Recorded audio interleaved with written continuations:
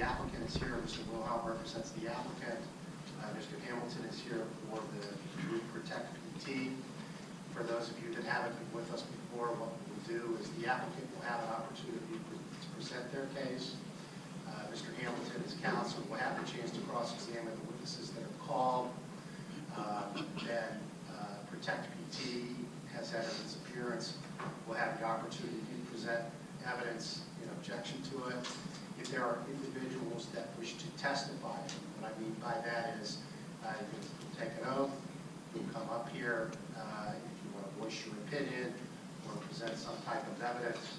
You'll be subject to cross-examination by either attorney and from members of the board. That will give you an opportunity to make those presentations. If the board has the right to accept evidence that it deems is appropriate, and that we'll go ahead and begin this morning's proceedings. Mr. Wilhelm.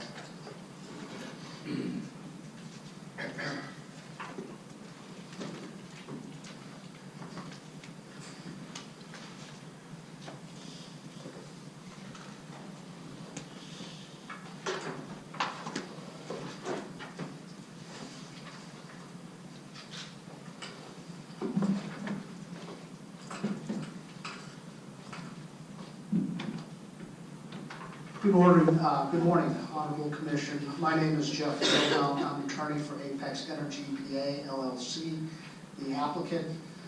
Before we begin our case in chief, I have a couple housekeeping matters. Mr. Sweeney, I believe we have an agreement with counsel, and if it's appropriate, I know that the solicitor for the township is here. I would concede to taking him first so that he could be excused. That's fine.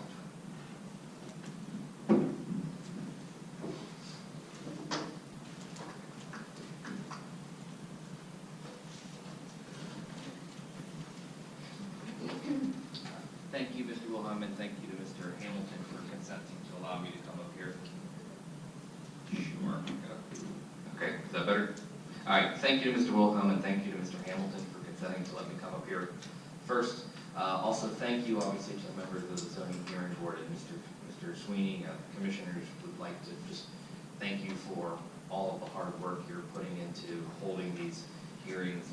We know that you have a big burden that's been put on you with all these applications, and we know that holding Saturday meetings isn't anybody's first choice. So again, we thank you for coming here and giving your time to the township for this very, very important matter.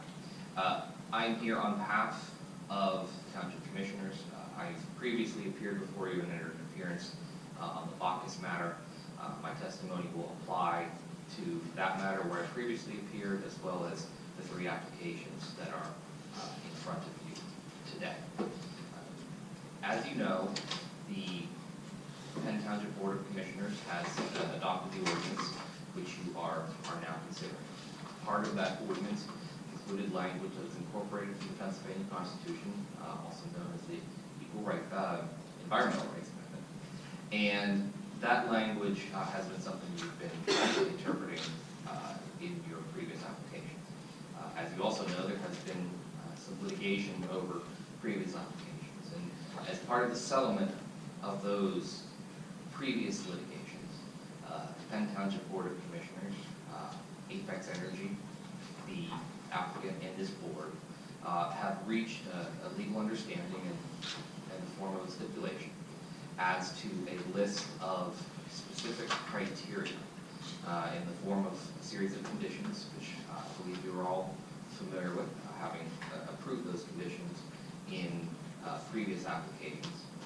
And the stipulation will hold that, as a legal interpretation, that if the applicant demonstrates compliance with those conditions on the subsequent applications, that will be considered to have satisfied that provision of the ordinance. So again, it's simply an understanding of how, from the township perspective, we believe that this will work going forward. Is obviously, as Mr. Sweeney has told you, it is your job as the ZHB to determine whether or not the specific application in front of you meets the criteria that the township and legislature had set out as the standard. So it is our understanding per that stipulation that the standard would be those conditions previously found. If that is found, then you should grant the application, barring any other issues with the ordinance. Because obviously, if you know you're doing a full application and there's the whole thing in front of you. But on that specific provision, we believe that is how this is meant to be interpreted. I will also, as I did in the box matter, I'll already put on the record and put on the record with the three going forward that the township commissioners and staff, upon review of the applications, believe that in total these applications do meet the standard of our ordinance. The zones that they are located in are zones in which we have designated as appropriate for this use, and upon that review, we believe that would be an appropriate grant. So that is the commissioner's position. Again, we know you have a lot of work and a difficult process to go through, but I wanted to come here today and put that on record for those applications. And again, thank you for your time. Thank you for everything you do for this township. We all greatly appreciate everything you're going through. Thank you.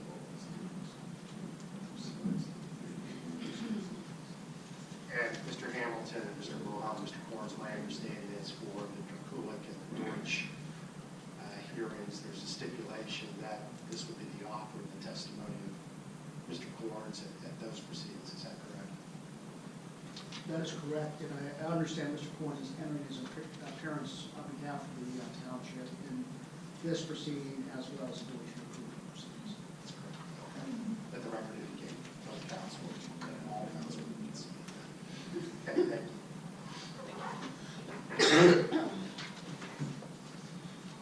Mr. Wilhelm, I have a housekeeping matter. If Numis is concluded this morning, as you're aware, the board has 45 days to issue written findings in the decision. 45 days from today is March 7th. We have a regular meeting on March 9th. And I had off-the-record discussions that you would agree to give us until March 9th on the Numis application to submit findings and conclusions and decisions. Is that correct? Mr. Sweeney, my understanding is that this board's regular meeting is scheduled for March 9th, and with that understanding, that is correct. And you'll get a letter to that effect to comply with the FPC's requirement of written consent.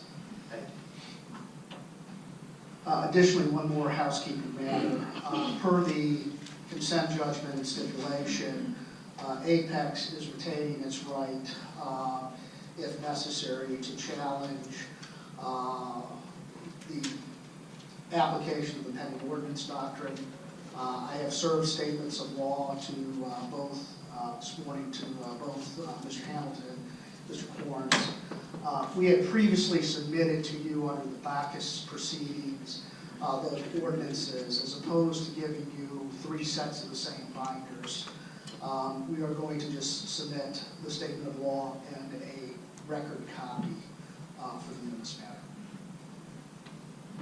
And for purposes of the record, I've advised the board that I reviewed the statements prepared after the Bacchus application was made, and my recommendation to the board is that the pending ordinance doctrine does apply, and that these are valid.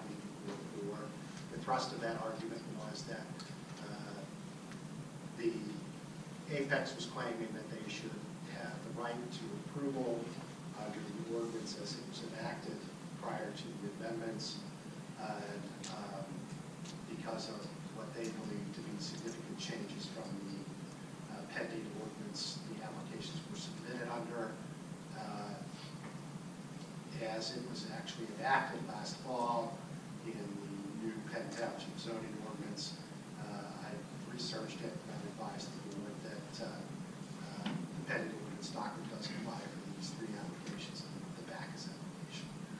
Mr. Sweeney, I've also spoken with Mr. Hamilton, and my understanding is that Protect PT may also be filing a brief on that. There's no objection to having a brief filed.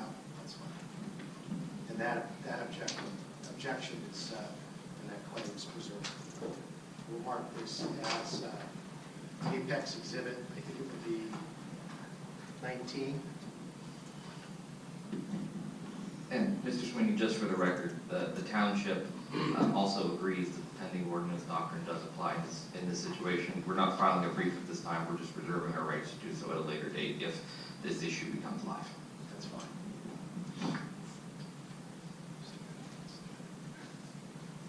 Is that all the housekeeping? That's all the housekeeping.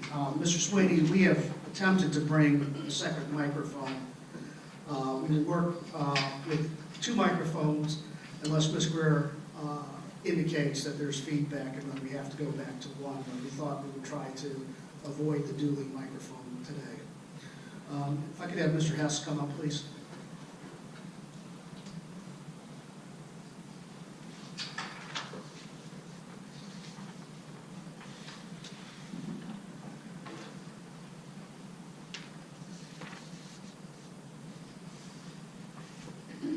Please state your name for the record. Christopher Hess. Do you want to swear the witness? I'm been sworn for this hearing. Do you solemnly swear that the testimony you're about to give here today in this matter is the truth, the whole truth, and nothing but the truth? I do. Who is your employer? Apex Energy. What is your job title at Apex Energy? I am the General Counsel and Vice President of Land and Business Development. Chris, what are your job responsibilities at Apex? I'm responsible for overseeing the legal and regulatory aspects of Apex's operations, as well as the land and title functions. And does that involve questions around permitting? Yes. Has Apex drilled wells outside of Westmoreland County? Yes, Apex drilled a well in Sugar Creek Township in Armstrong County. And could you briefly describe Apex operations in Westmoreland County? Apex has 2 producing unconventional well pads with 2 wells each. There are 2 located on the Quest well pad in Penn Township, 2 located on the White's well pad in Hempfield Township. And we are currently demobilizing from drilling operations at the Stewart well pad located near the Cloverleaf Golf Course in Salem Township, which is a 3-well pad. Are there other producers in Westmoreland County? Yes. How many unconventional wells have been drilled in Westmoreland County? Approximately 185 unconventional wells. Chris, did you file an application on behalf of Apex to permit an oil and gas well operation known as the Numis well pad?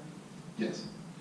And under that application, Apex is not seeking to construct a natural gas compressor station, as that term is defined in section 19202 of the ordinance. That's correct. And Apex is not seeking to construct a natural gas processing plant, as that term is defined in section 19202 of the ordinance. That's correct. How many oil and gas wells or well bores are you seeking to permit on this site? 2. What documents did you submit to Penn Township in support of the application? We submitted a copy of the ESGB2 application, which is the DEP application for establishment of a drilling well pad location, as well as special exception application materials, which include a written response to the various standards applicable to unconventional well operations under the ordinance, under the zoning ordinance, as well as the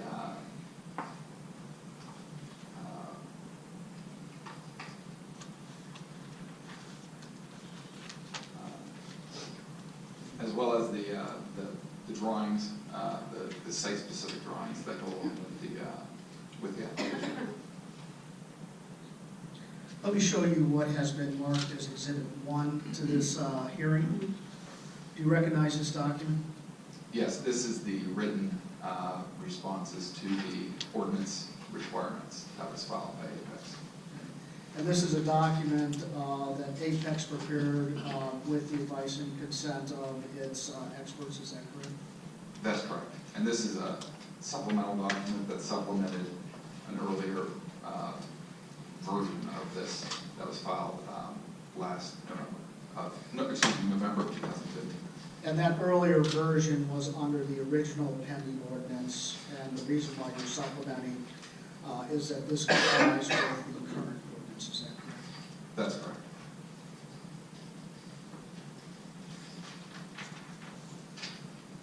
Let me show you what has been marked as Exhibit 2 to this hearing. Do you recognize this document?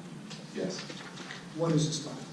This is a secretary's certificate that I prepared that outlines Apex's chain of title for its mineral interests underlying the well bore and plat that is the subject of the special exception application.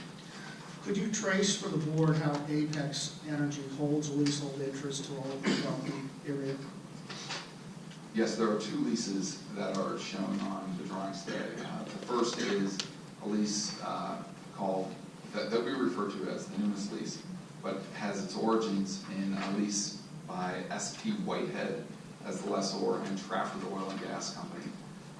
And through a number of corporate transactions, the most recent of which was between Northeast Natural Energy LLC and Apex in February of 2014.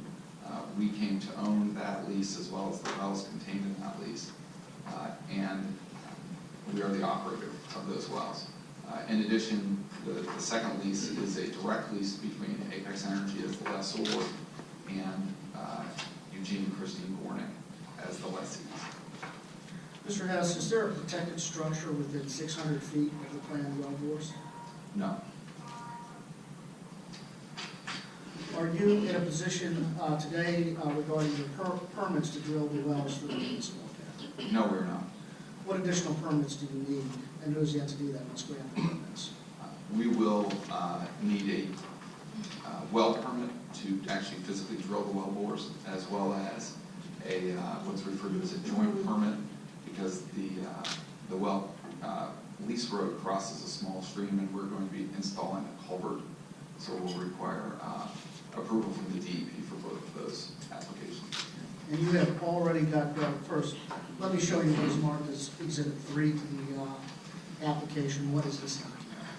This is the ESC GP2, which is the land disturbance and pad construction permit issued by the Pennsylvania DEP. And that has, in fact, issued to Apex, correct? That's correct.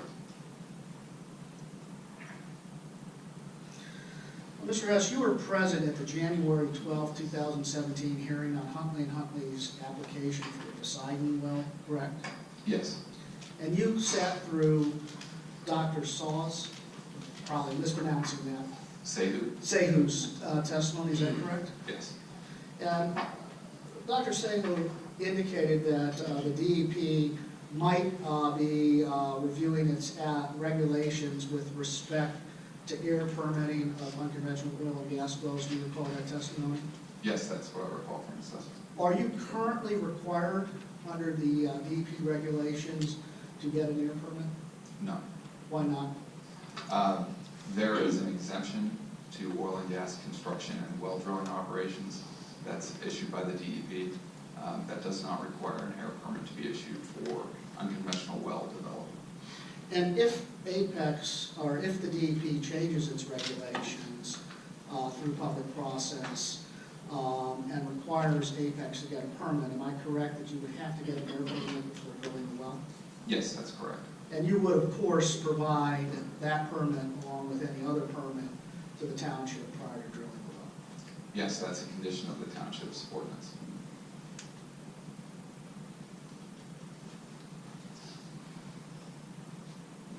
Let me show you what has been marked as Exhibit 4 to your hearing, to this hearing. Do you know what this document is? Yes. What is this document?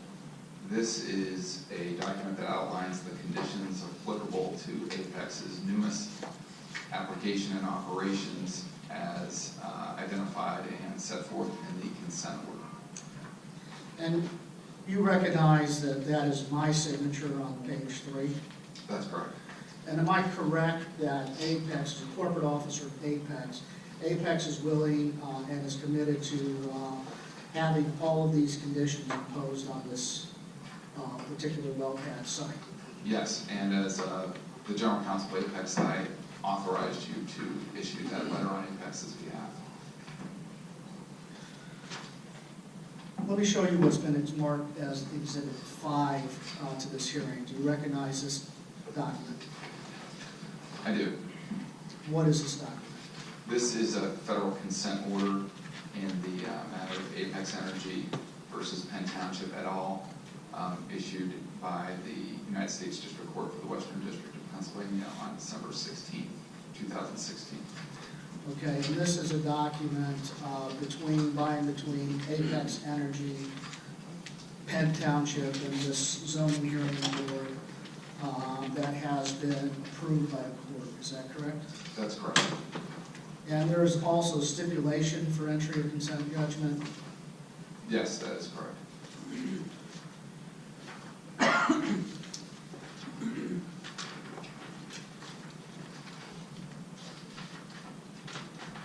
Flipping to page 13 of the stipulation and referencing paragraph 9, do you agree with me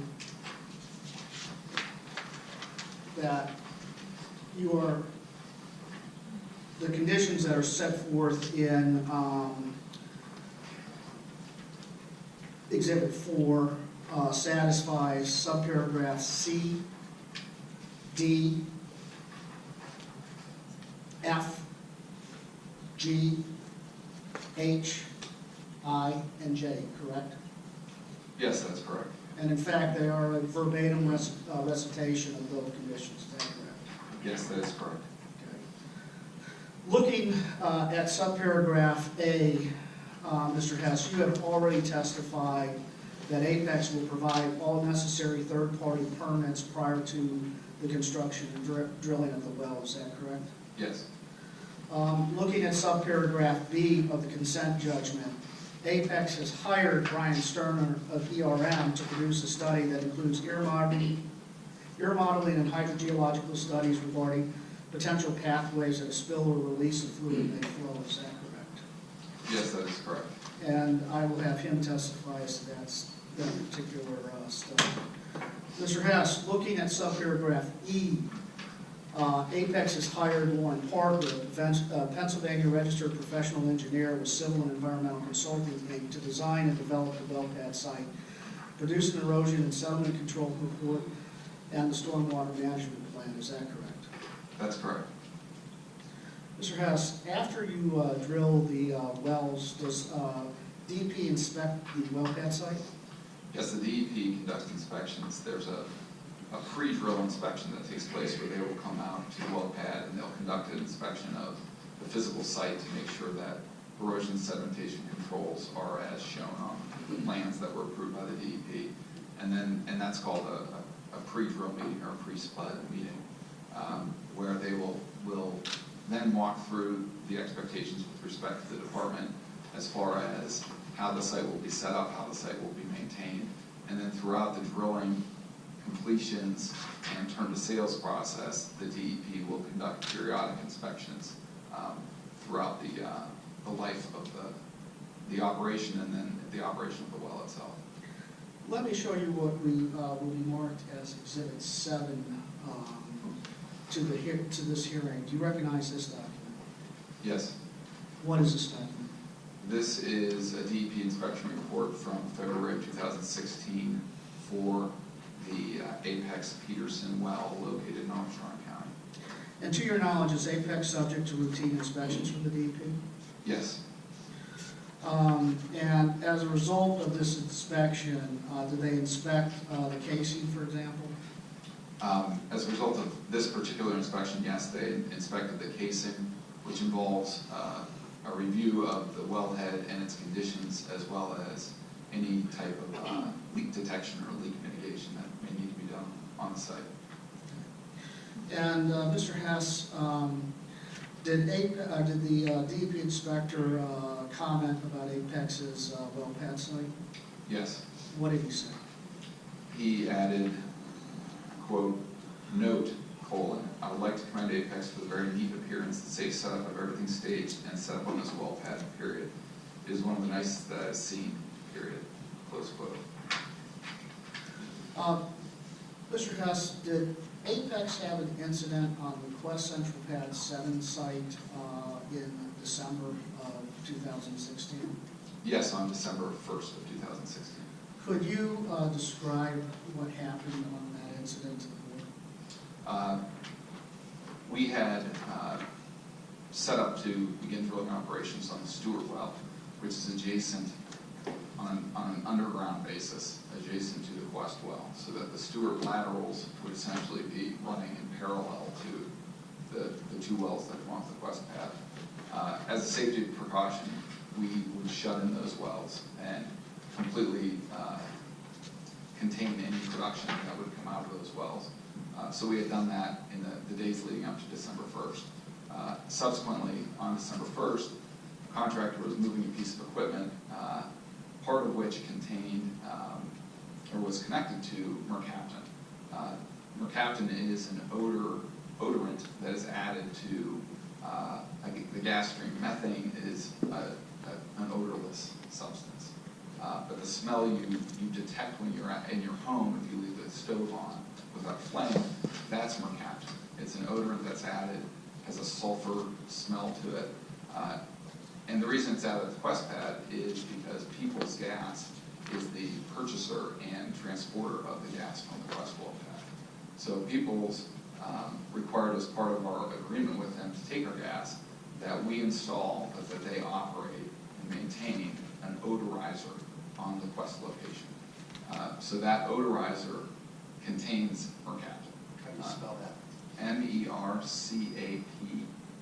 mercaptan. Thank you. This particular type of mercaptan is named Sentinel, SCENTINEL, T-50. And after the Quest wells were shut in, they were moving equipment off of the Quest pad, and they were going to be relocating some equipment, doing some routine maintenance. The mercaptan tank itself was totally shut down and disconnected. However, there was a portion of a line that stretched between the closed tank and the distribution facility at the pipeline that accepted the mercaptan, where this mercaptan would be dripped in, and that line, that stretch of line, was not flushed and vacated.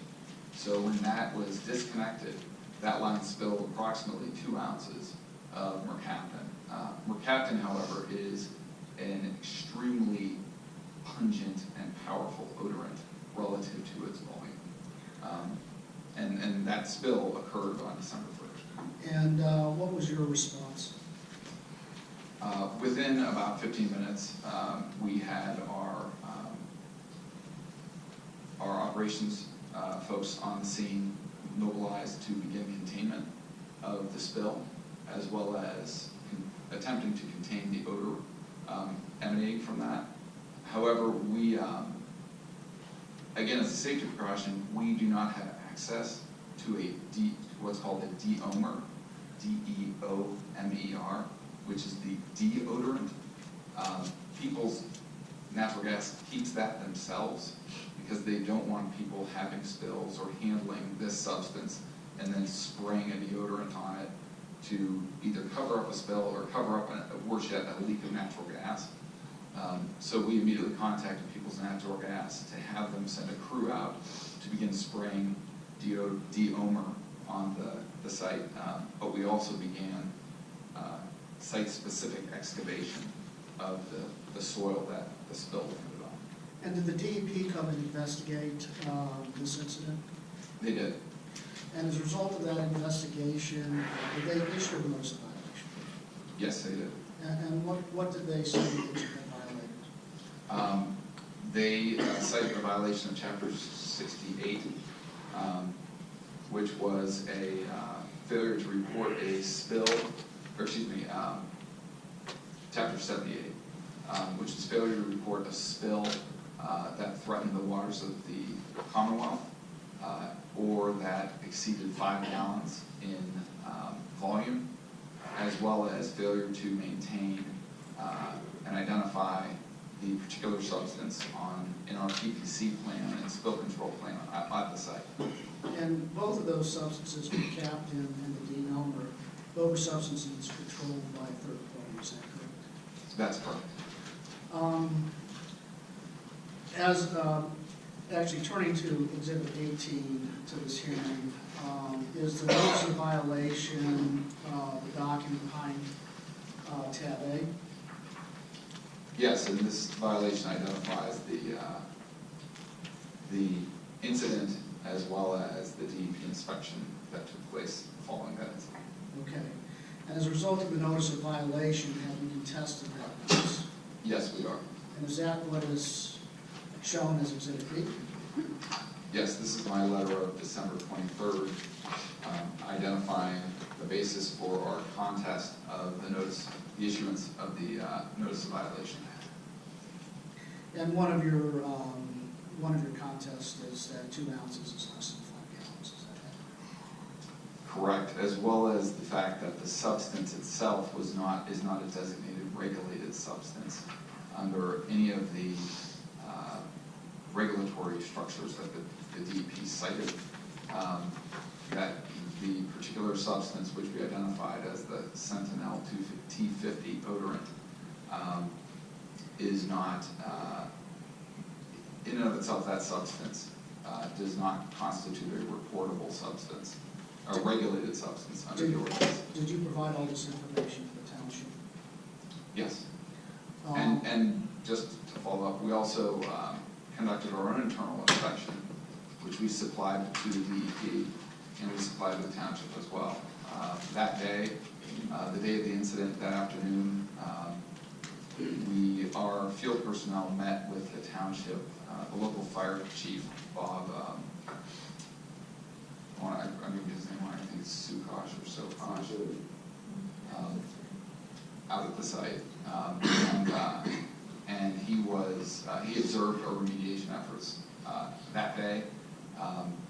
We tarped the site overnight and then went back and excavated a larger area just in case the spill itself may have blown in the wind or something as it was being spilled and may have infected a larger area, even though it was a smaller volume. So we conducted that excavation on the second day, and the DEP was present during that excavation. Do you expect this notice of violation to be resolved? I don't know how it will be resolved. Well, it's still in the process. That's correct. No further questions.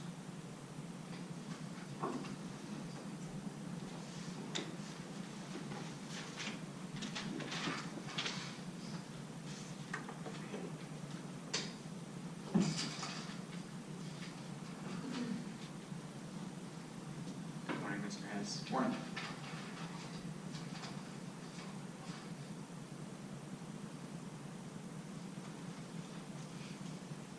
How many well pads is Apex currently proposing in Penn Township? Altogether, 7 well pads in Penn Township are being proposed. And I think you stated this, but how many pads does Apex currently have in the township? 1. And is Apex proposing any additional pads in Westmoreland County? Yes. And where are those located? In Salem Township and Hamfield Township. And how many pads are being proposed in Salem Township?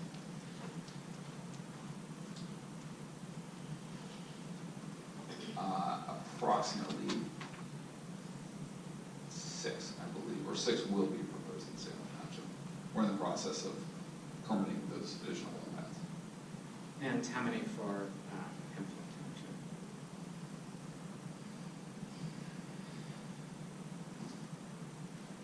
I believe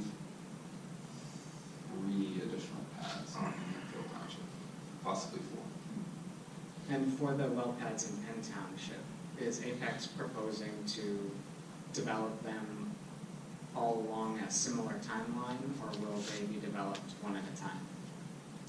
Those would typically be developed one at a time. And has Apex provided the board with an evaluation of the aggregate impacts of developing multiple well pads in the township? The multiple well pads consecutively or concurrently? Both. No.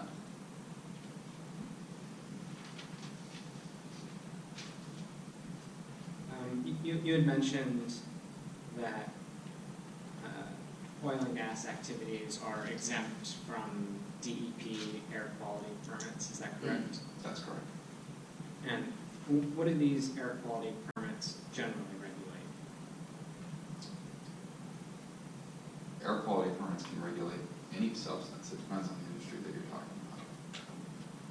So they regulate substances or emissions from certain industries, is that correct? As a general statement, I think that's correct.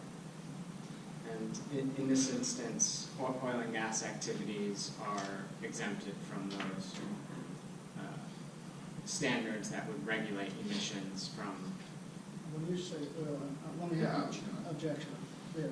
When you say oil and gas, are you talking about the unconventional well? When you're saying oil and gas operations, are you talking about the oil and gas operations that are permitted in this township, which include beyond what this board is hearing today, a natural gas processing plant and compression station? I'll be more specific. Is the unconventional well pad being proposed, known as Numis, exempt from the air quality permitting regulations? Yes, it is.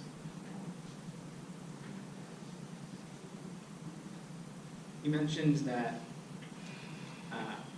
at the Quest incident this past December, the DEP issued a notice of violation for not listing mercaptan as chemical on site in Apex's PPC plan or their emergency response plan. Is that correct? Correct, for not having the MSDS sheet for the particular substance, the Sentinel T50. And will that MSDS sheet be on site or available for the Numis pad? Yes, it will, and as actually in the letter that's attached as Exhibit 18B, we do refer in our last paragraph or two paragraphs the steps we've taken. We've since met with People's Natural Gas. We've done a safety review as far as odorant and deomer handling on the sites, as well as a review of responsibilities and oversight for any time that mercaptan or a piece of equipment containing or exposed to mercaptan is being handled, and that and ways to mitigate and prevent that type of incident happening in the future. Is mercaptan listed as a substance utilized on site for the Numis PPC plan or the emergency response plan? It will be for the Numis site. And, just to clarify, what do you mean by it will be? Is it contained in the materials submitted to the board, or would it be somewhere else? No, when we, prior to, and I think I've testified to this in other hearings, the PPC plan and the ERP plan that we submit to the board, although they are site-specific, they are typically updated just before that a well site becomes sort of more operational. You know, we may have a particular chemical that's used now that if we're using a different contractor or for some other purpose, we may change that chemical or not use that chemical in the future. And we would provide a different PPC plan and with a different set or a site-specific set of MSDS sheets for each pad that we're operating in. For example, the Beatty White Draftina pads, those would not be sent into a people's sales line. So those sites, when they're operational, would not contain any reference to mercaptan. They would not show an odorizer being used on site. They wouldn't show odorization equipment being used as part of the setup on the site. So they're fairly site-specific, and we would update that prior to the actual operation of the site. So the PPC plan that was submitted with the Numis application is not site-specific then? It's a general PPC plan that would be updated later, is that what you're It's saying? site-specific as to today's operation, but it's not site-specific as to an MSDS catalog, because those MSDS catalogs could be could be changed. It's our best estimate as to being site-specific right now. But in the event that in a year or 2 years or 6 months or whatever the Numis well were to be developed, that information could change, and that would be supplied to the township as well as the other PPC plan recipients.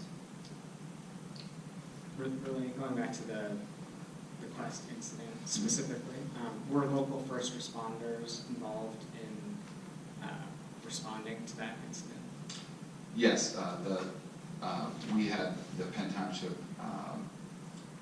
and I don't recall what volunteer fire company he was with, but he had come out to the site, and we had met him out there in the afternoon of the December 1st, and he had been present when we had done the initial remediation. And has Apex provided those first responders any type of training for responding to these types of incidents? Yes, prior to the Operation Request site, we actually had met with all of the first responders. We had brought them out there in a low light situation so that they could understand the drilling operations as well as the completions and site operations and what to do or what not to do in the event of a well event of varying circumstances. Now, in this particular circumstance, when we received a call from the first responders, we identified that it was not, a well control event, or it was not something that is in any way would require a large concerted response from the first responders. But nevertheless, we did want them out there. They came out there to observe the conditions as they understood it on the site. I have a few additional questions about specific operations on the Numis pad. Would those be questions for you, or would they be more appropriate for another witness today? They'd be probably more appropriate for Ed Long. Okay, that's all I have. Thank you. Does the board have any questions for Mr. Hess? That training you gave to the first responders, is there a document they signed that they were trained? And is that available for us to review? I don't believe that there was a document produced when we had them out there to that site. No record of the training? I mean, I would have to check with the local first responders to see if they kept a record of it. We recorded as part of our well operations, if we were having somebody coming and going to the site. But we did not keep a record of the specific training that was involved. There were no handouts or anything like that. To be frank, a fair amount of the training that goes on, and this is identified in our emergency response plan as well, is that it is more perimeter-based emergency response. If there is a well control event, there's a company in Canonsburg that would be called out for a well control actual physical response where they would be around the well handling the unique characteristics of a well, of a loss of well or a well fire or something like that. But much of the training, though, dealing with its current condition does involve, if there's spills, if there's call-outs for reports of gas leaks, things like that. Chris, what is the name of that company? The name of the company is called Wild Well Control, and they are furnished and arranged through Travelers, who maintains our insurance for Apex Energy. And does that company include, for example, are they able to draw not only from experts in this area, but also experts in other areas? Yes, they have experts sort of from all over the world who they could fly in for this type of circumstance. But I have been to training at that's been provided by Wild Well Control. And, at one point in time, I think people would say, well, they need to bring somebody up from Texas to handle this, or somebody from the Gulf or something like that.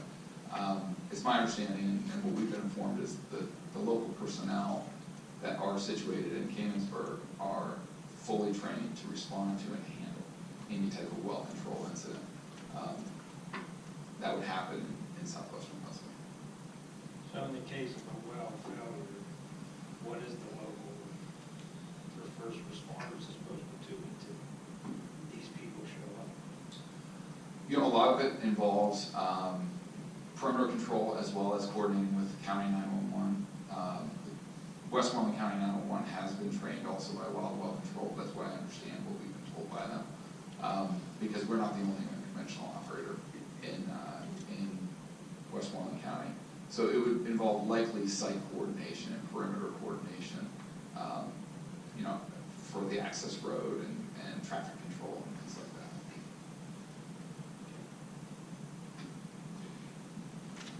Mr. Bass, excuse me. In your response to the notice of violation to the DEP, you noted that you were going to change the VPC for West Side. I believe you told Mr. Hamilton that you were also going to go change the other appropriate VPC plans that involve that material. That's correct. Draw your attention to Exhibit 6 in the binder, which is the Penn Township Resolution 94-2016. One of the conditions in there is that Condition 3,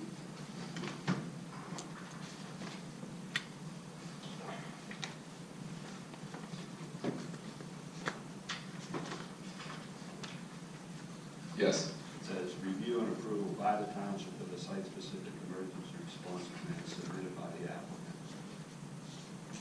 What, it sounds like that the review and development of the plan, you know, may not be finalized to be ready to go through drilling. Is that the plan you intend to submit to the township? Mr. Hamel, let me first just mention, because I'm not sure that Mr. Hess is aware of this, but the resolution that you were referring to is 94 of 2016. Right. It is a preliminary land development plan approval. Right. So under that section of the code, which is administered by the commissioners, there's both a preliminary land development approval and a final land development plan approval. We would still need to go back for the final land development plan approval and satisfy these conditions in order to get that final land development plan approval. We can then, at that point in time, record the land development plan if we want to. But yes, there's a second step to it, and it will be provided if it's a condition that they have required. Okay. The other thing I wanted to talk about was this exemption from air pollution or air permitting. The current exemption, excuse me, I got a log in this right there. The current exemption is not a blanket exemption, correct? There are certain requirements that you have to meet in order for that exemption to be valid. That's correct. Okay. And can you describe those a little bit? Not without having the ordinance, the particular regulation right in front of me. I cannot. All right. So I think when we talk about an exemption, it's an exemption from the permitting process, but it's not go do what you want to do. You still have to meet certain requirements. That's correct. And it's a, I think the proper way to think about it is it's a more of a delegation of authority from the federal government to the DEP. And the DEP then issues whatever ordinances and regulations it sees fit, applicable to oil and gas regulations. And some of those which you may have heard about have changed or are in the process of changing over the last year or two with respect to either flaring or methane control or methane leaks and that sort of thing. That's where the DEP has chosen to sort of exert its regulatory authority, notwithstanding that exemption. Anybody else on the board have any questions for Mr. Hess? I do, sir. Good morning, Mr. Hess. A couple questions for you. Does Apex own the equipment or directly hire the manpower required to complete this project? Or do you have drilling subcontractors that you'll be using? Yeah, we would refer to them as a drilling contractor. Yeah, we would not own the drilling rig or own that equipment. So no, we would contract those services out. Will any of those contracted employees or vendors, contractors be testifying before us? Not necessarily today, but prior to No, approval? I don't believe they will. No, that's not the plan. Okay. Are the subcontracted companies listed in the PPC plan, emergency response plan, or any individuals identified in those plans? I don't believe that the specific subcontracted companies are identified as of that moment, you know, like as of filing it. What's typical is that we would, you know, contract a rig to drill a well or a series of wells.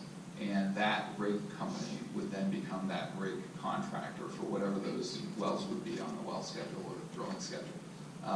That would be provided in the book that's then on site. It's part of that binder that's kept in the mailbox on site. So the drilling contractor information as well as the drilling contractor contact information, head count information, as far as who's going to be on site, who's expected to be on site. That's all put into the book, but it would not be, we would not put that into our PPC or ERP plan itself. But it would be on the, as part of that book, right next to it in the, on site. Regarding the spill incident that you spoke about testified before, was there an Apex employee either responsible or on site during the actual spill itself, or was that a subcontracted employee? There was an Apex subcontract employee on site during the spill incident, but shortly thereafter, within 15 minutes, an Apex employee was on site and responded from the Cloverleaf Golf Course drill pad. Those are all the questions I have. Anyone else have any questions for Mr. Hess? Do you have any follow-up, Ryan? Mr. Sweeney, up.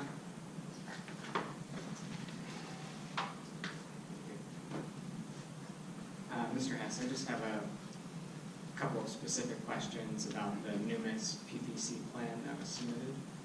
Would those be more appropriate for you or another witness to go? Probably be more appropriate for Mr. Long. Okay, I'll ask Mr. Long those questions. Thank you. Okay. Thank you, Mr. Hess.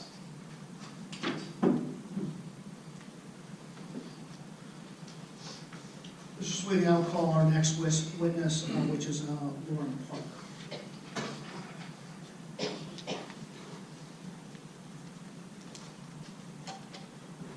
You solemnly swear that the testimony you're about to give in today's matter is the truth, the whole truth, and nothing but the truth, so help you God. I do. Could you please state your name for the record? Yes, Lauren Parker, Who is your employer in this part? Civil and Environmental Consultants. What is your job title at Civil and Environmental Consultants? I am a principal. Do you hold any professional licenses? Yes, I do. What are the professional licenses that you hold? I am a licensed professional engineer in Pennsylvania. I also hold certifications through EnviroCert International related to stormwater and erosion control. How many oil and gas well sites have you designed in Pennsylvania? More than 150. How many has your company designed in Pennsylvania? Well over 200. Are you aware of Apex application seeking special exception approval to permit Deutsche Wellcat? Oh, excuse me, I'm sorry, Numis Wellcat. Yes, I am. What has been your role or responsibility for the Numis Wellcat? I'm the licensed Pennsylvania professional engineer that designed the site plan, erosion and sediment control plan, and the stormwater plan. And those designs and plans you have certified and stamped as a registered Pennsylvania professional engineer? That's correct.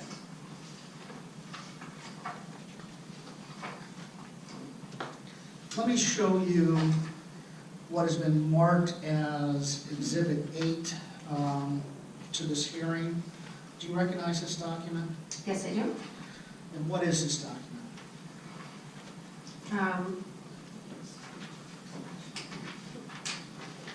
Don't trip. This document shows the site plan for the project. Mr. Wilhelm, can you guys turn this around, please? Yeah. Thank you. We have a balancing act here, Mr. McKay. We're trying to make sure everybody understand. sees it, so. I understand. That's fine. Thank you. That's fine. Thank you.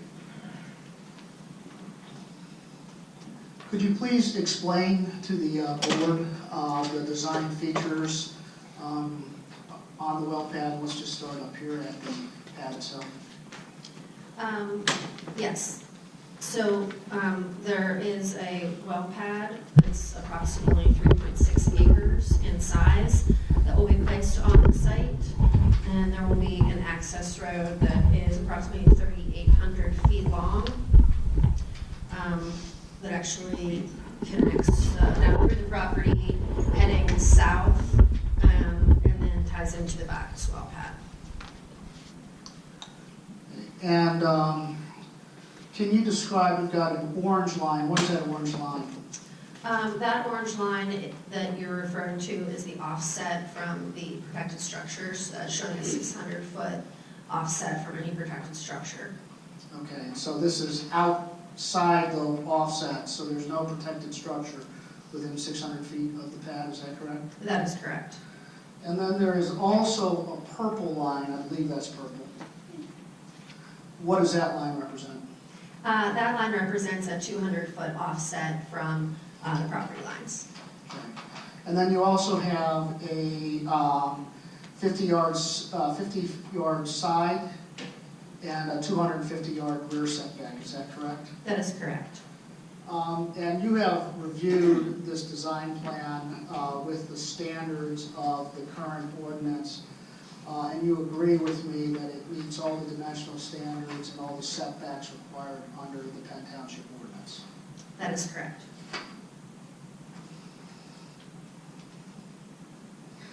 How many acres will be disturbed of the 136 acres?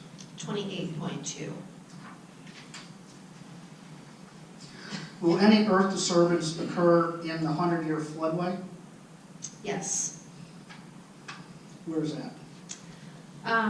Well, just for clarification, the way the Department of Environmental Protection defines that is it's an assumed floodway, and that is within 50 feet from the top banks of any stream.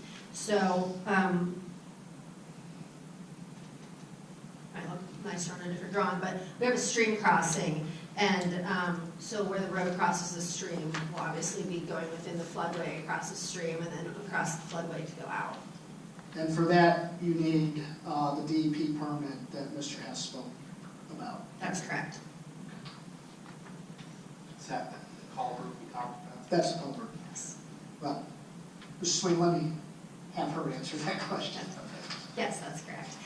Additionally, there is also a very small tributary towards the south end of the access road that we are not impacting the tributary itself. However, we are within 50 feet of the tributary, so that impact to the assumed floodway will be included in the permit that we're getting for the actual stream crossing.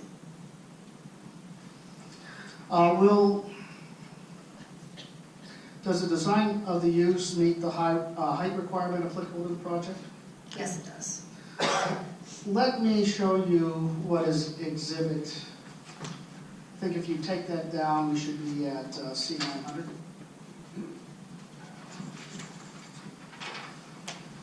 You recognize this document? This is exhibit 9 in your binders. Yeah.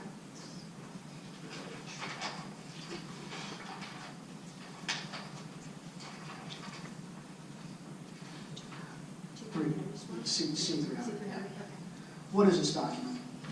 This is the post-construction stormwater management plan. Did you design these plans? Yes, I did. Could you go through the features of the post-construction stormwater management plan? Yes, I can. So on this project, we have there are a number of stormwater controls given mainly the length of the access road and kind of follows the topography of the site. So there are 3 infiltration basins. 2 of those are located along the access road. Really, actually, all 3 of them are. Varying locations to capture the runoff from the access road. Additionally, there are a number of infiltration berms proposed on this site. We have 8 infiltration berms. Those will also capture runoff from both the access road and the well pad. And then finally, there is proposed underground detention up on the well pad to capture runoff. And flipping to Exhibit 10,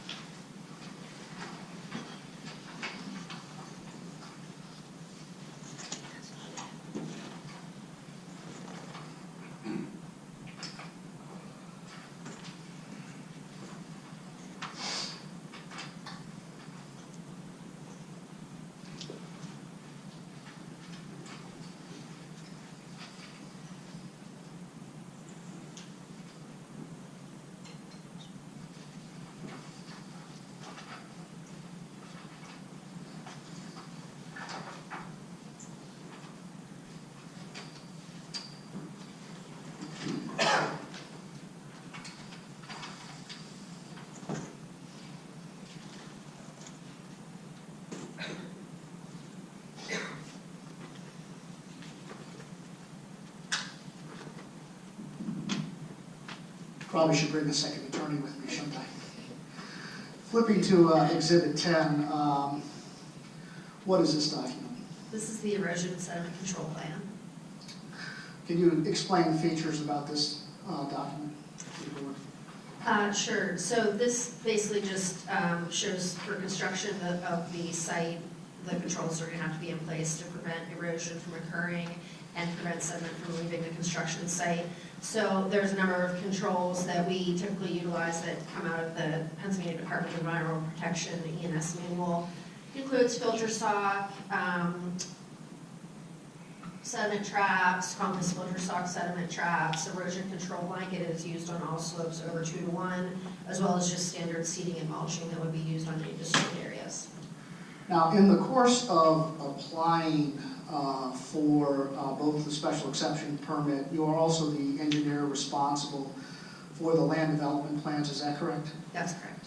And these drawings, along with the erosion sediment control report, and the erosion sediment control report and the post-stormwater construction management report, those were all provided to the township engineer, is that correct? That's correct. And that is through the process of land development plan approval that takes place in front of the commissioners, is that correct? Correct. And as a result of that, do you have communications back and forth between the township engineers? Yes, I do.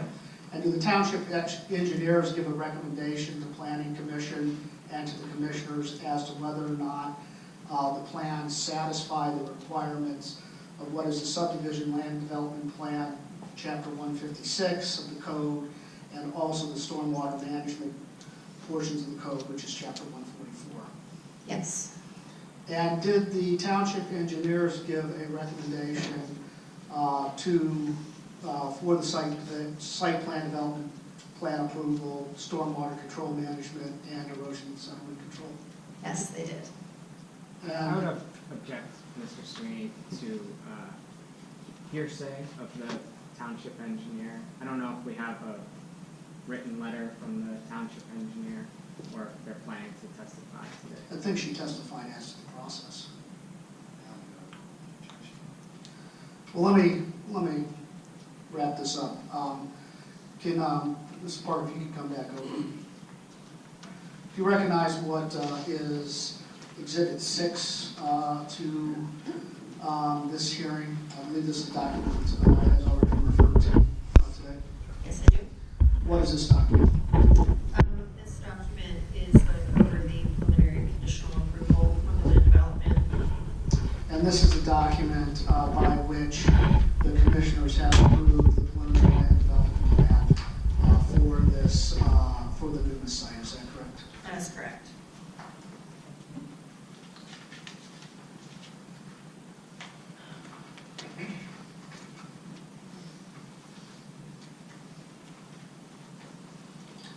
Mr. Sweeney, I can tender the witness. Mr. Hamilton, do you have any questions?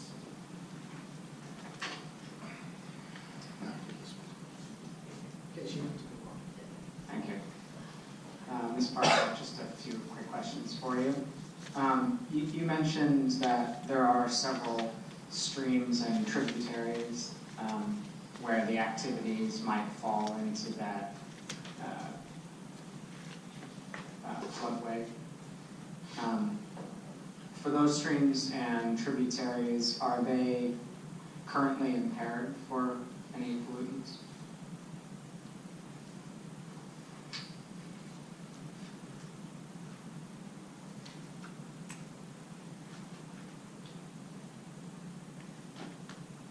I do not believe that they are. Has Apex conducted any water quality sampling of those streams or tributaries? No, that would not be a requirement. As part of the permit, there is a statewide search system where you can determine if the stream's impaired, and that's what's utilized. For the Numis pad, I believe some of the design features that you mentioned, one was a dry extended detention basin. Maybe you didn't mention that specifically, but I think I saw it on the one of the exhibits here. Okay. Can you explain how that dry extended detention basin operates?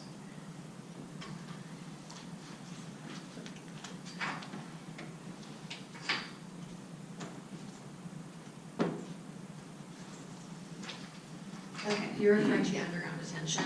I think is what it's called out as underground dry extended detention. Correct. Okay, yeah, so there are two of those proposed up on the well pad itself, and what it is piping, stormwater pipe. Typically, it could be an HDPE pipe or it could be an aluminized type of corrugated pipe, but it's just storm pipe underground, just surrounded with gravel to hold the water. So it's like an underground stormwater pond. And what's the primary purpose of that? The primary purpose is to hold the water and slowly release it at a rate that meets the pre-development conditions so that you don't have any erosive water coming off the site. So the requirements are to release at a rate equal to or less than the pre-development rate of runoff. And when you say release, is that in the ground or underground release? Well, because the water in this particular scenario with underground detention, it has an outlet structure underground at the end of the stormwater pipe with orifices in it that are sized specifically based on the rate to release. And they're released, and then there are outlet pipes that discharge below the facility on both, I guess it would be the northwest and southeast corners of the pad. And do those, Just for purposes of the record, she's referring to Exhibit 10 and the green circle. Is that Exhibit 10 or is that Exhibit 9? Exhibit 9. Exhibit 9. Sorry. and those two outfalls that you mentioned, can you explain where they discharge to and what that looks like? Sure. So they're basically just surface discharges where a pipe discharges to the surface, and they have riprap aprons that are sized appropriately at the outfall to reduce the velocity of the water coming out to prevent erosion. They then actually go to secondary treatment, which are the infiltration berms that are shown. So the discharge comes out and then it goes to an infiltration berm, which will help to infiltrate and allow the water to recharge back into the ground. So is the primary purpose of the detention basin and the infiltration berm to control the rate of stormwater flow? The underground detention is solely for controlling the rate, and the infiltration berms are for mitigating the additional volume of runoff. And for both of these features, do they also control sedimentation that might be related with stormwater? No, these are not for any sedimentation. Of course, if there's something in the water that, from a sediment standpoint, that it would go with the water. However, the point when these are constructed, the site is stabilized. So you go through the erosion sediment control, you stabilize all of the areas either via gravel or with vegetation. And it's noted in the construction sequence, once the site is 70% stabilized, then you install these controls. So sediment will not be going into these. Okay, so you mentioned that if there were sedimentation, it would flow with the water through the Sure. detention basin and Yep. the infiltration curve. Yes. That's correct. That is correct. And so there is a maintenance program associated with all the stormwater controls, standard operating, you know, go out, check it, if there is sediment, if it's cleaned out. So these features are primarily stormwater control, and they're not intended to, for instance, filter pollutants like sediment. Is that correct? Their primary function is stormwater control. Okay. Thank you. That's all the questions I have. Anybody on the board have any questions? What is the general distance between the two wells?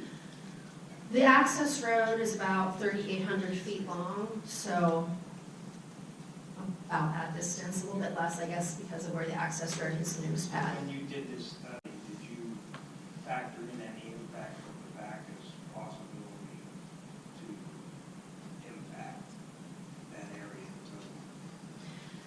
Related, was there any specific? Stormwater. Well, the Bacchus pad has its own stormwater controls, its own permit. We had to get land development approval and follow the township ordinance for the Bacchus pad as well. So there, all of its stormwater is controlled on the Bacchus site. Well, I understand that you did your own. Was there any factor to consider anything from what being supposed to be? Are the two stormwater management control plans independent? Yes, they are independent. But I think the question is, do they discharge to the same tributary of Turtle Creek? So that if it rains, you're going to get runoff from both sides. That would be correct. However, as I described, you have to do your design so that your post-development discharge is equal to or less than pre-development. So it doesn't really matter if you have how big the site is or how many you have, because you still have to be less than pre-development. So regardless of the fact that they both drain to the same watershed, this is less than pre and this is less than pre, so there's no cumulative increase associated with it. Even during the phase where it's a sediment control.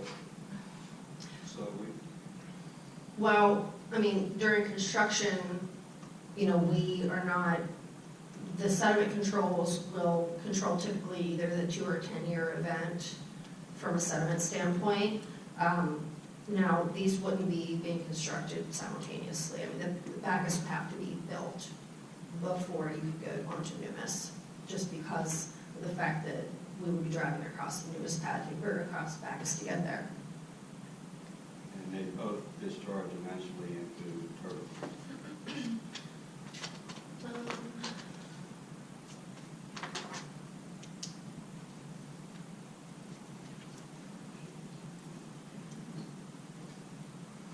Let's see what if I have a tributary name on the drawing. They both discharge to the same stream that's at the low side of the property. How far away is the site from the Pennsylvania Turnpike?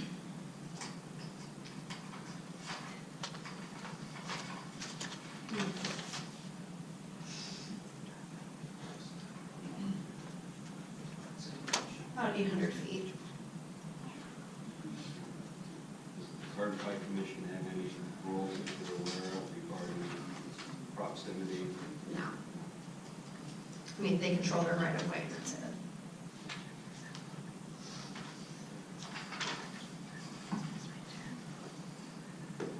Anybody else have any questions?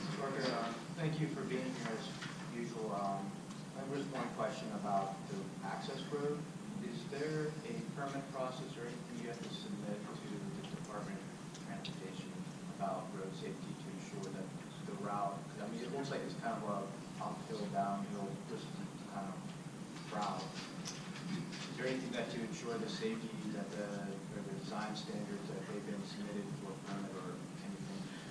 No, because this is a private road, so just like any private road, it's just not, PennDOT doesn't have jurisdiction, or there's no reason to submit to PennDOT. And then did you use industry standards for truck traffic to ensure that the roadways were, they safe and convenient path?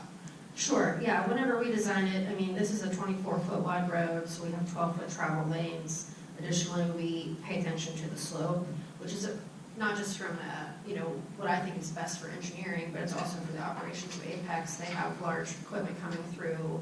They don't want a steep slope. It just makes it harder for the equipment to get around. We also pay attention to vertical curves as well as horizontal curves. Kind of profiles and things we're looking at, like what makes sense from a traffic standpoint. Thank you very much. Yeah. Good morning, Ms. Parker. Thank you again for being here today. There had been some testimony about the joint permit application process. The fact that DEP will have to approve that. Is DEP the only regulatory agency involved in that process? No, they're not. For a joint permit, the submission goes to the DEP, and then the DEP can forward it on to the Army Corps of Engineers. That's where the joint part comes in. So there's a DEP authorization as well as an Army Corps authorization. That the DEP can forward it or will forward it? Depending on the scope, I would say they can. They most always will, I would say. On your figure there, and I believe it's on all figures, there appear to be 5 black dots in the middle of the pad there. Can you identify what those 5 dots are? Yes, at the time when we put this together, we were showing 5 wellheads. As you heard earlier from Mr. Hess, we will likely just be submitting 2 for well drilling. So just to clarify, there will be 2 wells drilled at this pad.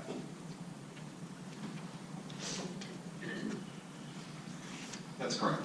Okay, thank you. And also to clarify a previous question by the board, if you refer to the ESC GP2, Turtle Creek is the ultimate tributary, it's the ultimate creek to which flow will end up. So I don't know if you had prepared the ESC GP2 or not. I am. Are you telling me that, or are you asking me? I'm actually saying that to clarify. Oh, okay. Okay. Okay. That's all my questions. Okay. Do they follow up, Brian? No, thanks.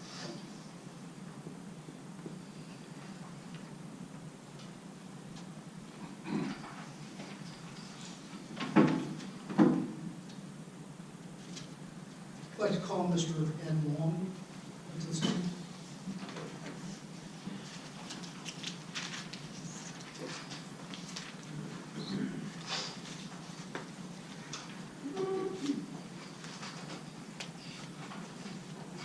Right, Am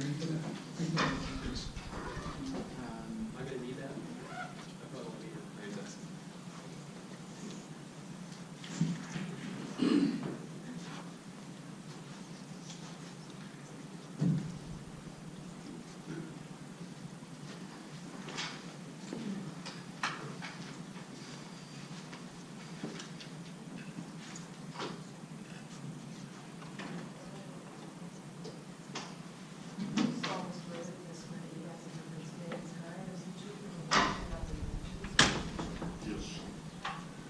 Could you please state your name for the record?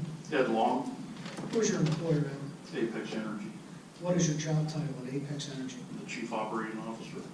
What are your job responsibilities? I manage and supervise all the operations of the company, which include the drilling, the completion, and the production phases. How long have you been with Apex? About 4 years, Prior to Apex, how long have you worked in the oil and gas industry? over 30 years. And has that been principally in well pad design and construction and completion? Yes, How many unconventional oil and gas wells have you drilled and completed in your career? over 600, How many for Apex? 9. Am I correct that you oversee all of Apex drilling and completion operations? Yes, Am I correct that you provided final managerial oversight over the Quest Pad number 7 drilling and completion? yes, Am I correct that you will be responsible for providing final managerial oversight over the Numis well pad? that's correct. Apex drilled and completed 2 wells for the Quest Pad number 7, correct? That's correct. What type of gas do you expect to produce from the Numis well, dry or wet? This will be dry gas, there'll be no associated hydrocarbon liquids. Where is the Marcellus Shale Formation found in Westmoreland County, and particularly in Penn Township in the pads you drilled? In western Penn, it's about 7,500 vertical feet deep. In the Oakford area, it's about 8,000 feet deep. So it's definitely not shallow, is that correct? It is not shallow. And in fact, on the Numis pad, what is the proposed depth of the vertical drilling? We anticipate about 7,500 feet. Will the drilling and completion methodology differ on the Numis well pad from the Quest pad? They will not. What drilling and completion methodology do you plan to use on the Numis well pad? We will typically come in and drill. On this particular pad, we have 2 wells. We'll drill both of those wells in series, and then come in and complete both of those wells at the same time. Why have you elected this methodology of drilling and completion? This accelerates our timeline, minimizes our time on the pad. So it minimizes the time that drilling constructions and operations will be occurring on the pad? That's correct. Let me show you what have been marked as exhibits 11, 12, and 13. Do you recognize these documents? Yes. What are these documents?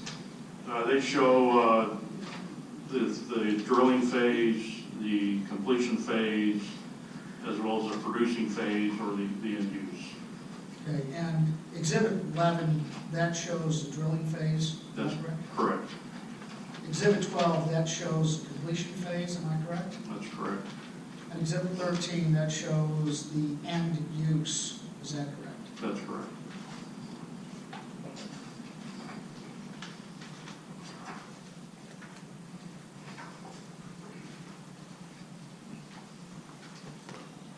Where will Apex obtain the fresh water for use on the Numis well pad site? We use municipal water. Does the use of municipal water eliminate Apex's need to truck fresh water to the site? It does. It will eliminate roughly 2,500 to 3,000 truckloads per well. We've been able to get municipal water thus far on every well we've drilled in this area. And is it typical in western Pennsylvania to have access to a municipal well? That is not typical. What's the typical methodology? Typically, you have approved water sources from the DEP, and those water sources are more typically out of rivers or streams or reservoirs or lakes. So typically what you would have is what's called a water withdrawal site that is permitted, and that would typically be basically a pumping station off of, say, for example, in Fayette County or Lamont. That's correct.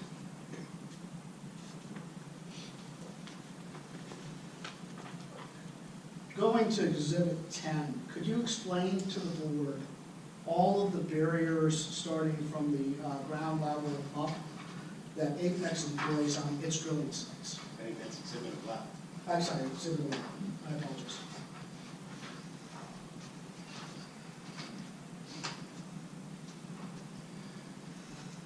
Yes, when we construct a pad, you can see on this exhibit, we have pad maps laid out. Those provide multiple barriers. The way those are constructed is a heavy 30 mil liners laid down, then a mat laid on top of that, then you have another 30 mil liner on top of it, and then you have another wood mat on top of that 30 mil liner. On top of all that, we put you can see this tan color, it's a polyurethane, kind of a rhino lining on top of that, that also provides a barrier. In addition, you can see going around the pad mats, a berm. That berm's about 8 inches. It goes all the way around the pad. In addition to that, we have an earthen berm around the pad itself. And that's how we construct all of our pads. And the pad, the rig matting itself, and the berm, that is designed to control any spill on site in that area, is that correct? That's correct. And then with respect to storing specific chemicals, are there additional protections that Apex provides? Yeah, any chemicals that are brought on location are brought on in approved DOT containers. Additionally, they're placed in their own individual secondary containment to capture any kind of potential spill. And is that secondary containment, that would be like a duck pond? That would be a duck pond.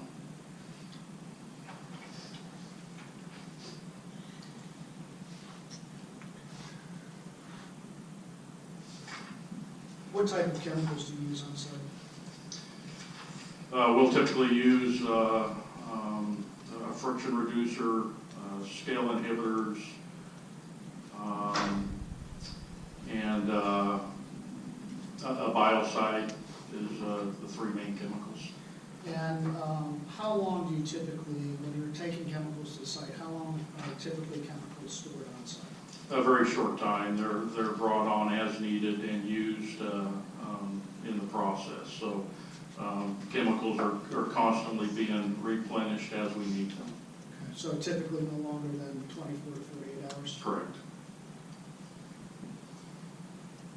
And there's a red truck in the forefront of that drawing, of that picture. What is that truck? Yeah, this is our, it's an emergency response trailer.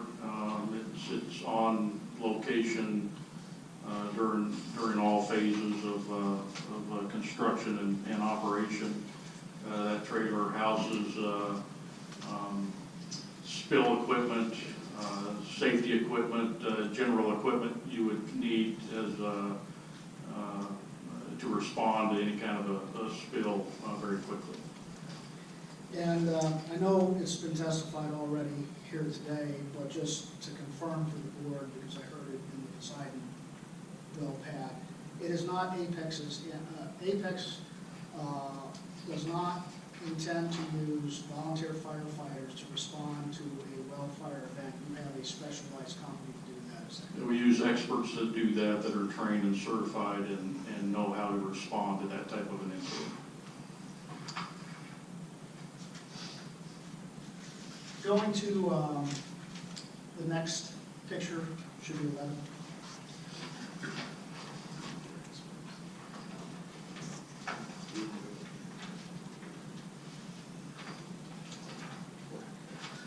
What is this picture entailing? This was a completion operation. This is Exhibit 12. 12, yes. Could you explain the containment for the freshwater and the wastewater on site? Again, you can see the tanks along the edge of the site. Those are steel tanks that will house fresh water. In addition, they have their own duck ponds and berms. You can see the above ground water pipeline that goes to an offset well pad that houses the larger above ground storage tanks that have similar construction in a sense. They're steel reinforced and have bladders inside. Is there any wastewater treated on site? No. What does Apex as a company do with the wastewater from the site? We'll typically haul it to a commercial disposal facility, and at that point it's tested and disposed of per their regulations. Where? And question be answered. And where is that site? Is that in Penn Township?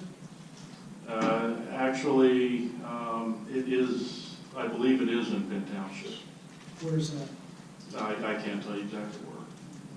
But it is a commercial disposal facility. A lot of operators use it. The name will come to me here in a second.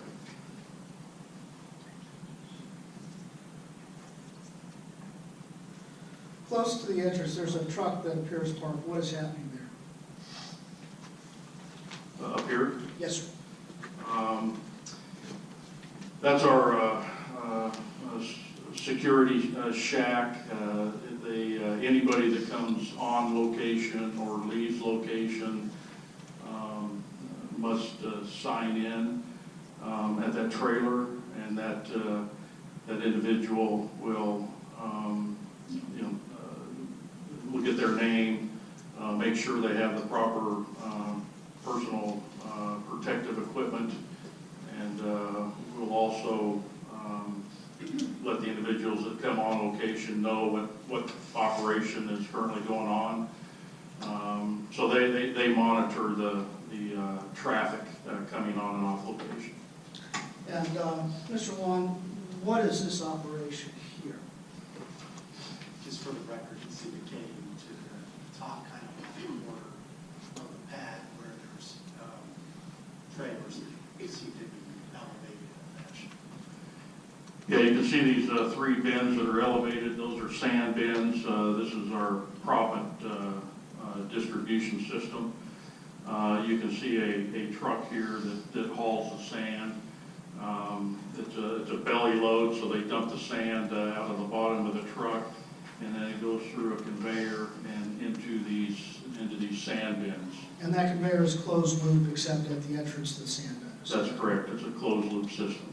And you use this system in part to eliminate dust, is that correct? It reduces dust and also minimizes the noise relative to the other option. Okay. And on this site, both on picture on exhibit 10 and exhibit 11, exhibit 11 and exhibit 12, this is not reflecting the conditions that Apex has agreed to, because there would be sound walls installed around the pad site, is that correct? That's correct.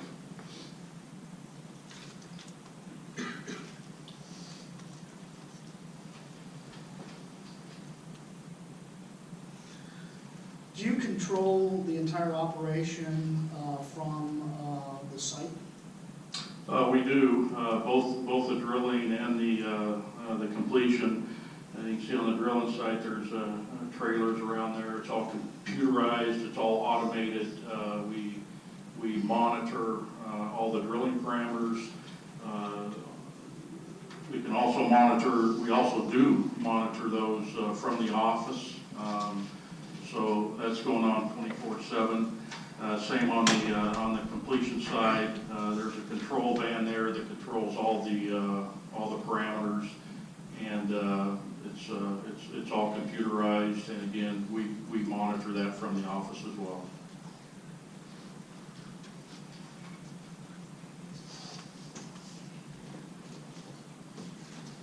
Let me show you what is being marked as Exhibit 14 to this hearing.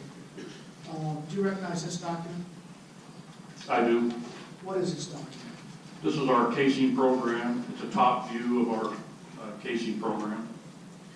Is this the casing program that would be employed on the Numis well pad? It is. Can you go through the board on the casing program?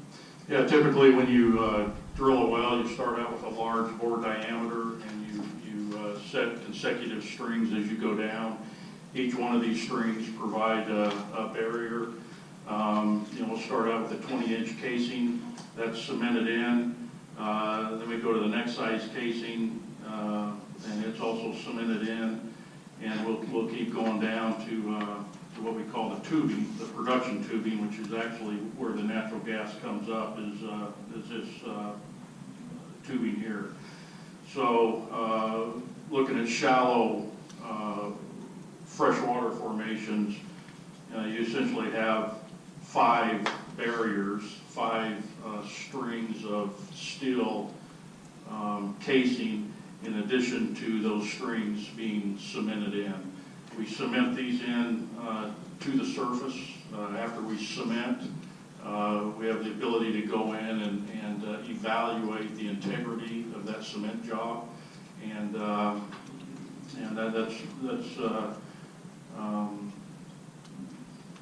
that's kind of the basic cement and casing plan that we have on all of our wells.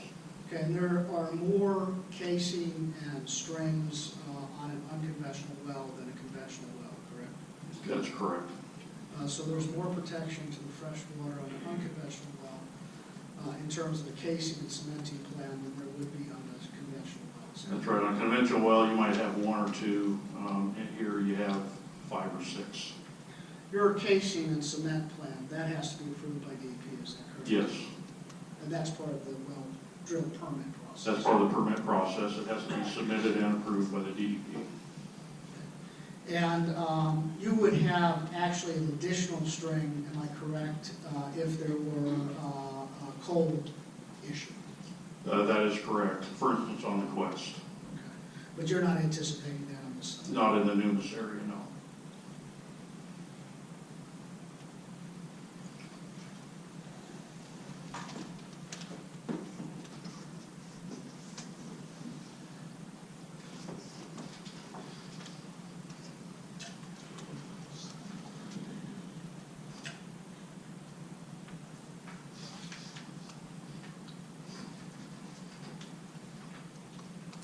What is your plan? Well, first off, I put up what is Exhibit 13 to this hearing. This is the site when the use after construction is done. This is what an actual well site looks like, the actual use. Is that correct? That's correct. And what is your plan on the Numis well pad about going into production? On the Numis well, we will have the one difference between Numis and this is the Quest well is that we will have a pipeline in place and we will produce directly into the pipeline. There will be no flaring. Does Apex intend to permit and construct any injection disposal wells in Penn Township? No.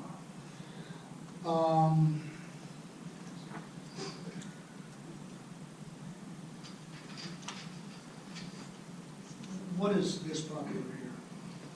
This is the odorant facility that we've discussed. It's a facility that is operated by Peoples. And that's the upper left-hand corner of the Correct. pad. Right here. Okay. Right to the left of the access road. And that is equipment that is owned by Peoples, is that correct? It's operated by Peoples. Operated by Peoples. And the gas, why is the gas odorized? For safety reasons, gas, as has been described, is naturally odorless, and they'll put an odorant in it so they can, so you can detect the leak. And that's as it's going and passing into their lines. Apex is not responsible for the odorizer. We are not. Looking at that site, do you have any permanent lighting on that site? We do not. Could you explain to the board the lighting plan during the drilling and completion? Yes, the drilling and the completion is a 24-hour operation, so there will be lights. We're obviously required by OSHA to have adequate lighting on all work surfaces. So we typically will use, the majority of our lighting will be globe lights or low luminous lights, and any other lighting would be downward facing and shielded. And you've also agreed to put up the sound walls, which will help mitigate lighting, correct? Correct. These sound walls, they're anywhere from 8 feet to 24 feet high, so they will mitigate a lot of that light. And with respect to this particular site, am I correct, it is forested? Pardon? Am I correct on the Numis site is forested? Correct. And that wasn't true on the Quest site? That's true, that's correct.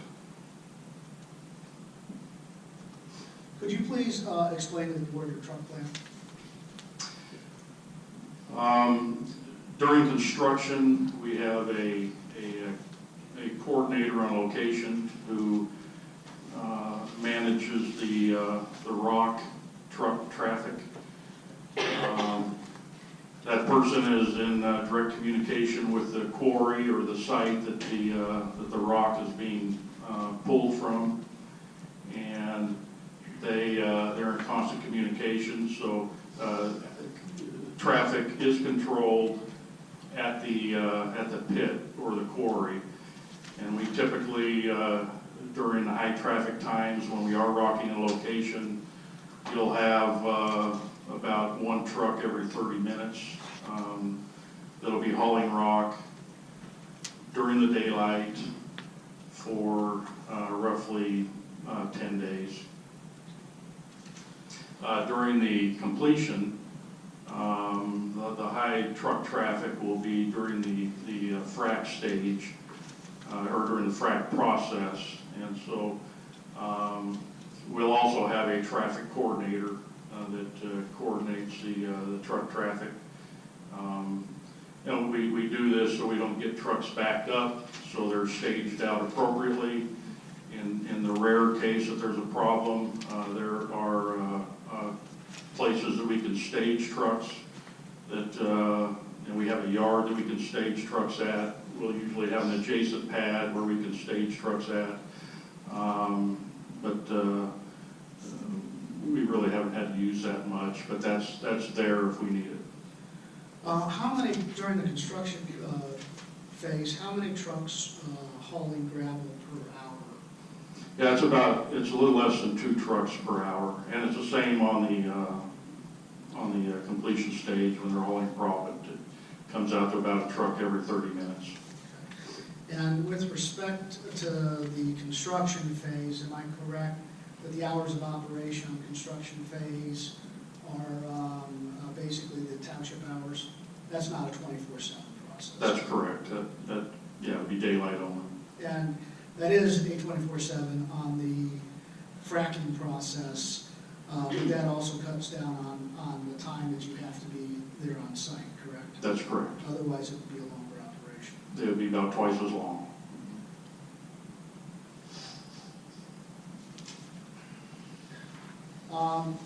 And you're aware, are you not, Mr. Long, that as a result of the consent judgment and stipulation that Apex will be providing noise monitoring at the Numis site? Yes, I'm aware of that. And you are aware that as a result of the consent judgment and stipulation that Apex will also be employing air monitoring at the Numis site? Yes. Does Apex plan to follow all federal, state, and local rules governing the operations of the Numis well pad? We do. I have no further questions. Why don't we take a 5-minute break?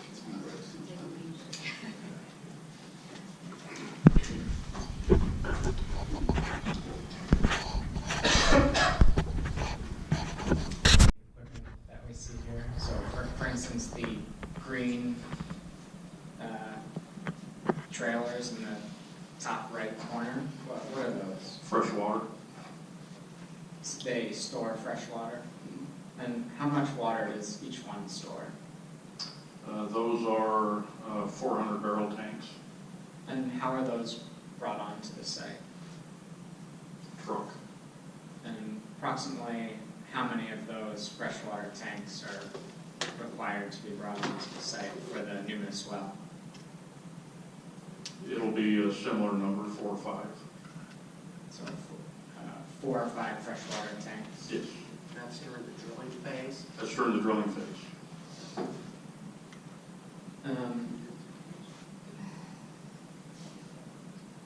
Can you describe what's occurring in this photo and sort of the center of the photo? Yeah. Well, you have the drilling rig, and then all of the equipment associated with the drill and rig. The backyard, we call it, which would be generators. It'd be all the drilling fluids handling systems that are involved in the drilling operation. What kind of generators are on site, or would be on site for the Numis pad? They're diesel-powered generators. Approximately how many would be on site for the Numis pad?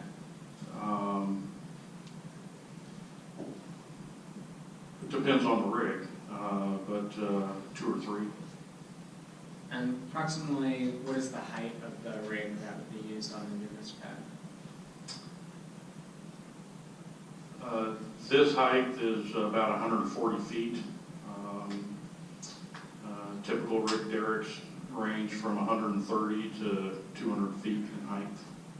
And are there typically lights on those rigs? There's always lights on those rigs. And the blue-looking tanks in the center of the photo, what are those? Those look like cement containers. And are those cement for the casing? Yes. And how are those brought onto the site? Truck. Thank you. Mr. Long, let's move to Exhibit 12.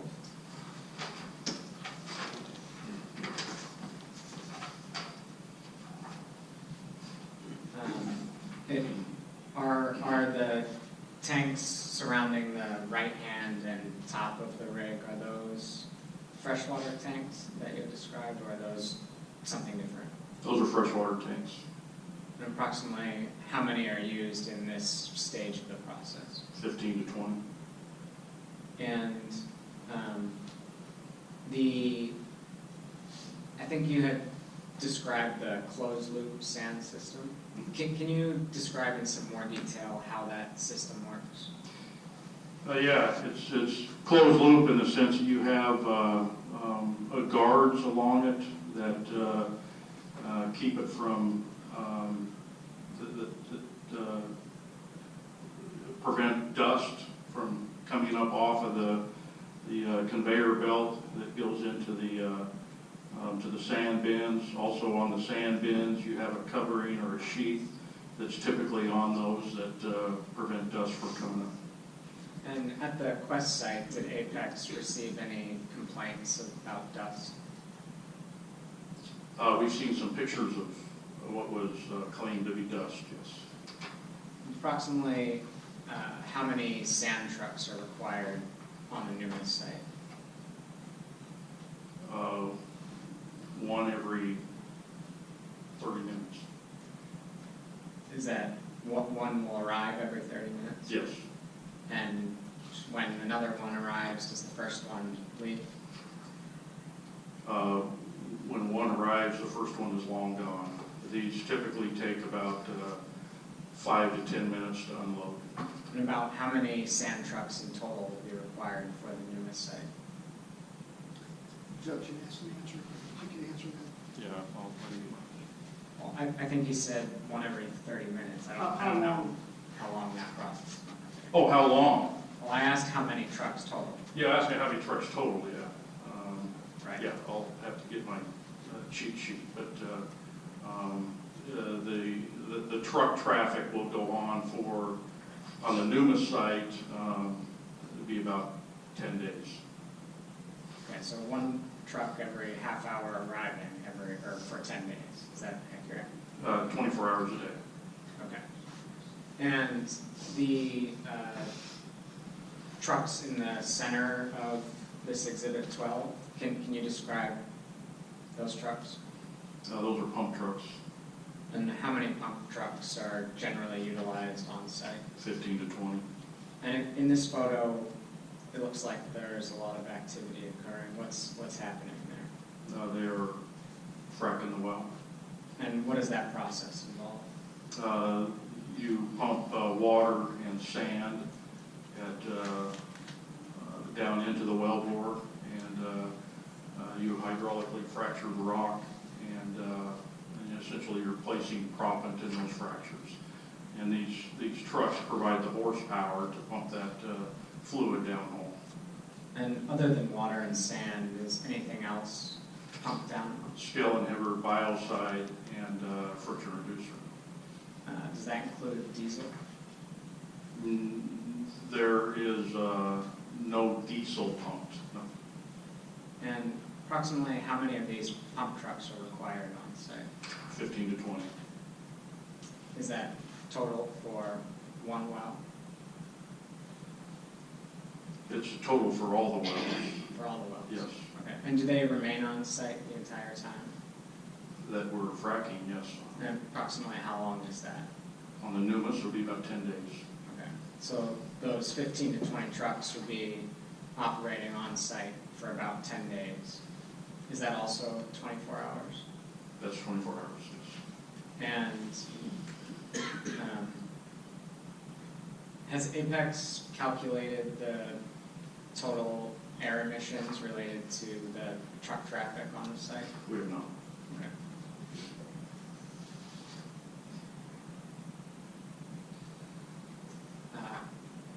You had mentioned, I'm not remembering if it was in Exhibit 11 or Exhibit 12, there was a red truck that was an emergency response vehicle.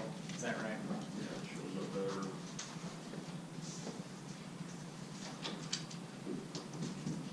Oh, yeah. It's this trailer here. The trailer on Exhibit 11, near the red trailer. Is it the, sorry, just to clarify, it's the red trailer just to the left of the entrance? That's correct. Okay. And is there a person stationed on that trailer, or is that just holding equipment? That's just holding equipment. Okay. And if a response was necessary, if there was an emergency on site, that's the equipment that would be utilized to respond? Yes. Okay. And you had mentioned that Apex retains experts to respond to significant events like fires. Is that correct? That's correct. And who would that be in the case of the Numis well pad?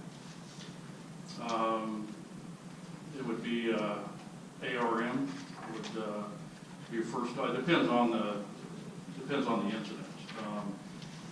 Any event that goes beyond the expertise or the ability of the site commander would then go to a company called ARM, who is an emergency response professionals that provide an emergency response organization, people that are trained and certified. And how is ARM notified if there's an event that needs their response? Phone call. And where are they physically located, their staff? They're located, I'm not sure where their office is, but they're located locally. Do you know how quickly they could respond to an emergency at the Numis well pad? Within 30 minutes.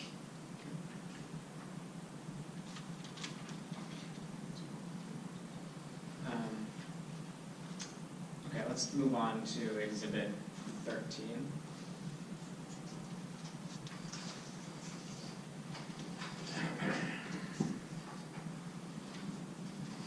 This is the Quest well as well. That's correct.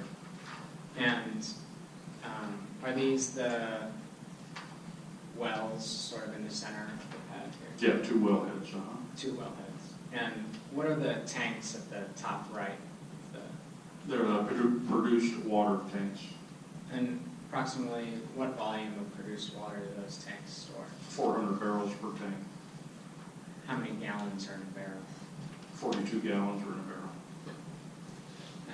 And what are the sort of facilities just to the left of those tanks? This first building would be our production separator. The way this works is what comes out of the well is natural gas and water. It goes through a separator that separates that natural gas and the water. The water is then dumped into the produce water tanks, and the natural gas goes into this facility here, which is called a dehydrator. It takes out the water moisture in the natural gas, then it flows over to the odorizer, and then to cells. And all of those systems that you just described on site, they're necessary for into the future as long as the wells are producing, is that right? That's correct. And otherwise, would the Numis well pad look similar to this photo at this stage and while the wells are producing? Yes. And I think one of the conditions in the federal settlement that were mentioned was vegetating the well pads at this stage. Is that, to your knowledge, correct? That's correct. Can you describe what that vegetation would include? Would that be similar to what's here, or would there be something in addition to that? There would be something in addition to that. I can't describe what it is. We haven't worked with the township yet to define that. You had mentioned in your previous testimony about where certain chemicals were stored on site and how they were stored on site. Have you provided the board with a list of those chemicals that will be stored on site? It's in the PPC plan. And can you point out in the PPC plan where that list of chemicals is?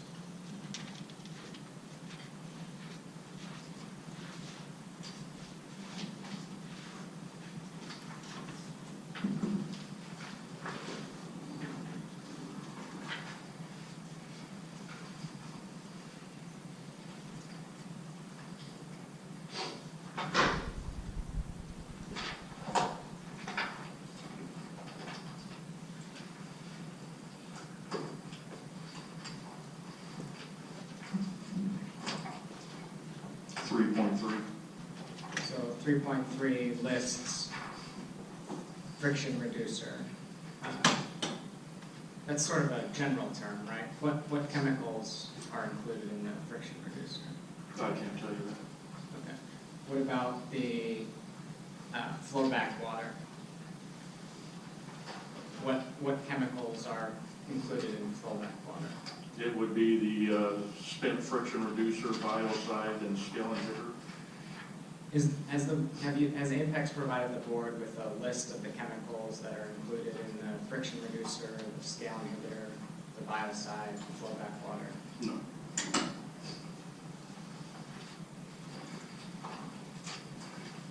You had mentioned Those chemicals are public, though. when you say they're public, what does that mean? Yeah, you can go to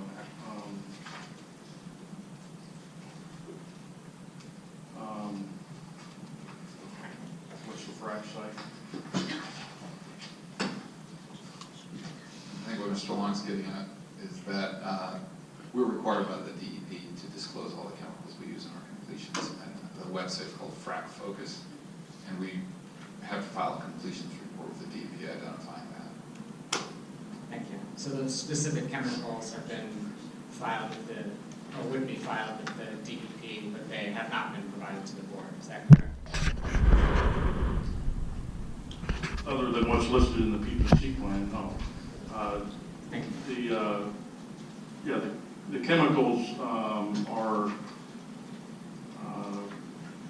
different depending on the contractor that you use, and that's why these chemicals are out there on Frac Focus. Anybody can go out and see what those chemicals are. For the Numis well pad, you had in your testimony discussed truck plan and staging. Where will trucks be staged for the Numis pad? Well, we don't often have to use staging. If we do need to use staging, it would be on the Bacchus pad, it would be at our yard, or it would be export fuel.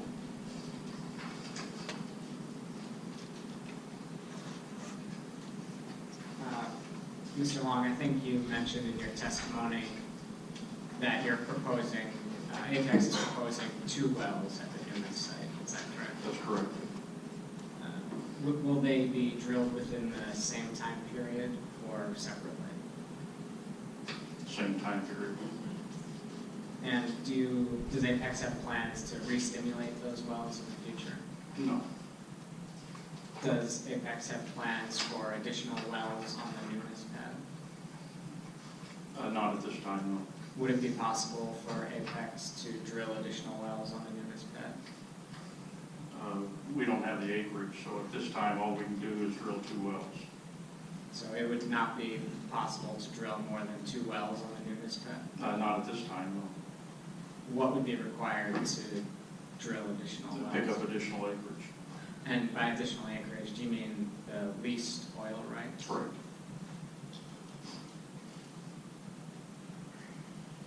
And what gas reservoirs do you plan to target with these 2 wells? Marcellus. And in the future, could you target other reservoirs from the same wells? Would that be possible?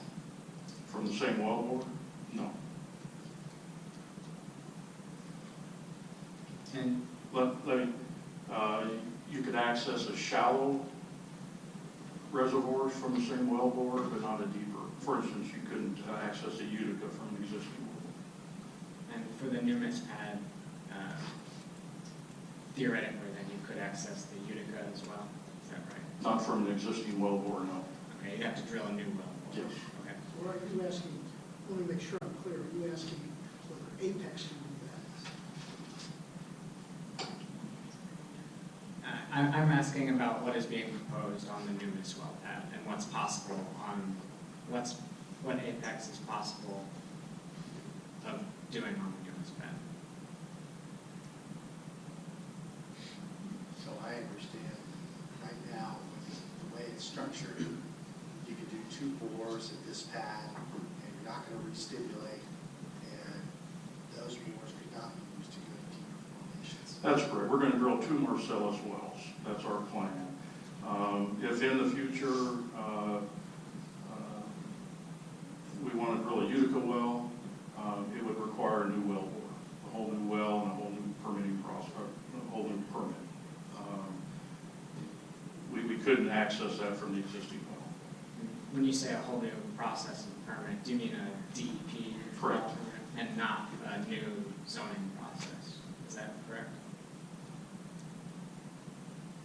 I mean, I would object to the step that calls for legal conclusion. Yeah, speculation, so I think he's answered the question. Okay, I'll move on.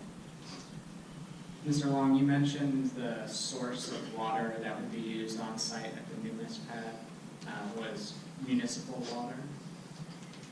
Is municipal water already available at the Numis site, or will that be piped there? There is municipal water in the area. As far as piping, I do not know at this time what it'll take to get that municipal water to this site. So is it possible that trucks would be used to carry that municipal water to the site? Highly unlikely. It would, so it sounds like the plan would be to pipe the water to the site. That's correct. And will that provide all of the water necessary on site, or will trucks be involved as well? That should provide all of the water on site. We've drilled 7 wells so far out here and haven't trucked a single drop of water. Fresh water.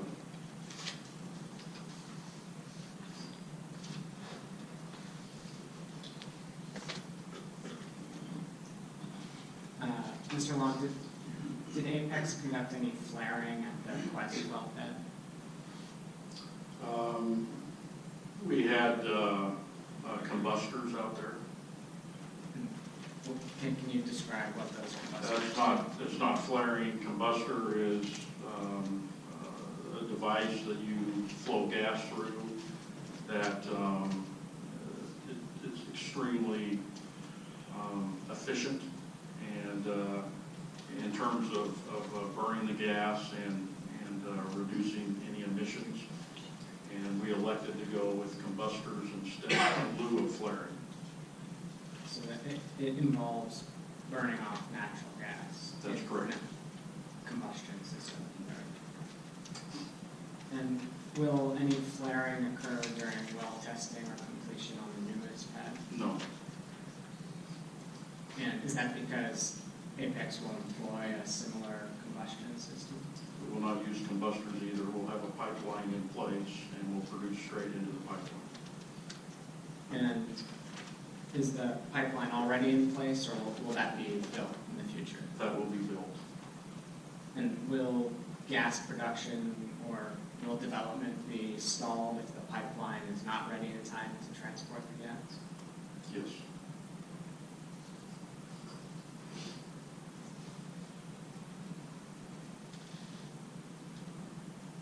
Has Apex evaluated potential impacts to residential property values in proximity to the Numis well pad? No. Approximately how many, you might have already stated this, how many pads have you been involved with during your time with Apex? With Apex, actually, I think I mentioned 9, but it's actually 8 with Apex. And with your previous employer, approximately how many well pads were you involved with? Previous employer or employers? Employers, we'll go for your total experience. It's been well over 600 to 800 pads. And have you ever experienced any emergencies on any of those well pads? What level of emergency? We have never had to enact an emergency response team, no. Have first responders ever been, Yes. local first responders ever been called? And can you provide an example of that? We just talked about one. At the Quest site? Can you describe an emergency that required first responders to attend? And let's pick the most recent emergency prior to the Quest site.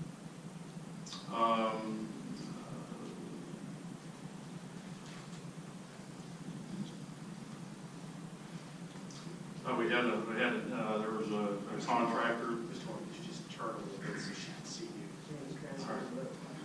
Yeah, we had probably one prior to that. We had a medical emergency. So first responders respond to that.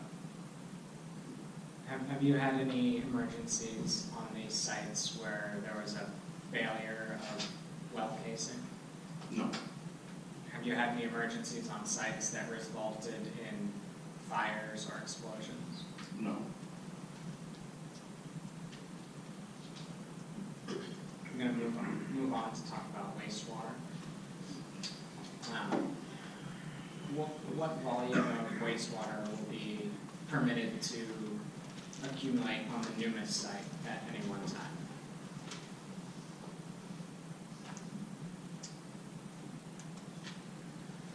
At the Numis site, we'll have the 2 production tanks, the 2 400-barrel tanks that supplies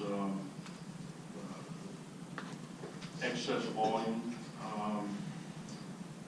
We'll typically,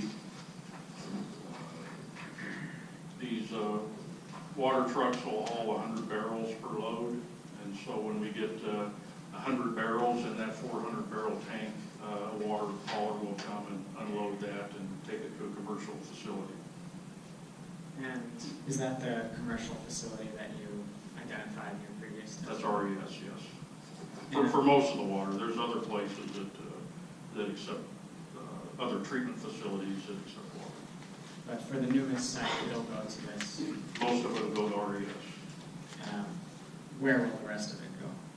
The other option would be, there's places in Ohio that we haul to. And when it gets to RES or one of those other places, what does that disposal process look like? It's a treatment facility, so it's not a disposal facility. I can't speak to their process. Do any of the submissions to the board describe the disposal process or the permitting that a contractor would need to pursue? To extend this, way on the scope. Yeah, it's house improvements, special exception. I think it's relevant to the extent that a contractor hauling waste off-site could impact residents if if that wastewater is not being disposed of properly. But that's not in his control. He takes it to the XYZ plant, and that's their responsibility as far as. So I think it's a objections. That's the statement. How will Apex monitor the site to know if wastewater is spilled on site? There's several ways. One is we have automation systems in place that we monitor continually. These automation systems have alarms and emergency shutdowns, so it can sense any type of upset in the system, which would include a spill or a release. In addition, we have the site inspected daily. And will the township be notified if there is a spill on site? Yes. And how would the township be notified of that? Phone call. Yes, who calls who? So at Apex, who do they notify at the township?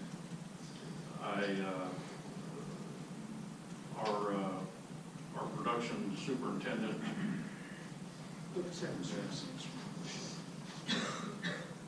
The ERP was amended actually at the request of Mr. Mahalko to include the Penn Township Police as a call out. So that call would go to the Penn Township Police direct number. If they were not available, it would go to County 911 to be directed to the Penn Township Police. Thank you. Mr. Long, has Apex provided the board with a list of hazardous or toxic liquids that may be stored on site?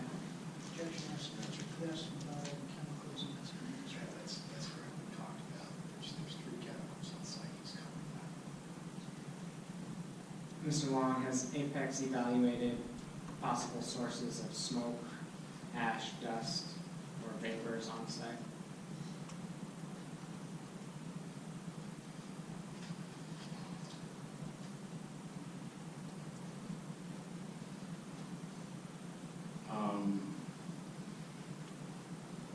No, we haven't.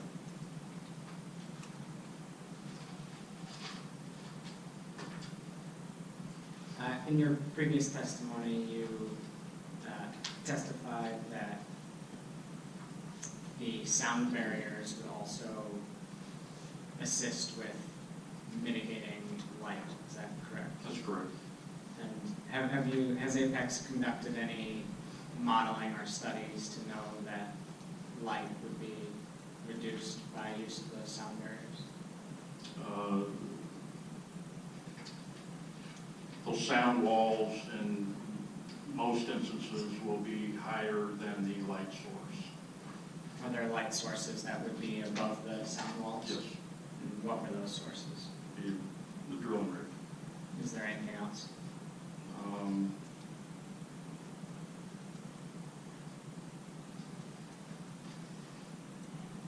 Not that I'm aware of. Has Apex conducted an evaluation, done modeling, or looked to a study to understand whether those sound barriers would reduce air pollutant emissions? No. Does Apex anticipate any odorous emissions on site? No. Does that mean that nothing emitted from the site is expected to have an odor? I said I don't anticipate any odors. Okay, so does that mean during normal operations there would be no odors on site? No, it's a construction site, so you'll have, you'll be able to smell diesel. Yeah, there will be odors on site. What else would you be able to smell? Now, you're talking about, Mr. Hamilton, when you're directly on site on the Penn. That's correct. Or will any odorous emissions be smelled off the site? For instance, would I be able to smell diesel if I was standing off of the site? I can't answer that. Does Apex have a method of detecting odorous emissions on site? No. Does Apex have a protocol in place to follow if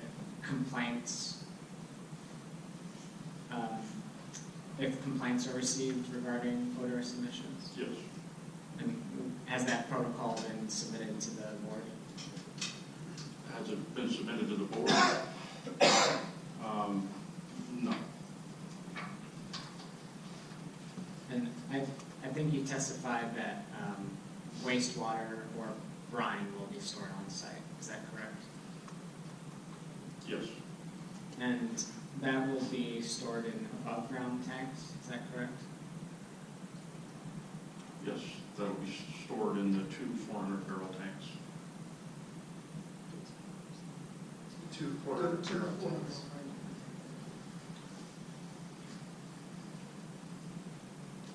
And so at any time, there will only be 800 barrels of wastewater on site maximum?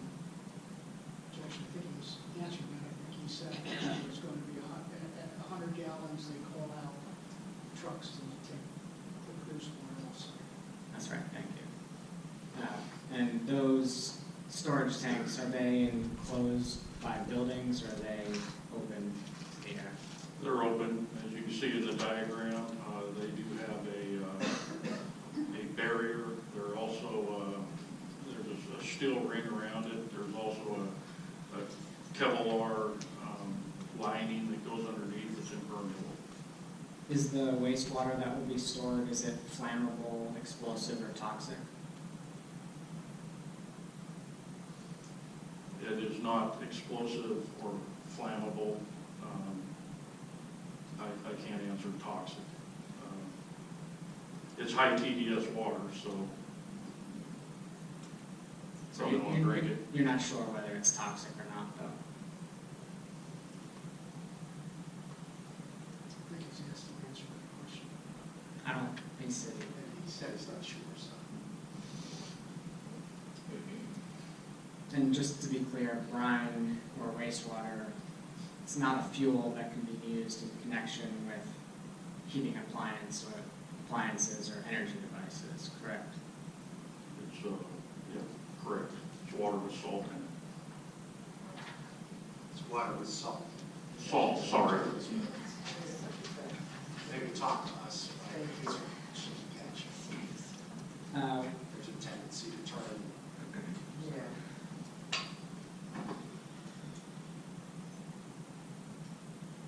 If there are complaints received regarding excessive dust, is there a protocol in place for Apex to respond to those complaints? Yes.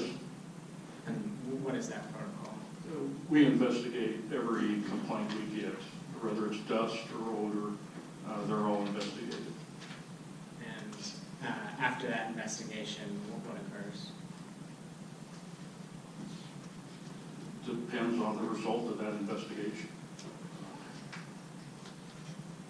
What would occur if the investigation found there was dust on the site, being emitted from the site? Then we would address the source of that dust and fix it. Has any modeling been conducted regarding glare eliminating from the property? No. Has Apex conducted background noise readings at the site for daytime and nighttime noise? Yes. And have the results of those studies been provided to the board? No. Does Apex plan to provide those results to the board?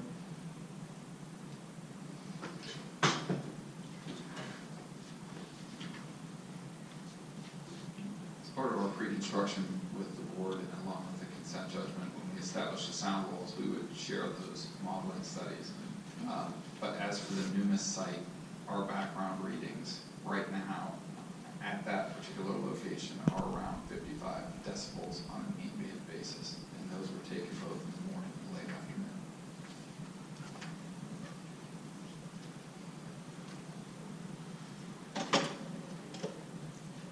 Has Apex provided the board with a health and safety impact report? I don't think that's, Mr. Sweeney, I'm not entirely sure where he's going with this. If it's a hydrogeological study, that study is going to be testified to Mr. Starner. If it is the health and safety impact study of 641A, I believe Mr. Hess already testified that Apex is not putting a compressor station or a natural gas processing plant. This board has already ruled that that study is inapplicable based on the language in the ordinance. Okay, that's what I wanted to clarify. Thank you. Will Apex utilize any township roadways for developing this Numis site? Yes. And are they, which roadways will be utilized for the Numis site? There's Meadowbrook Road, which is a township road, will utilize about 600 feet of that road. Will any other roadways or traffic routes be utilized? Not township roads, no. And has Apex provided the township with a maintenance plan for the roadway that would be utilized? No.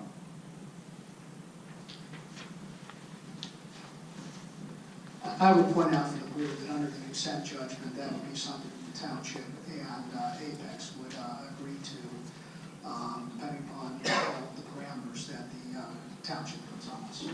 But we'll have to bond those roads off. We'll also have to bond off the PennDOT roads. I have a few questions for you, Mr. Long, about the PPC plan that was submitted. Section 3.4, I think it's titled Pollution Incident History.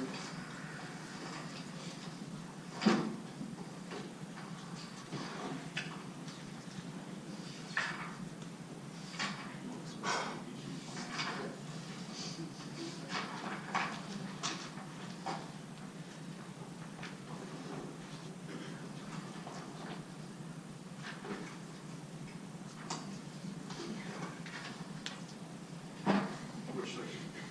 3.4, please.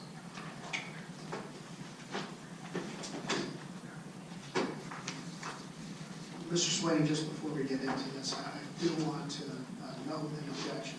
This PPC plan was provided to the board under the original pending ordinance document.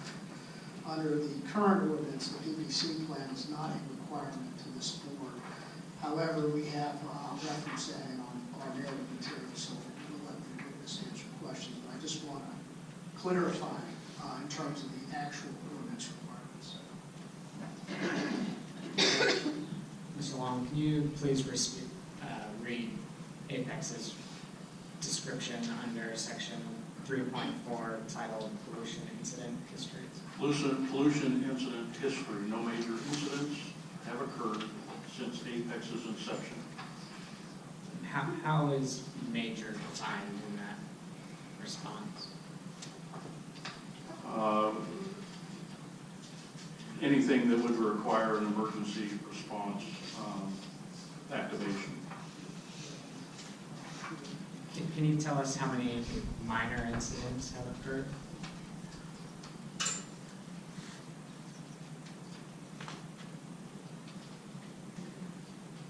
How about the episode of the West Side? What was that? Can't do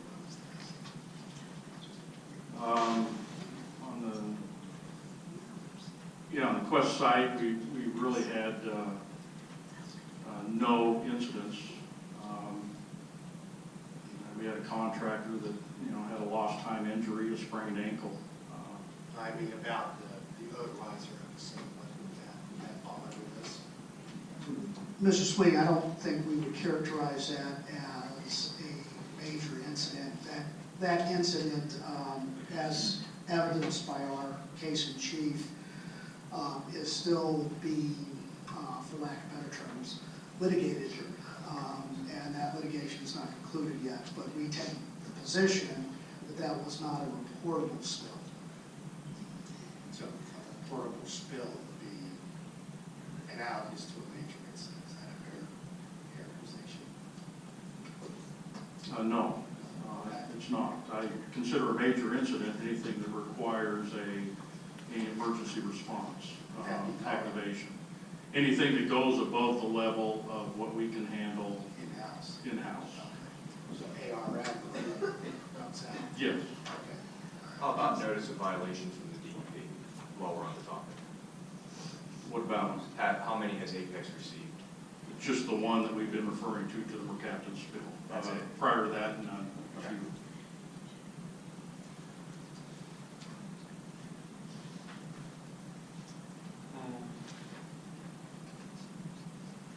So I just want to clarify, in the PPC plan on page 10 and 11, describes spill response areas.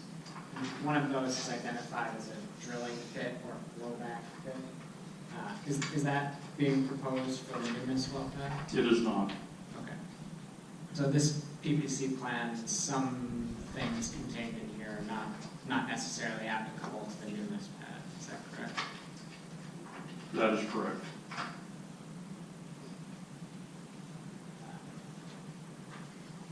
As has been stated, we revisit these PPC plans prior to every project. So they're constantly updated and they do change relative to the current conditions prior to initiating construction.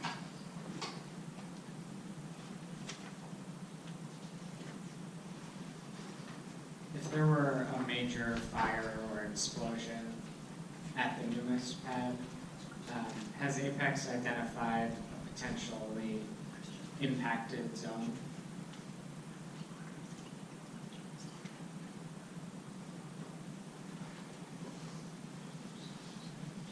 In consultation with travelers and Wild Well Control, their general impact zone has been identified as approximately 300 feet around a wellhead. And that's in their professional estimation, that would be an impact zone for a loss of well explosion, if that's what you're asking. Yeah, thank you. And will, I think you've already stated the township would be notified if there was a major problem on site. Would nearby residents or property owners be notified of any minor or major incidents on site? To the extent that they are impacted, yes. And if they were impacted, how would those property owners be notified? That would fall to the emergency response professionals that's handling that incident. That's what they do. And what are Apex's responsibilities in terms of notifications for the township or the county or any other parties if there is a major issue or problem on the site? Yeah, there is a protocol for notifications, and it is outlined in the PPC plan. And has Apex provided training for employees and contractors on site related to emergency response protocols? Yes. How often is that training provided? Depends on their role, but it's usually annual training. And has Apex provided training for emergency first responders in Penn Township? No. Does Apex have plans to provide any training for emergency first responders in Penn Township? No.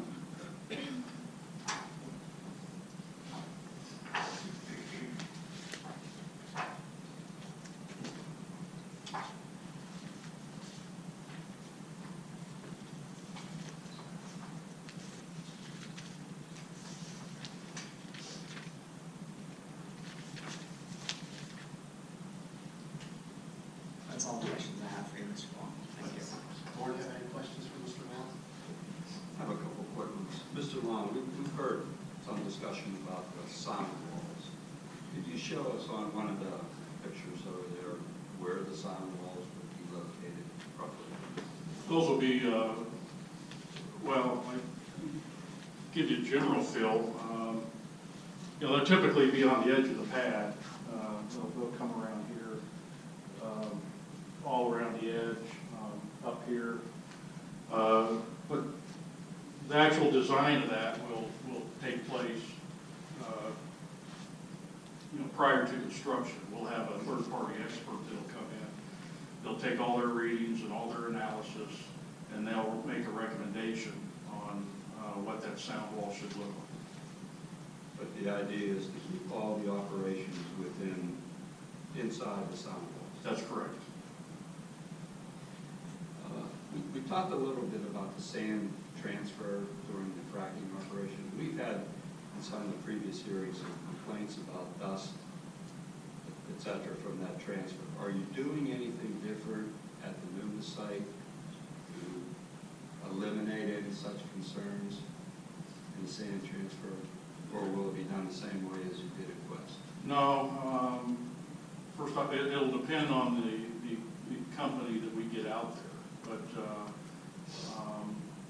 for instance, this company, we put together a more robust covering where the sand goes into those bins. When it's operational, it works great. There was a time on the Quest where we had some mechanical issues and there was some dust that was emitted. That was for a brief period of time, and for the most part, that system worked well. So to summarize that, you're doing something different at Numis, or you plan to do something different? Yeah, what I mentioned was, from what we had on the Quest, where the sand enters into those bins, we have a more robust system that will hopefully minimize or eliminate dust.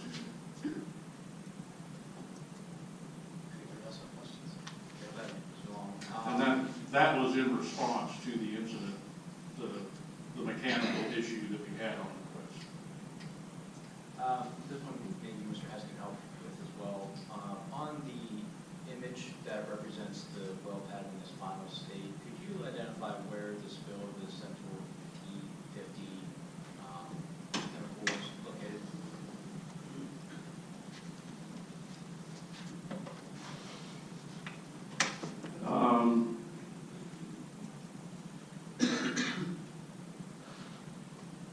Well, yeah, it's hard to, this isn't it's right in here. It was a small.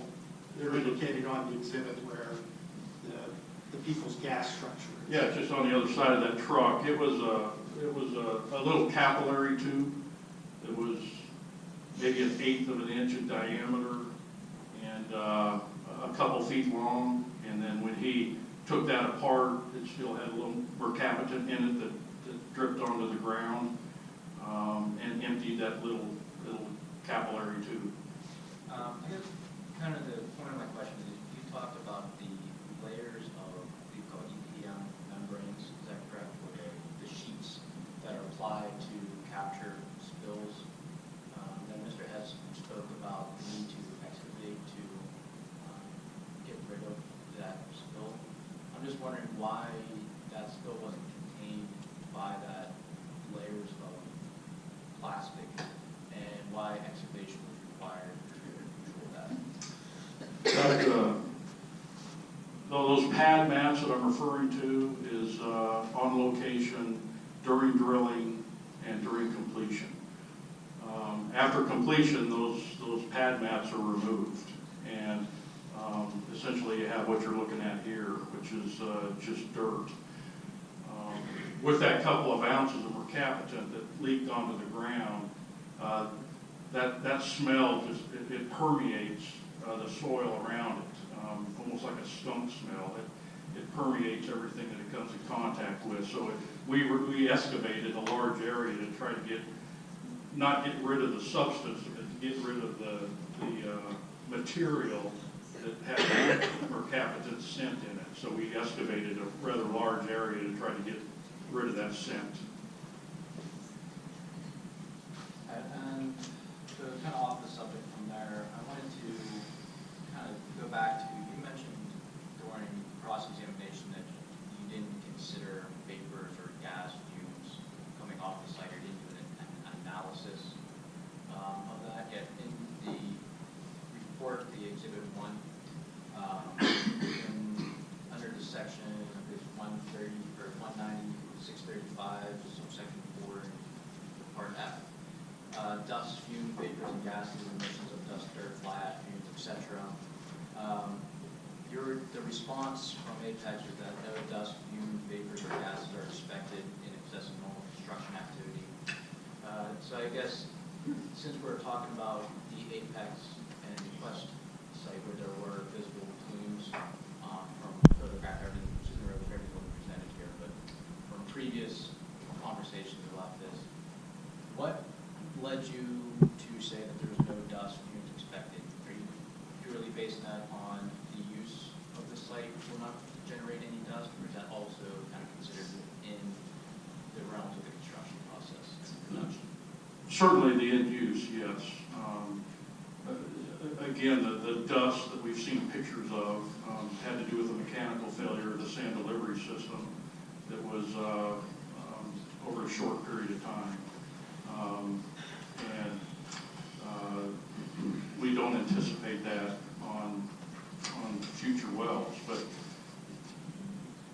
you know, it's a construction site, so you're going to have trucks and activity going on, and you know, any dust or odors you know, are not anything outside of the normal construction site, and all compliant.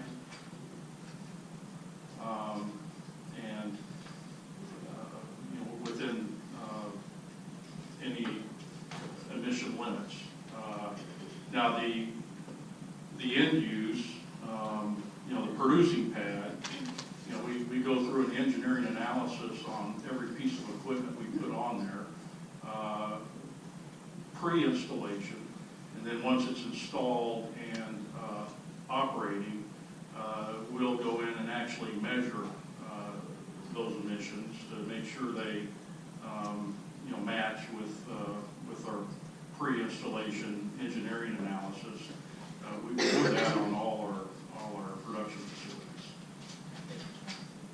Mr. Hensler, I would just want to point out that question is the emission of dust, dirt, fly ash, fumes, vapors, or gases, which can cause any damage to human health, to animals, to vegetation, or to property, or which cause any soiling or straining of persons or property at any point beyond the property line of the use-creating emissions herewith prohibited. So there's additional language, it's not a zero tolerance. Thank you for that clarification. Mr. McCabe? Mr. Long, thank you again for appearing before us today.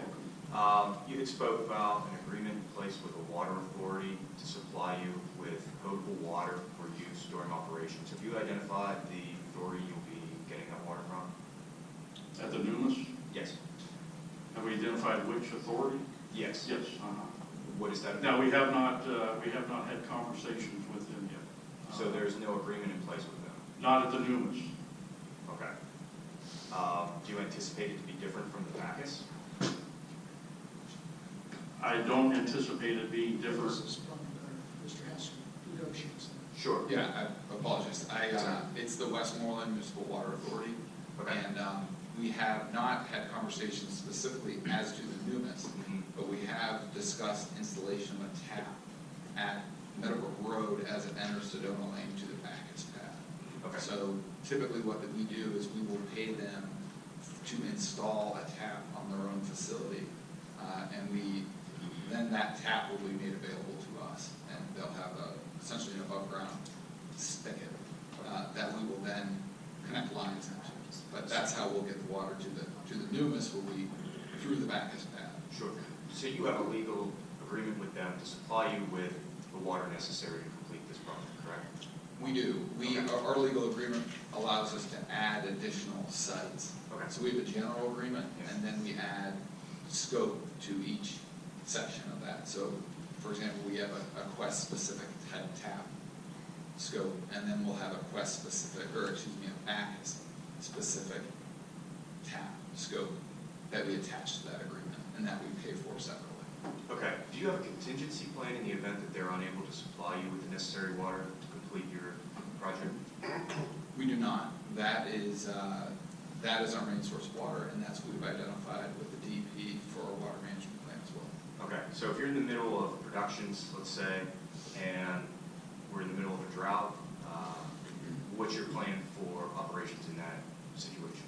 We would, at that point, probably suspend completions, because if it is a drought circumstance, it's unlikely that we would have an alternate water withdrawal source.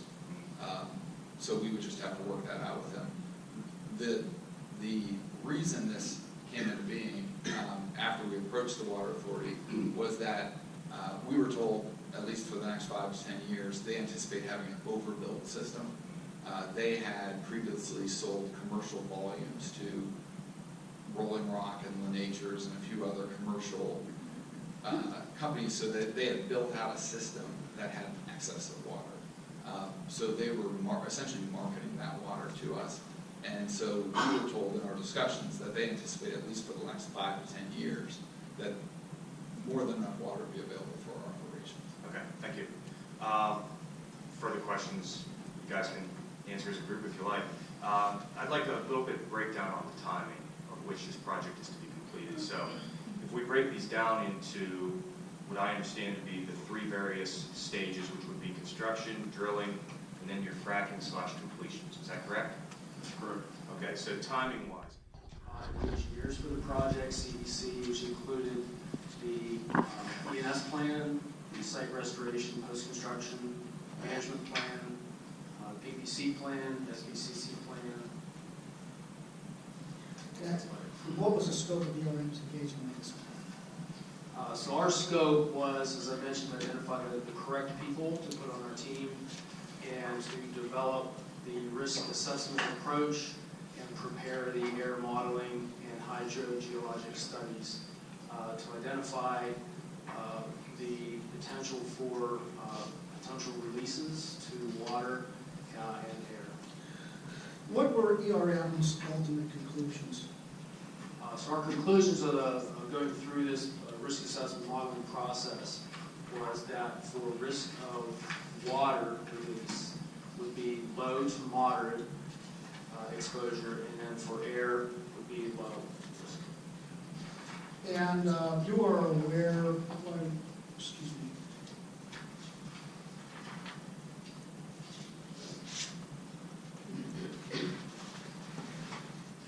What is dispersion modeling? Dispersion modeling is a method of mathematical formulas. It's entered into a computer program because it involves a lot of different modeling and mathematical formulas to identify emissions, types of emissions, and then the pathways or the dispersion of those types of emissions and particulates and things like that. Why is dispersion modeling not applicable here? So in this case, dispersion modeling was determined not applicable or needed for something like this because of a few reasons. Number one, the low volume of materials, chemical materials that were discussed that will be stored at the site, the equipment used. We obtained a list of all of the equipment in the production phase that would be located and operated at the facility, and the emissions generated by those are so low. And also, dispersion modeling is typically geared for much larger types of projects and facilities, such as chemical plants, coal manufacturing processing plants, and things of that nature, very large facilities. Does DEP require other industries to have dispersion modeling as part of their air permitting process? For large projects, DEP would, yes. And could you give some examples of the projects? Definitely transportation type projects where large amounts of dust during construction and even operation would be generated. Also particulates, PM10, 2.5, put some regulations on those for diesel emissions, especially for transportation projects, large chemical manufacturing projects. The DEP where permitting would be required would issue dispersion requirements for that. But the DEP does not require it for this type of project, correct? That's correct. And in your professional opinion, do you agree with the conclusions reached in the report? Yes, I do. By the way, in developing this report, you did look at site-specific criteria, correct? Absolutely.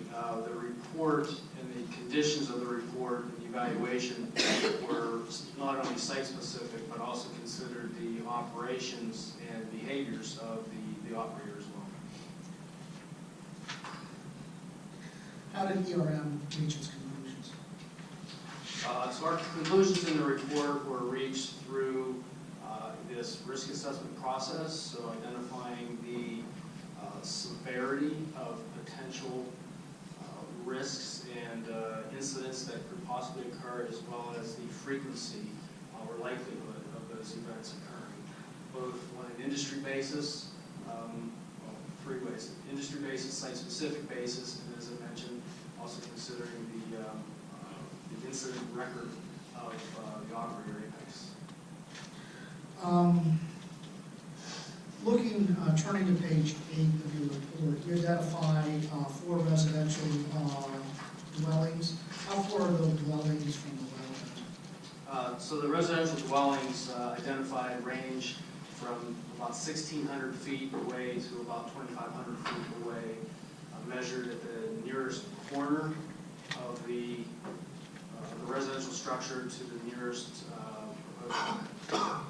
wellhead. And I believe this question was asked earlier, was answered, I think, by Ms. Parker, but you did actually also measure the distance from I-76 to the well course, is that correct? That's correct. So that distance is about 1,000 feet. Referencing section 5.0 of the report, you identify the potential mechanisms of risk, is that correct? That's correct. And in assessing the risk, did you review the chemicals that will be used at the Numis well pad? We did. And in fact, is there a list provided in your report? There is. So table 1 in the report, which is located here, right at the very end, is a list of all of the chemicals that were provided that would be used at the site and what they're used for.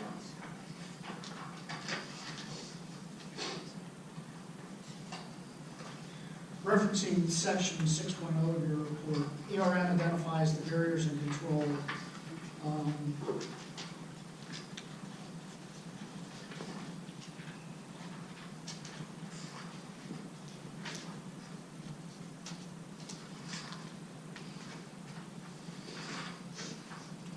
Of the report, is that correct? And those are the barriers and controls that Mr. Long has testified at some considerable length, correct? That's correct. And how would you characterize the physical controls that Apex proposes to the site? So the physical controls that are proposed, a major part of that is that the well, the pad, which is a sandwich layer of membranes, multiple layers of membranes, as well as wood on the top, a wearing surface, anti-slip surface on the top, as well as all of that, as well as a berm all the way around the pad, serves as the tertiary physical barriers at the well pad itself. Additional barriers included in primary barriers of totes and things like that, of any materials that would be brought onto the site to begin with. And could you explain the risk assessment environmental consequence chart that you have put together? Sure. The risk assessment matrix table is simply based on the function of the frequency of a potential event occurring, incident, as well as the severity of that potential event. simple matter of a function of those. We rated this table of each of the events of a rating system of 1 through 4 to keep it simple. So to give you an example, something that would have a very remote possibility or likelihood of happening would have a number 1 associated with that. On the other hand, if it would be something that would occur very frequent and be a major event, that would be a 4. And the function of those two, 4 is a frequency, 4 is a severity, multiply those two together, you get number 16. So it's a rating scale of 1 through 16. And essentially, it's 1 through 4 on frequency, going from remote to frequent, and then severity, it's a 1 through 4, going from minor to major. Is that correct? That's correct. Is there any risk on this site that is neither remote nor minor? No, they're all in that category.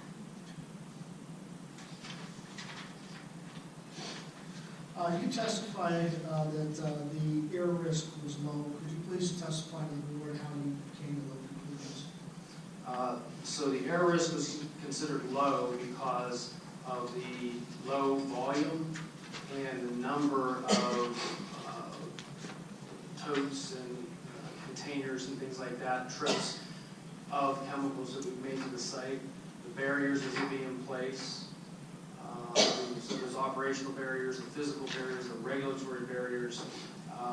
So the likelihood of a release happening was very low. It's considered 1, as well as the severity. So considering that volume and how the materials are handled, stored, no more than 24 to 48 hours, which Long testified to, all of that considering the low likelihood, so 1 likelihood and a 1 and low to frequency or severity gave us our low rating. And in calculating the volatilization of the materials, you considered volatilization of basically all the materials on site. Is that correct? We did. So where we considered, if there would be a spill or release of a material, what would happen to that material as far as emissions and volatilization. What we did is we took 2 methods. One was the EPA method. The other was the generated method here, industry standard, to assume, both methods assume that all of the material would volatilize, would be emitted into the air. So that was a more conservative approach. We thought that would be better for the risk assessment and to generally give a higher number if it was warranted. So we considered all of that material to have volatilized. And with respect to the water risk here, that risk relates to the failure of steel, is that correct? That's correct. So in our risk assessment, we assumed that the risk factor was a failure of a freshwater tank, and the likelihood of that happening is a steel tank. They're very heavy steel. If you've seen them, they're called Baker tanks, the red tanks. So the bottom exhibit there, the green tanks at the top right. What we assumed would be the failure of all of those tanks at the site. So an immediate release of water. So the likelihood of that happening, very, very low. So that was a 1. The severity of all of that water escaping those steel tanks at the same time, that would be high, major severity. So we considered that a 4. Multiply 1 times 4, you still get a lower number, but a 4 creeps up into that lower end of the moderate category. I have no further questions. How much do you have?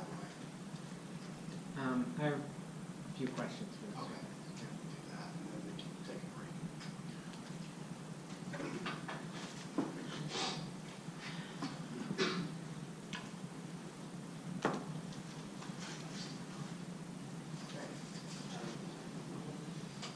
Mr. Sterner.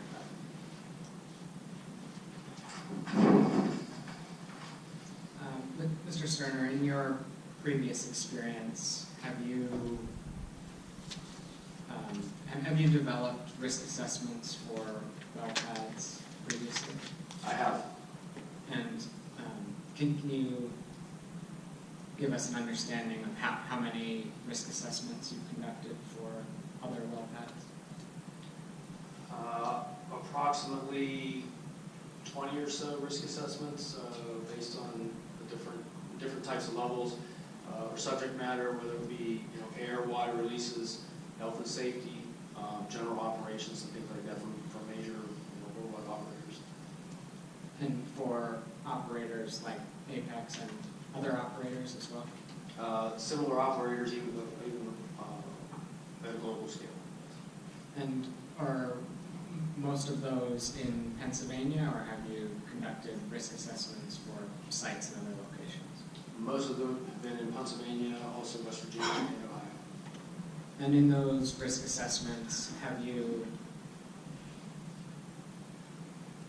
well, let me back up. So in this risk assessment, am I correct that the evaluation or the scope of what you're evaluating is limited to spills and does not include an evaluation of air or water quality risks from normal operations? That would not be correct. Please correct me. Yeah, the risk assessments that I've been involved with have involved a wide scope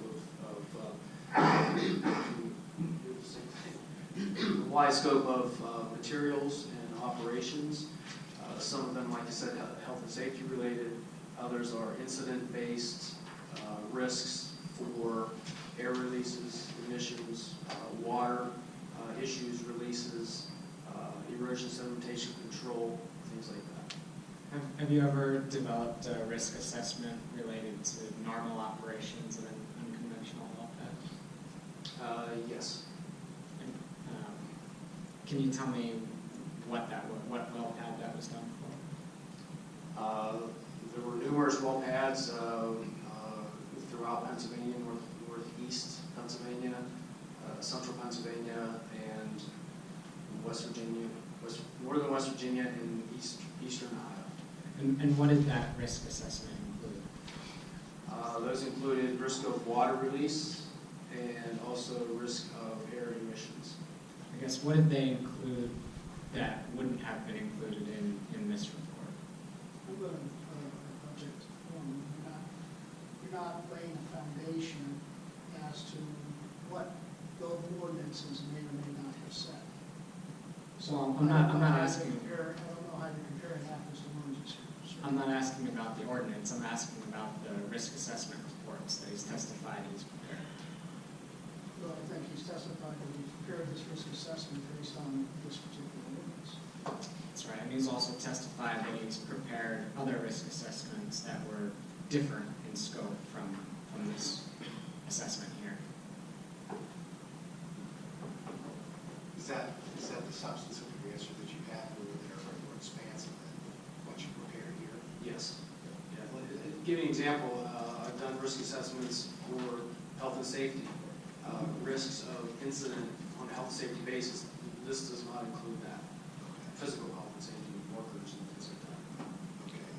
And the risk assessments that you prepared that dealt with normal operating procedures separate and apart from spill or release work, was that what was required by that municipality as part of their ordinance? So these were required by the operator to meet internal standards, which were higher than the municipality that they were operating in. Okay, so it must have been municipal regulation. That's correct. You're objecting to, Just objecting the relevancy of this and how he's tying this together. yeah, I don't, ours is very specific. I think when the commissioners enacted the ordinance, the presumption was it's a permitted use by special exception. And the aspects of the normal operation of unconventional gas well drilling are included in that kind of enactment. So I think it's really not relevant to go into those kinds of coverages. It's also sustainable.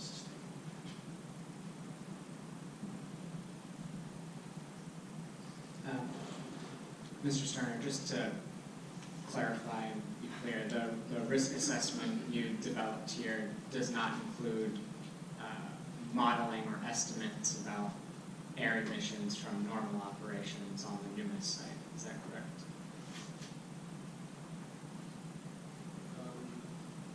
Well, from normal operations, I mean, we do include in the production phase, so that's normal operations, once it's in production phase. So all of the air emissions that could emanate from the site during the production phase have been considered in your report here? Based on the equipment that was or is being proposed, yes, it does include that. Mr. Sterner, I think the Air and Hydro report states that you were commissioned to perform a spill and release risk assessment. I'm not sure if I'm quoting that exactly correctly, but can you tell me, in that context, how are you defining a spill? So a spill is an unintended release. So something that is meant to be encapsulated in a container, such as a mercaptan was mentioned before, it's meant to be in that particular container. If it comes out of that container unintended, that's a release, that's a spill, no matter what type of volume. And are you defining release in the same way, or does that have a different definition in this context? It's very similar. It's released, onto the ground, into the atmosphere, into water source, things like that. Have you evaluated whether normal storage of produced fluid on site could result in air emissions? That was included. As mentioned, the storage tanks included at the production phase. They're typically there on well pads, so those were included. Did ERM have site-specific groundwater information for this analysis? We had infiltration testing. We did our own investigation on soils and groundwater levels and things like that to understand the level of groundwater expected to be at the site. And what did you find? We found that the groundwater levels, in our records, public records, matched the infiltration testing and records that we received from CNC. Did you also evaluate subsurface geology to understand hydrologic pathways? We did not do a geologic information. We utilized the infiltration testing, which was sufficient for this evaluation, which the purpose of that is if there would be an unintended release of material to the surface, what would be the pathway and what would be the length of time for the implementation of the barriers that were identified. So the physical barriers of the site, the operational barriers, response times, and things like that to clean up and address the incident. So this report does not include the evaluation of subsurface spills releases, is that correct? That's correct, nothing subsurface.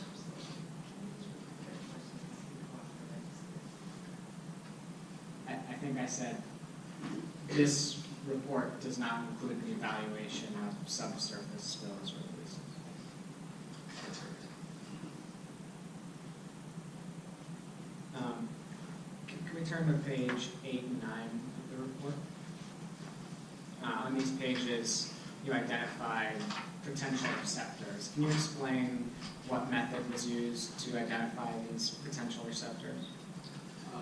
So receptors are anything that would be sensitive to a spill or release. So, of course, residences, any waterways. We did mention, the turnpike. It's nearby. There's travelers there. Woodlands that are there, agricultural fields, anything that might be sensitive to a spill or release. The source of all that information, we identified that on page 8 and 9. Included aerial photographs of various years, so we can get a history of the site and the structures there. Also information from the design, some of the exhibits, I believe 9 and 10 that we mentioned here this morning, and also conversations with Apex and the designs and things like that. And were the receptors identified by their proximity to the well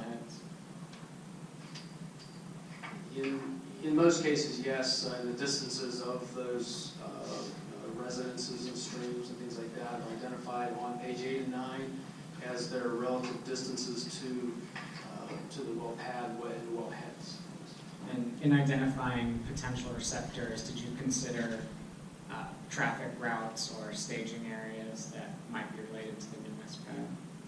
We considered areas within the limit of disturbance, and then in one case, or in an example, registered water supply wells. We use public record, and the standard of an industry for preparing phase 1s and things like that, property research is about 1.5 miles.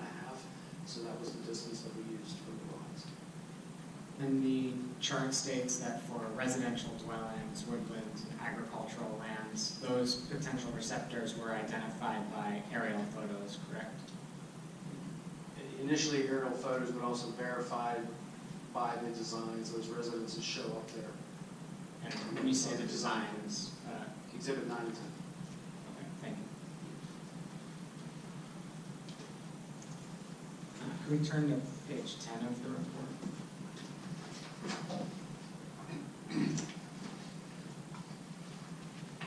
About halfway down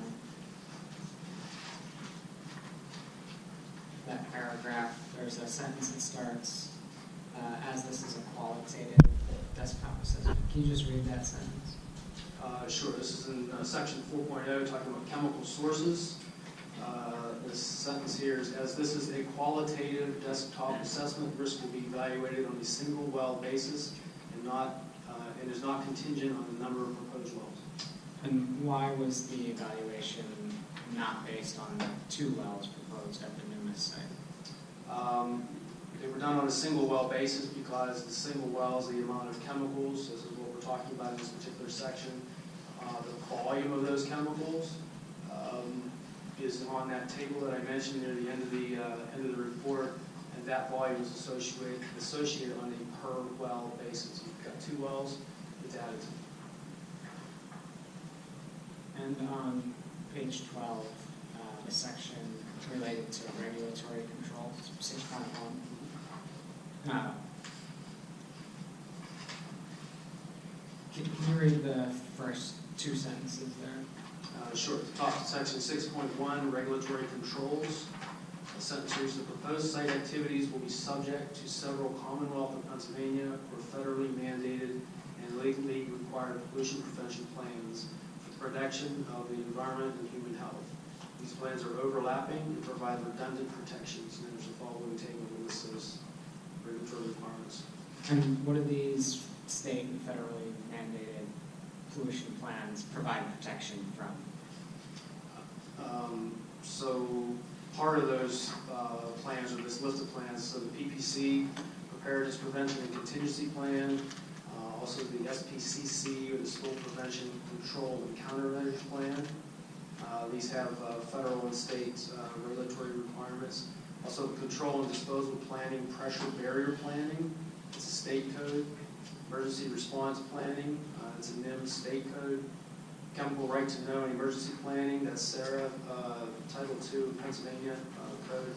And then also E&S Control, which is gets its authority from the Pennsylvania DEP, but it also has regulatory control up to the 50s or federal level for the EPA. Do any of these regulatory requirements directly regulate air emissions from normal operations on site? They don't necessarily regulate emissions. However, like the PPC plan, what do you do if there's an unintended release or spill? Well, so it could have some emissions that other regulations and controls would affect. Okay. I'm going to move to section 6.2. How much copy?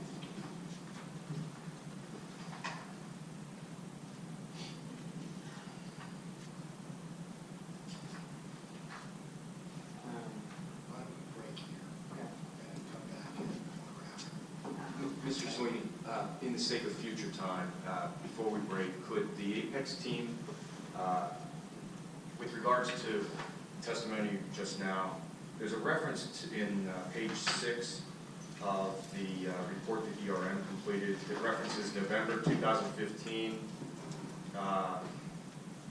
infiltration rates, and then it references Appendix B. I'm having a little hard time identifying the infiltration rates that were either investigated or determined based on that. So over this break, if the Apex team could point that out when we get back, it would be much appreciated. Thank you. We're going to adjourn until At the Department Section Wilson pad. Section 6.2 refers to physical barriers, so literally physical barriers that would be in place that would intercept any type of release to the surface. So there's a variety of different bullet points. I talked a little bit earlier about the primary containment of materials. So as a biocide would be delivered, it would come in a tote, plastic. That's the primary containment. We would have a secondary containment around that. Those things are described as they could be berms around the wall pad or storage tanks around the rig pad, things like that. And then additional layers of containment, physical barriers would be tertiary containment. Those would be the sealed construction mat that Mr. Long testified to is underneath of the different layers of the rig pad there. Quaternary containment includes a synthetic fabric lining underneath of the previous line described. Then quaternary containment. It's a stone base that's underneath of the rig pad itself, and then also goes on to stormwater control measures and things like that that would be in place, not designed for the purpose of, say, containment of a spill or release. They're designed for stormwater control, but they would, in effect, intercept any type of unintended release and allow that to be intercepted and cleaned up if necessary. And the seventh bullet point mentions an incinerator or combustion unit. Yes. In what instances would that be utilized? So this is basically a remnant from a previous version here that was submitted. Apex has since changed their method of operation there with regard to timing. So in this case, for the Numis pad, the pipeline would be in place by the time the well gets to production. So an incinerator would not be considered as part of this project. And if we move to section 6.3.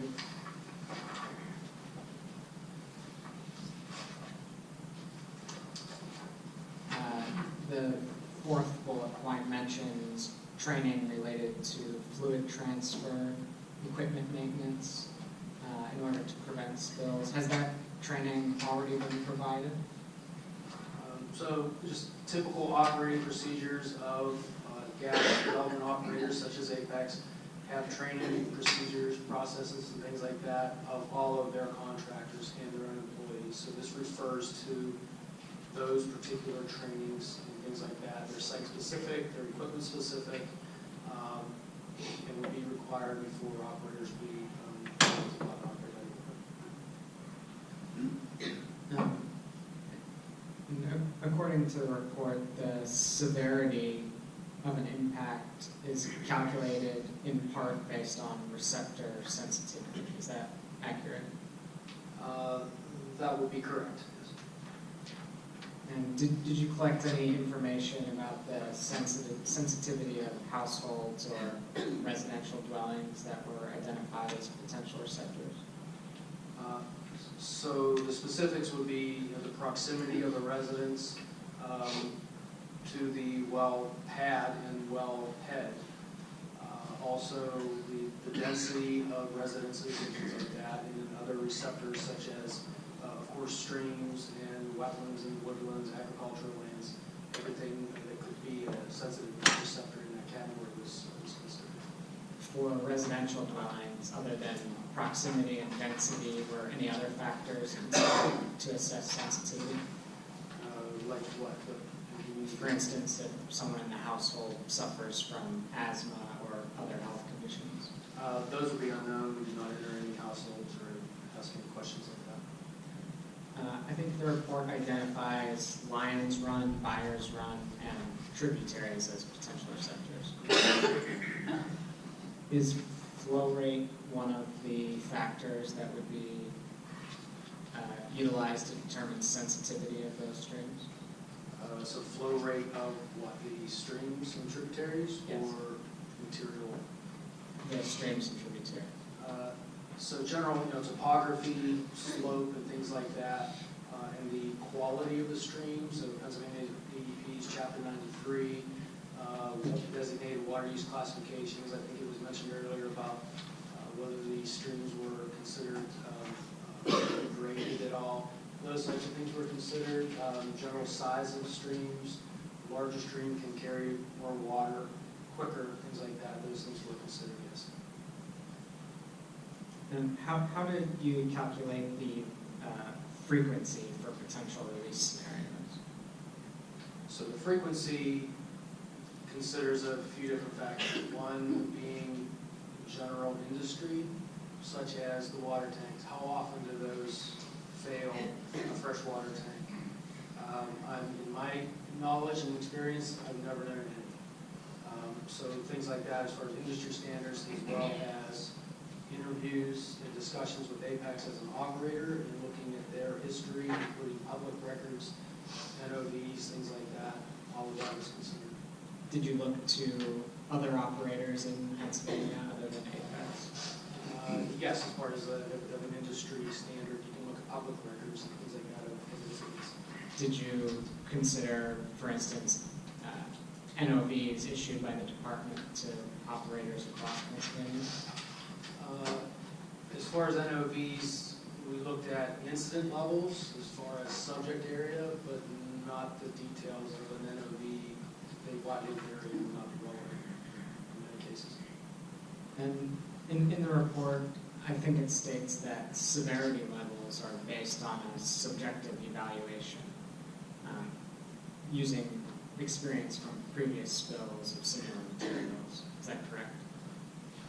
So subjective as far as the experience of our team, the operators that we've worked with, public records and things like that in that context.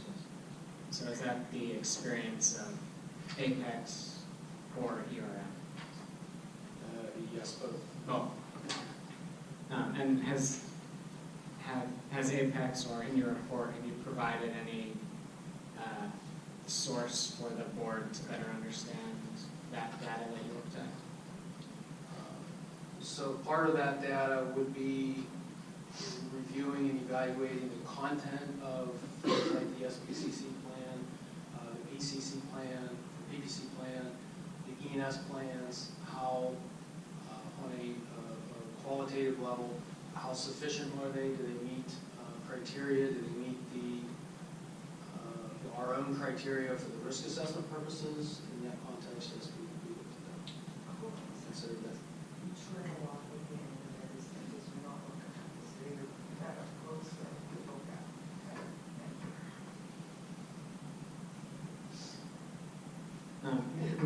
Mr. Stern, were you here for the previous testimony about the spill incident at the Quest site? Earlier today? Yes. Yes, I was. Can you describe how that incident would be compared to the severity levels that you've identified in your report here? So something like that as described and the material, it's a non-classified hazardous material, that would be considered a low to moderate severity. It can affect people because of odor, and that's why the response that Apex provided. That's how we would consider something like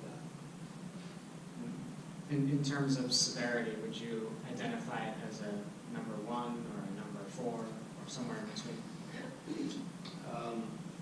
I don't know all the facts other than what was presented here today, but certainly on the lower category of severity. This handled immediately, was a low volume.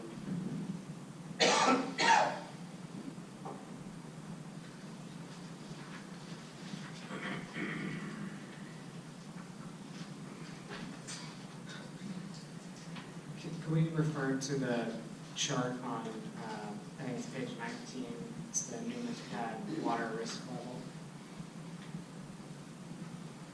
And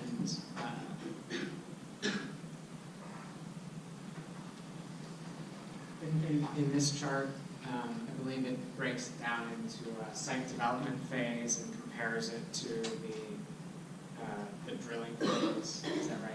That's correct. There's 3 different phases of operation identified in the risk, the water risk level tables: the site development, drilling phase, and then the completion phase and production at the end, so forth. And if I compare the drilling phase and the site development phase, one difference is that for potential for release for transfer of fuel has different,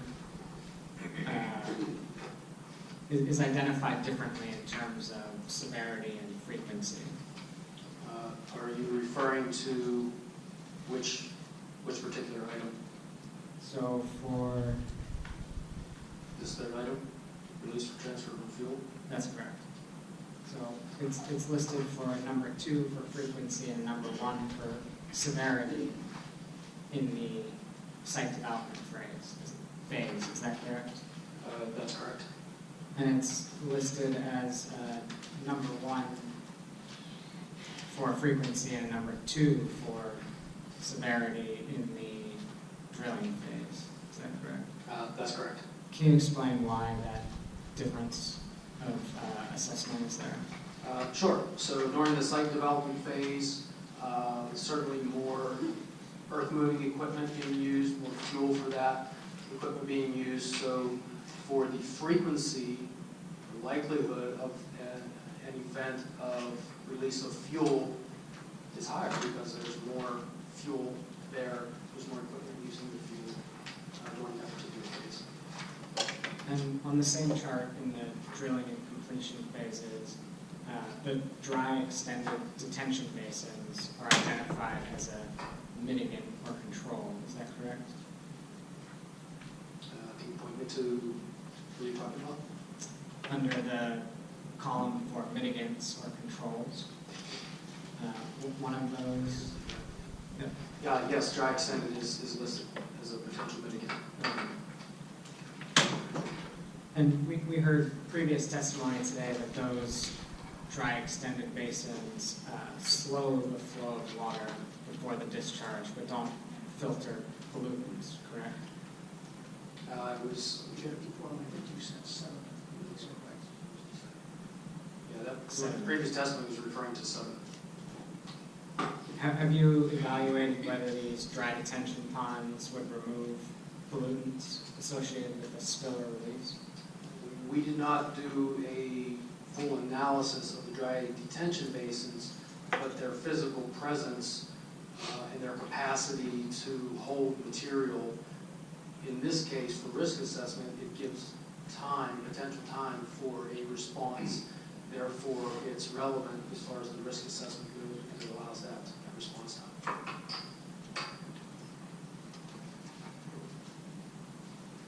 Can we turn to the, I think it's page 25 and 26, it's the error risk level table.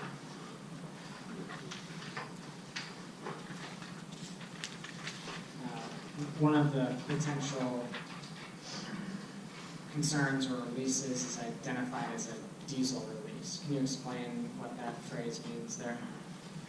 So the air risk table on page 26 in the drilling phase, the top item there refers to a potential release of diesel. So in reference to the risk, the assessment of risk, what would happen if there is a release of diesel? The next column for what is the impact or the consequence of that refers to VOCs, volatile organic compounds being released. So earlier when I provided testimony regarding how did we calculate the emission, well, we assumed a total volatilization of any type of VOC, in this case diesel. And what would, I guess, what series of events would lead to a diesel release? If somebody's refueling a truck and pulled the handle out, you pull the hose out before it was done, or there's a drill in the ground, something like that. Okay, so this analysis of the potential impact is not related to normal operation of diesel engines on the site, is that right? Not the operation of diesel engines, no. Does your report and risk analysis account for local weather conditions? Just in general, weather, we refer to water releases and things like that. So during construction, you have exposed soil before it gets stabilized to that 70% level. So considering runoff and what would happen if, and the infiltration basins and rates and things like that, to that extent, yes, we consider it. I think in the conclusion of your report, it states that the risk profile would be dependent on other factors such as weather. Is that correct? Yes, as I mentioned. Did you consider local wind patterns in your assessment? Yeah, we considered general wind directions and things like that, particularly with the potential for air emissions. That's where the location of and proximity of residences and things like that were considered.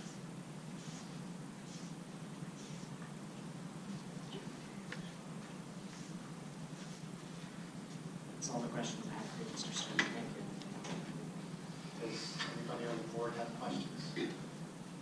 I have a couple of questions, Mr. Stern.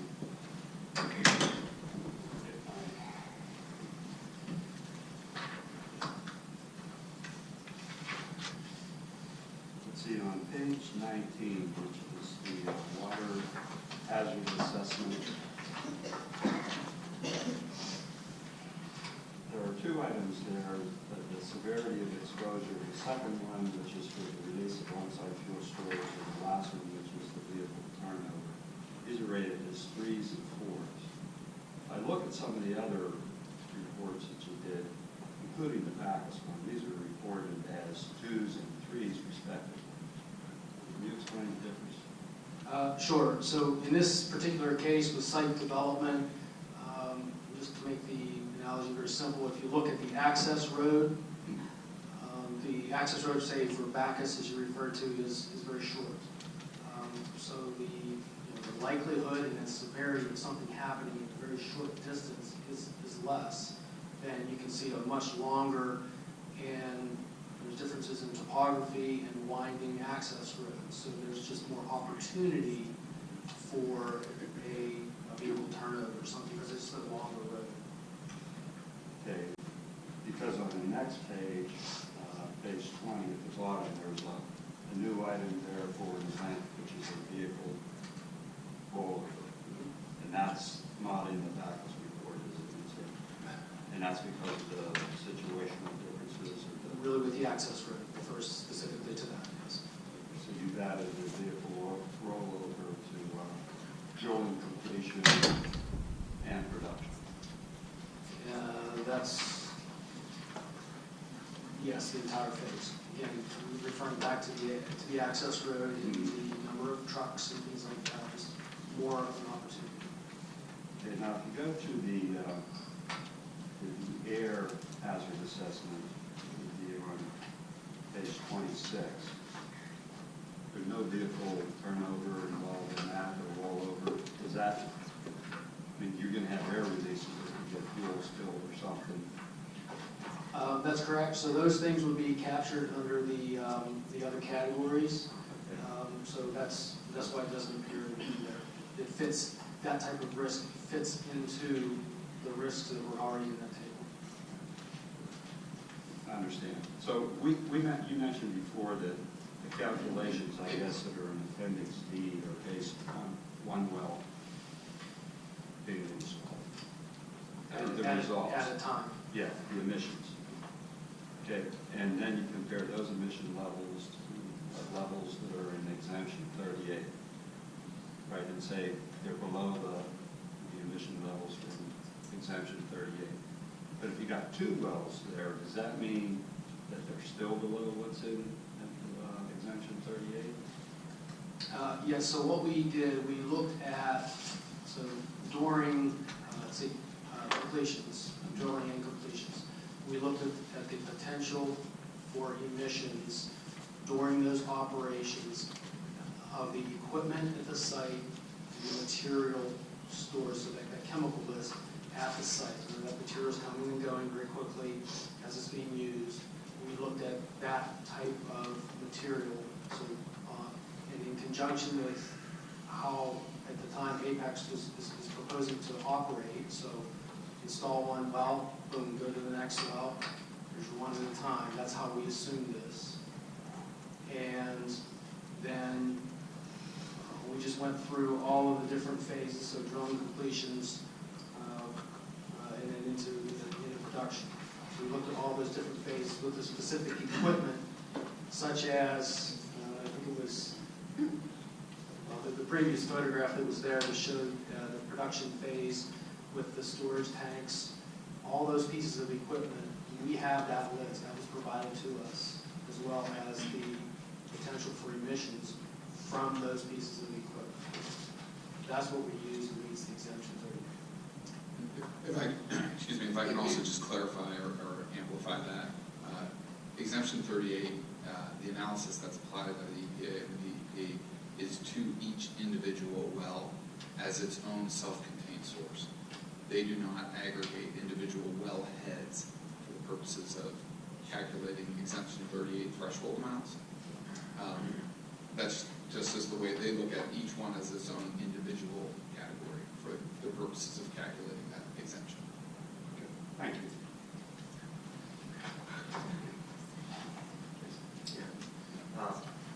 Thank you, Mr. Stern. Have you been to the site of the proposed Numis pad? Yes.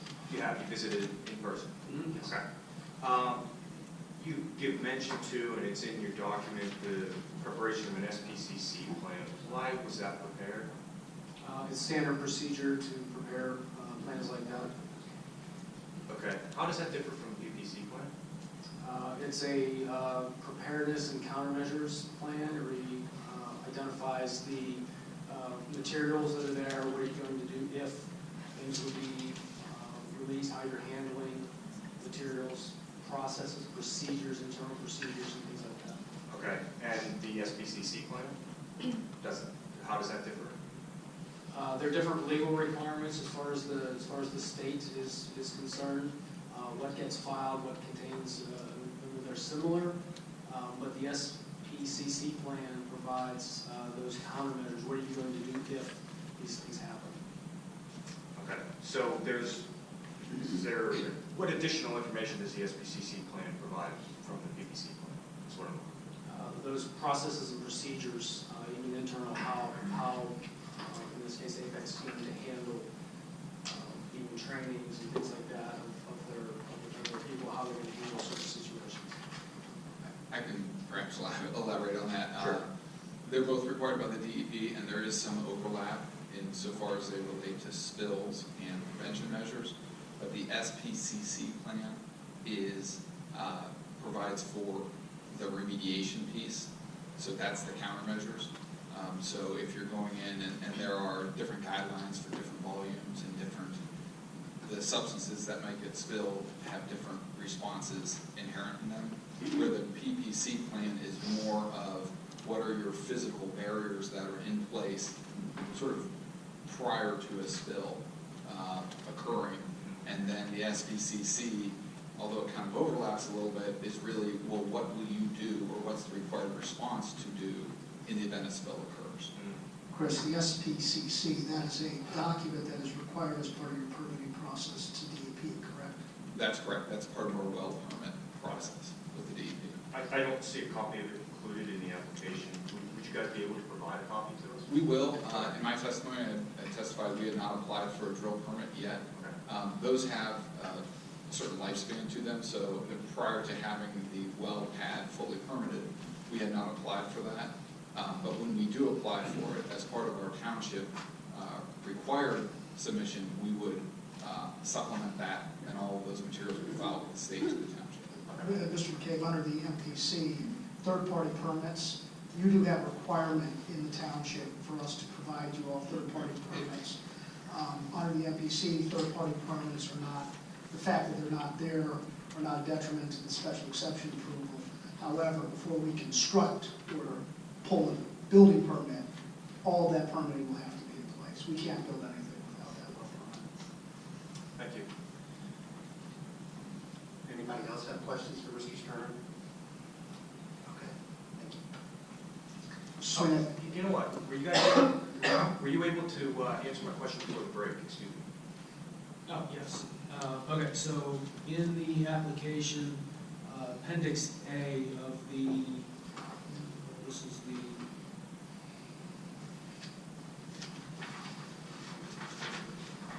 of the E&S Erosion Sedimentation Control Report, the data was referring back to these tables of sediment barrier calculations.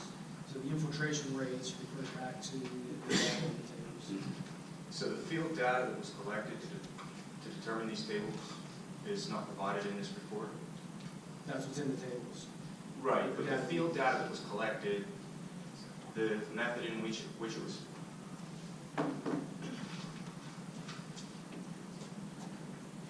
I'm not exactly sure what your original question was, but the infiltration testing that was done in November of 2015, that was used to calculate the infiltration rates for the infiltration berms as well as the infiltration basins. That is a standalone little report that is not part of this, and we can provide it if you want to see it. We did provide it for the land development approval because the engineer had to review it, but it's not in this package. Okay. Yeah, I would like to see a Okay. copy of that. Thank you. Mr. Sweeney, if you're amenable to holding the record open, that document has been submitted to the township under the land development plan approval, though technically not under the special exception. Okay. I have no further questions. That item's on these. Mr. Hamilton? Yes. My colleague Rose Monahan will, I guess actually first, we have a similar memo for the board on the pending ordinance Okay, doctrine issue. we'll make that protect PT Exhibit 8.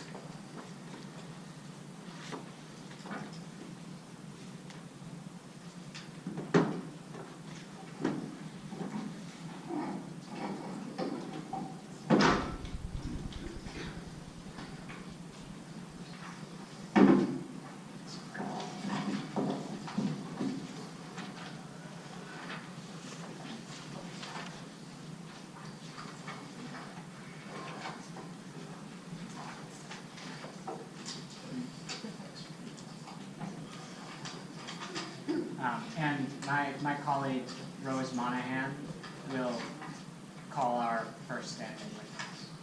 Okay. Ms. Monahan? Thank you. Mr. Sweeney, we also have a general memorandum on standing for the board. Got it. Come up here. Sorry. My name is Rose Monahan on behalf of Protect AT. We also have a general memorandum on standing for the board. We'd like to present Exhibit B.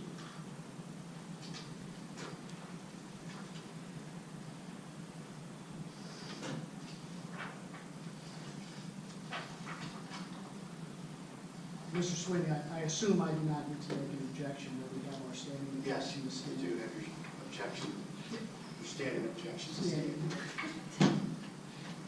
Just wanted to say that. Excellent, thank you. Yeah, I have some here that I want to call on Saturday.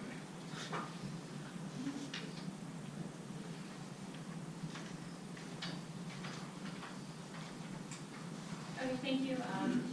As our first standing witness, we'll call Jillian Graver. It's got the red on it. It's over there. Thanks.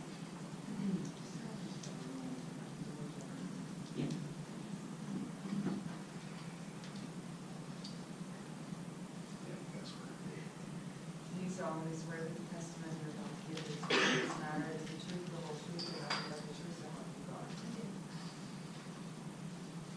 Hi, Jillian. Hi. Can you say and spell your name for the record? Yes, it's Jillian Graber, Gillian, Graber, Graber. And where do you live? I live at 110 Bellawood Boulevard. That's Belleauwood Boulevard, and that's in Trafford, PA 15085. And what is Protect PT? Protect PT is a 501c3 nonprofit citizens group. What position do you hold? I am executive director. And what is Protect PT's mission? Our mission is to ensure the safety, security, and quality of life for people in the Penn Trafford and surrounding areas from unconventional gas development. Am I not? Is that better? Talking way fast. I'm sorry. That's great. So our mission is to ensure safety, security, and quality of life for people in the Penn Trafford and surrounding areas from unconventional gas development. And what has Protect PT done to advance its mission? Well, our goal really is to educate, empower, and engage. So we educate local residents so they may have information to make judgments for themselves about whether this is something that they want in their town, in their community. We also engage local municipal members to and hopefully empower these residents to get the correct information so they can make comments to the commissioners and those in power to make our laws. And that's about it. How many members does Protect PT have? We currently have 133 households as members. Does Protect PT have a system for receiving complaints about well pads from their members? We do. We have a form they can fill out. It's a Google form that connects to a spreadsheet online. So we can see what those complaints were. It timestamps every complaint, so we can go back and look. But anytime we get a complaint, whether it's by email or through our form, we always suggest that the person talks to the township as well, because we're just kind of a clearinghouse for the information. And then we can follow up with the township to make sure that they really appropriately responded to those complaints. Okay. And so when the Quest well was in construction and operation, did you receive any complaints? Yes. We received on our questionnaire or our form online about 14 complaints from folks in the area around Quest. What were those complaints about? We had a lot of complaints about noise, in particular, especially when the incinerators were going.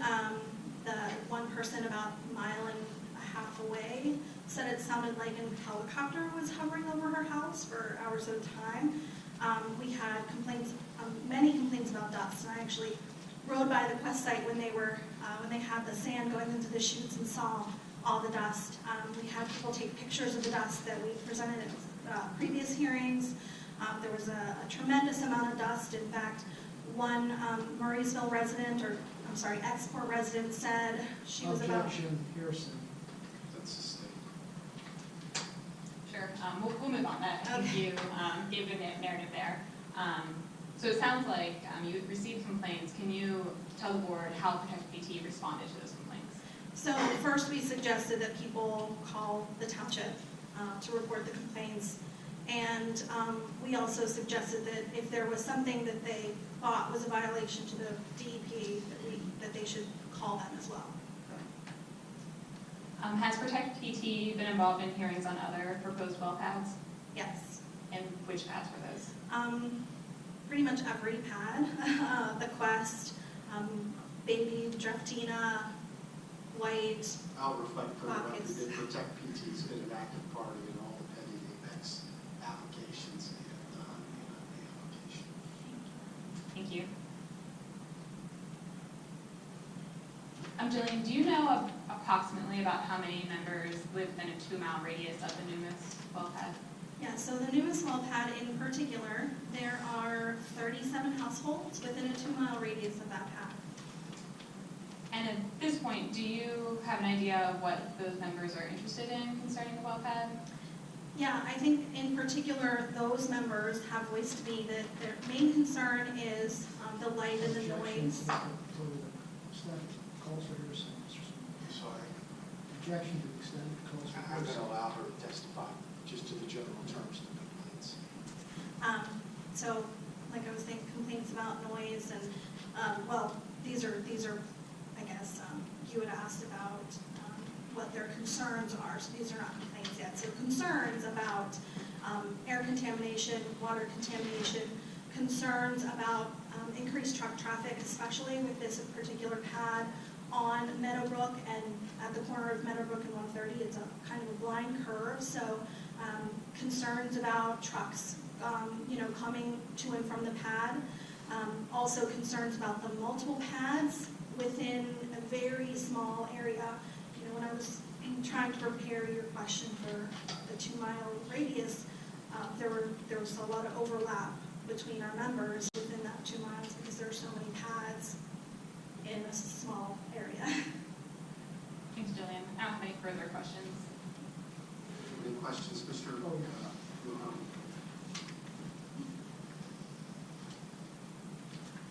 Tell you what, I'll trade microphones with you. You can have.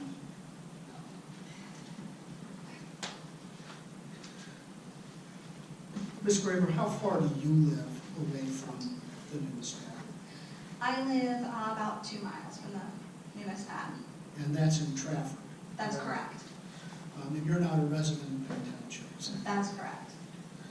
And I believe you testified that you opposed all of the Apex applications. Mr. Sweeney had said that you've opposed all the applications of Apex and you have opposed the applications of Huntley. Is that correct? Yes. And you agree with me that the Quest Central Pad number 7 was zoned industrial, is that correct? Yes. And you agree with me that the Huntley and Huntley, the Sidon well pad is in an area zoned industrial, is that correct? Yes. Is it fair to say that your organization is opposed to all oil and gas drilling in Penn Township? No. Well, you basically opposed every application in there regardless of which zoning district applies, is that correct? That is correct. Would you like me to elaborate on my answer? Council can do that. You have also had the opportunity, have you not, to prepare remarks for and attend the public hearings held before the commissioners on the zoning ordinance, is that correct? That's correct.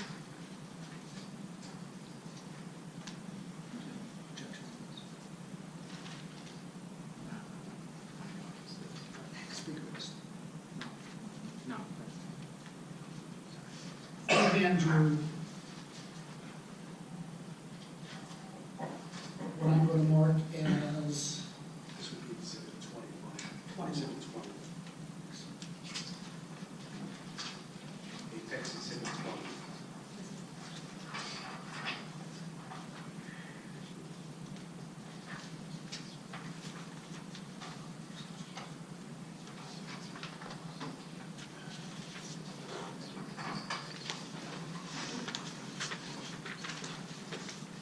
Ms. Graber, I would represent to you that this is an email that actually I received, as did I believe a lot of other individuals that were interested. And you understand that Mr. Graziani is a township manager? Yes. Okay.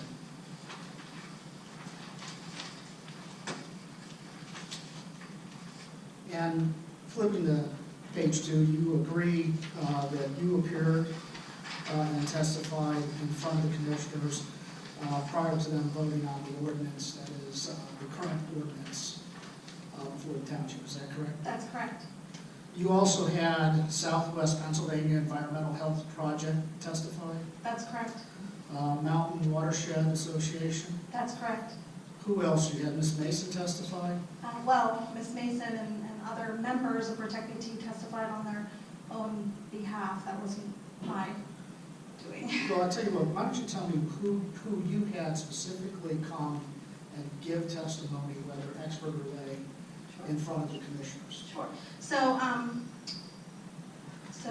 Dave Smith from Clean Air Council gave testimony on our behalf. Dr. Michael McCulley was actually, I contacted him because he was requested by the commissioners, and he came to talk about health impacts and research on drilling. Brian Brody from Southwest PA Environmental Health Project came to talk about health impacts from shale gas and the science. And Jordan Hoover came from a community organizer with Mountain Watershed Association, and he spoke about issues with that mineral extraction overlay. Okay. So you were amply represented in that hearing, and as a result of that hearing, the commissioners heard your testimony and nevertheless approved the MEO district. Is that correct? That's correct. PT Protect, when was that incorporated? We were incorporated April 27th of 2015. 2015? That's correct. Yes, that's correct. So that was after hearings had begun on the Apex Plus Central Pad site? That's correct. How many members live within 3/10 of a mile of the pad, the Numis pad? 3/10 of a mile, I'm not quite sure 3/10 of a mile. I know that there are several, well, I said 37 within 2 miles. I would have to go back and look at my map to see exactly how many people are within 3/10 of a mile. Well, you have a map that plots out where your members are located? I do. By the way, what does it take to become a member? Do you have to pay dues to Protect PT? We ask for a yearly donation of $5 for an individual and $10 for a family. Do you also solicit grants? We do. Do you ever look behind the source of the grants that you're soliciting to see whether or not they have investments in renewable energy sources? I don't look at the investments of the grants. I look at the grant maker or the grantor and see if they are granting the work that we're doing in the community, and that's how we determine what kind of grants we apply for. And sitting here today, you can't affirmatively testify before this board that there's anybody who's a member of your organization that lives within 3/10 of this well pad site, correct? Well, I know that there are members. I just can't give you an exact number. We have other standing witnesses that live right next door. Okay, so I have no objective way to confirm or deny the testimony today because I don't have that map that has something with 3/10 or less of the pad.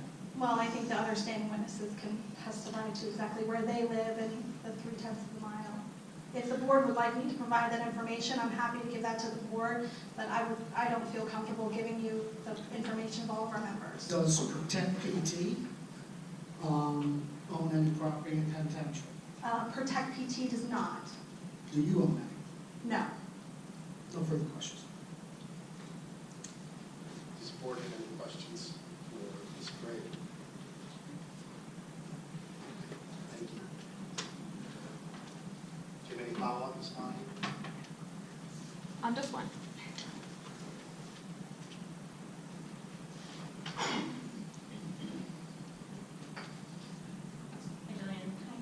So you were asked if Protect PT opposes all drilling irrespective of zoning locale, and you answered no. And I just wanted you to clarify to the board why Protect PT is involved in these hearings. Sure. So number one, as Mr. Wilhelm stated, and from the list of speakers, we oppose the mineral extraction overlay because we feel that having a mineral extraction overlay that encompasses such a large percentage of the township and surrounding residential areas is not protective of our human health. And so we oppose, even if they're industrial zones, anything that would be less than what would be needed to protect our Pennsylvania Constitution, our right to clean air and pure water. So it's not unconventional gas development at all. It's more that we believe in the Pennsylvania Constitution, and anything that violates that Constitution, we will oppose. No further questions.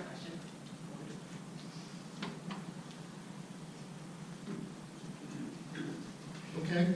Where in Penn Township can you build oil and gas wells? Well, right now, anywhere in the mineral extraction overlay.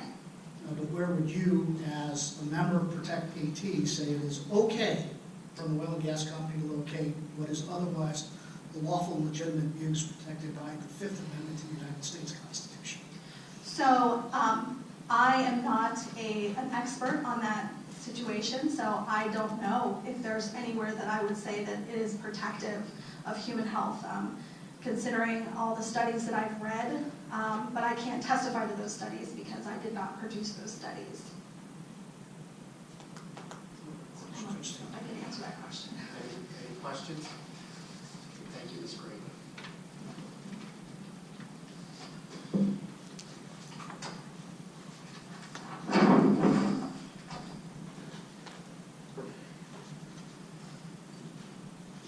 Okay, for our next standing witness, we're going to call Mary Hubbard.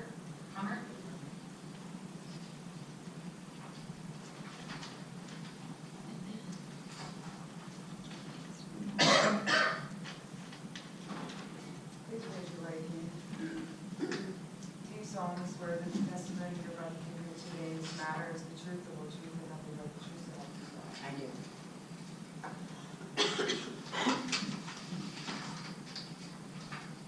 Hi, Mary. Can you say and spell your name for the record? My name is Mary Hummert, Hummert. And where do you live? I live at 552 Meadowbrook Road in Level Green, Pennsylvania, 15085. Are you a member of Protect PT? I am. And do you know how far you live from the proposed Numis pad? From the Numis pad, I'm 3/4 of a mile. When did you move to your current address? In 1977. When you decided to live there, did you consider what the neighborhood would be like? I did. When we bought our house almost 40 years ago this July, we didn't just buy the house and the property. We bought an expectancy that our property would remain our home, a sanctuary, and a place where we could enjoy being outside in the fresh air and feel safe in our environment. We own almost 1.5 acres of property, and we spend a good bit of time outside. So based on that, what kind of neighborhood were you expecting? Well, we were expecting development, of course, rural development. We weren't expecting industrial fracking in our backyard.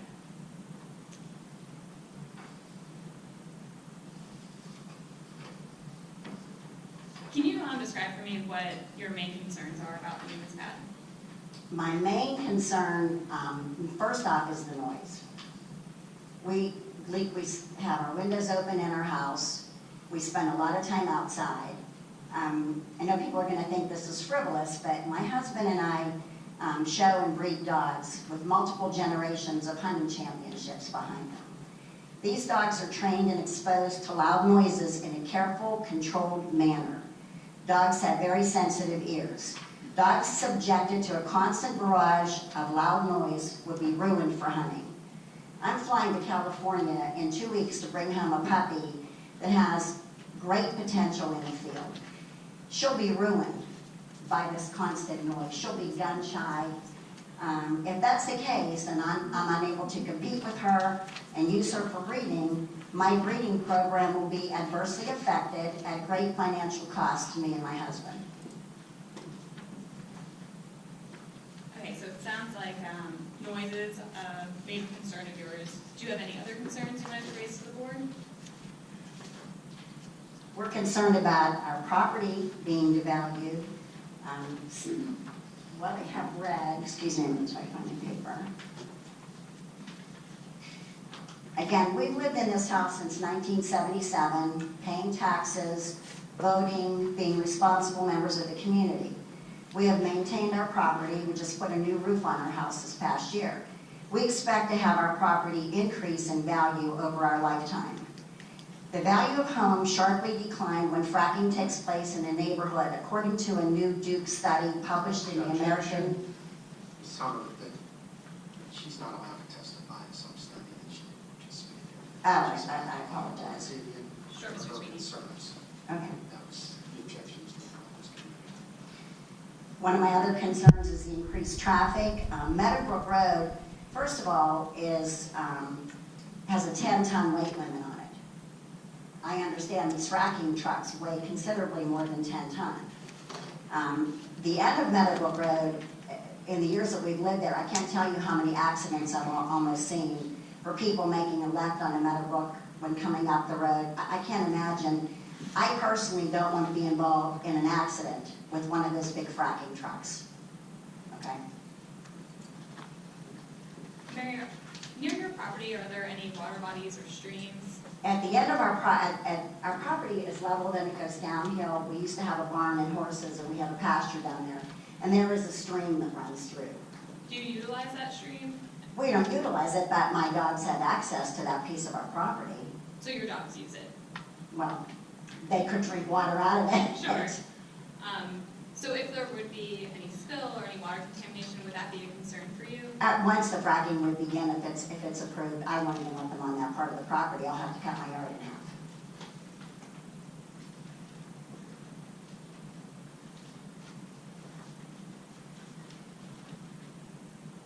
Another, if I can say, another concern about the noise, early on in these hearings a couple of months ago, Apex Energy asserted that trees would provide a natural buffer from the noise. That's absolutely ridiculous. Unless it was acres of evergreen trees, any buffer at all would be seasonal. Now they're saying they're going to put up a sound barrier, but I don't trust that that's going to be enough either. Not when I'm 3/4 of a mile from the Numis pad and 1/4 of a mile from the Bacchus pad. So to recap quickly, the main concerns you've articulated today are noise, potentially property value decreasing, Right. Traffic, water contamination. Is there anything else that you want to share with the board? I think that's enough. I mean, health concerns, they haven't done long-term studies. My husband and I are senior citizens, which would put us in a category that would be more at risk. So I'm not comfortable about that. We won't be able to be outside. We'll be in our house with our windows closed. And I don't deserve that after living here since 1977, just so that Bacchuses can profit from their property. It's not fair. Do you have any questions, Mr. Two.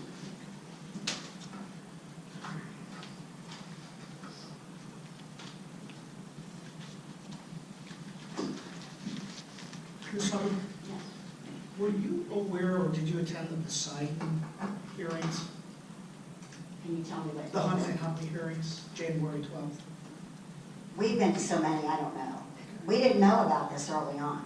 We didn't find out about it until a couple of months ago. I haven't been everywhere. So do you know that Protect PT had an expert who testified that the sound walls would be an appropriate mitigation for your noise concerns? In their opinion. No, in your own organizational expert's opinion. He opined, a member for PT. That was his opinion. That was his, okay. And I don't know if he was taking into consideration Do you know if 4 you're, wells within do you know if 3/4 you're, of a mile from my home. do you know if you were upstream or downstream from the Numis pad? I don't know. No further questions. No regret. Do you have any questions? Thank you, Mrs. Hubbard.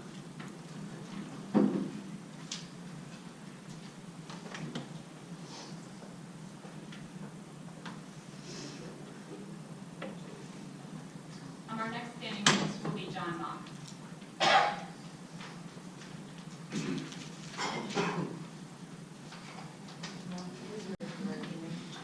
Do you solemnly swear that the testimony you are giving today in this matter is the truth, the whole truth, and nothing but the truth, and all the truth? Hi, John. Hi. Can you say and spell your name for the record? John Mock, M-O-C-K. And where do you live? I live at 592 Meadowbrook Road, Level Green. Are you a member of Protect PT? Yes, family member. Do you know how far you live from the Numis well pad? 3/4 of a mile, How long have you lived at your current address? 1970. How long have you lived in the neighborhood generally? I was a year old when my mom and dad moved out to 307 Murraysville Road. So we moved away for 2 years when Carol and I were first married. And we loved the area out here because of all what was going on. And we moved back and we've been here since 1972. Okay, so you've been here for a while. Can you describe the neighborhood for us? We were here when, growing up, I can still remember the 5 gas stations that used to be in Level Green. which is a historical event. But it was a great place to raise children. I ran through all the woods. I wanted our kids to have that same opportunity of having the clean air to breathe, having the opportunity to just enjoy the outdoors of what we have as our property and our surrounding properties.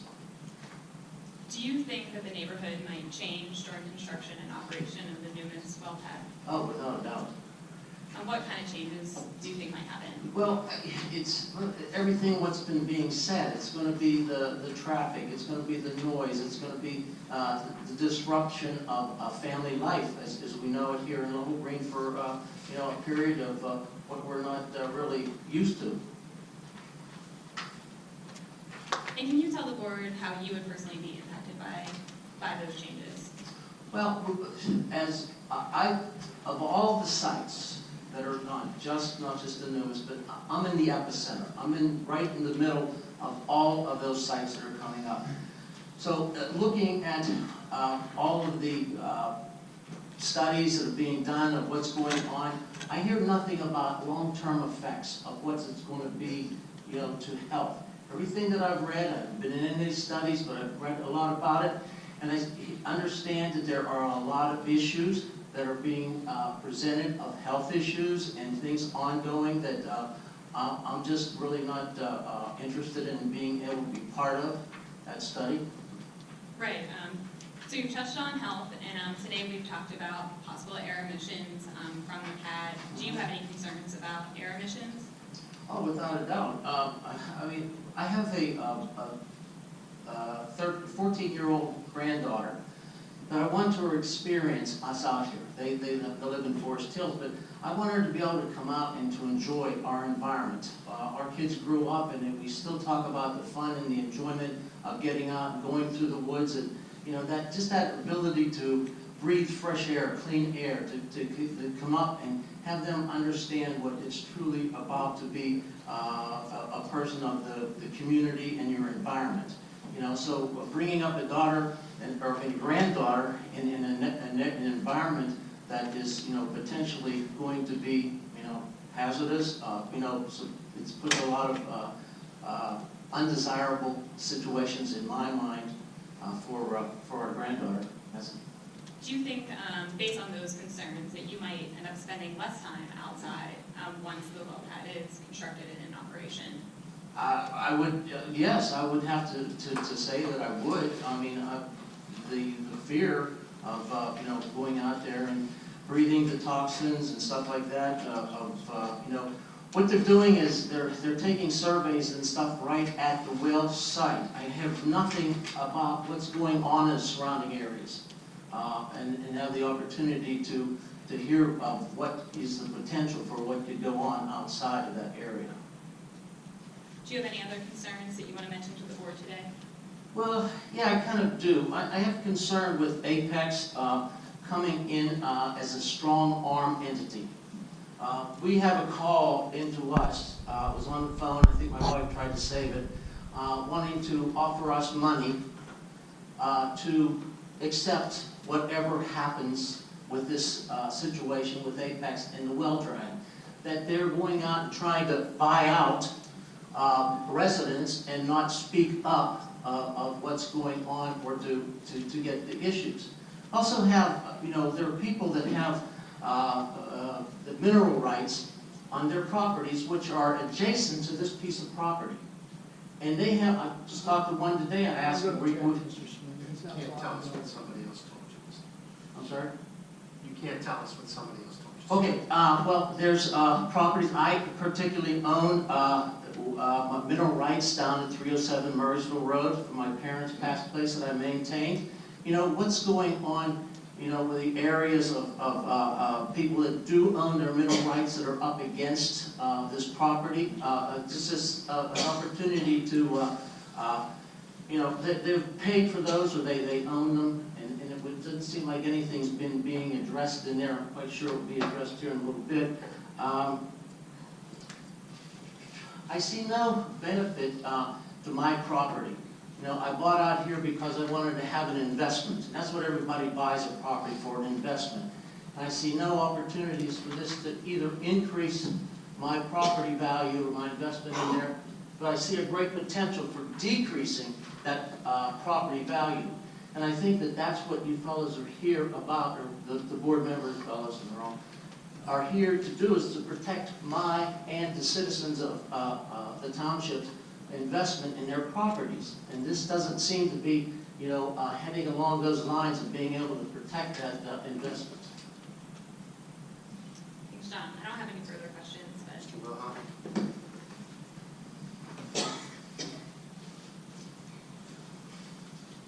Mr. Mock, you would have these same objections, would you not, if Huntley & Huntley was developing this well site? Oh, without a doubt. No further questions. Thank you, Mr. Mock. You're welcome. Thank you for the opportunity. This is our last standing witness. Okay. We're going to call Linda Bethune.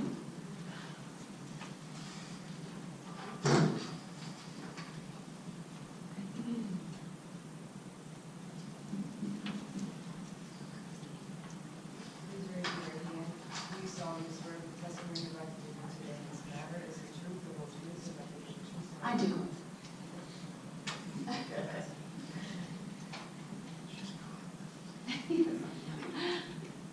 Okay, we got it. We do. Can you say and spell your name for the record? Yes, Linda Bethune, B-E-T-H. And where do you live? I live at 626 Meadowbrook Road, which is right down Meadowbrook from Mary and John. And really when I say down Meadowbrook, it's not just a colloquialism, because it's very relevant to what we're talking about, because the topography goes down.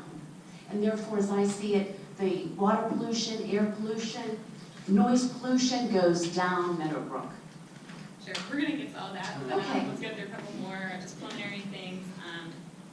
I'm not sure if I asked you this already. Are you a member of Protect PT? Yes, I am. Okay. And do you know how far you live from the Numis well pad? Yes, about a half a mile. Okay. Just like John and Mary, I'm in the crosshairs of Numis and Bacchus. Right. How long have you lived at your current address? My whole life. Your whole life. So you know the neighborhood pretty well. What kind of neighborhood is it like? Can you talk about it for me? Yeah, sure. Growing up, it's agriculture and residential, because there was a Holsinger farm, then the Glendenning farm, that's my grandmother, and Gornick and McWilliams farm. And the Williams farm, of course, was sold, so it's entirely residential now. Ryan Holmes came in, and the level grade school is right in the middle of that. That's one of the concerns, of course, is because as all of that comes down, all the school children are right in the middle of that. Do you expect the neighborhood to change during and after construction and operation of the Numis pad? Oh, absolutely. I'm scared. I'm very, very scared about that.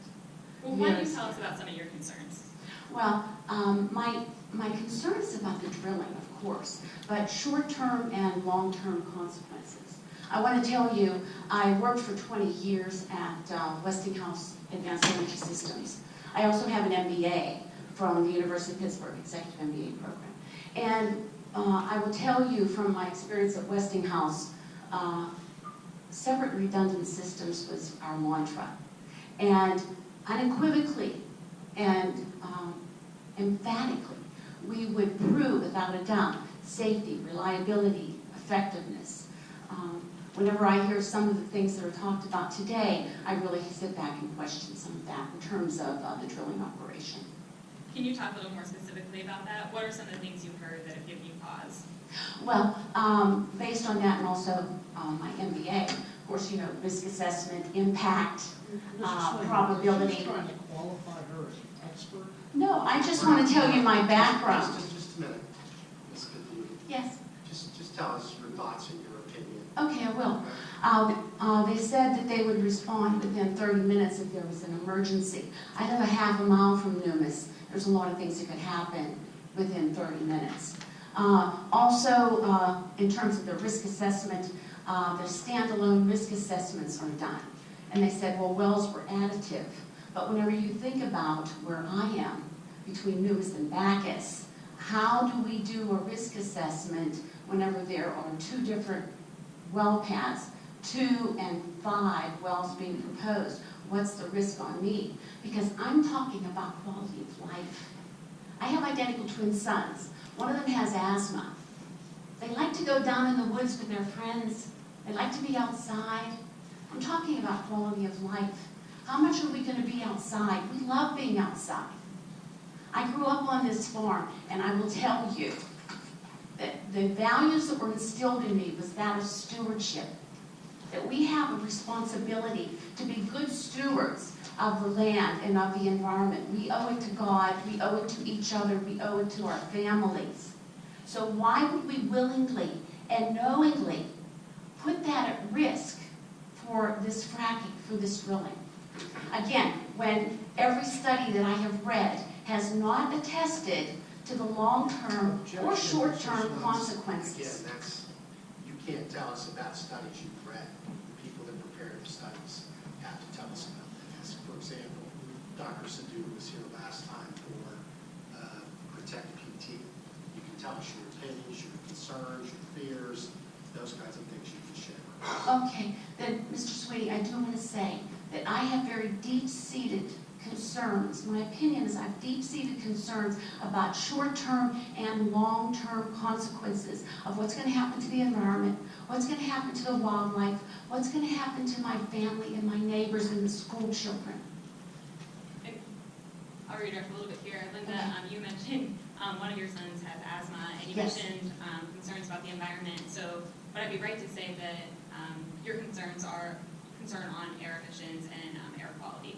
Yes, also noise, and again, you know, what's going to happen to the environment.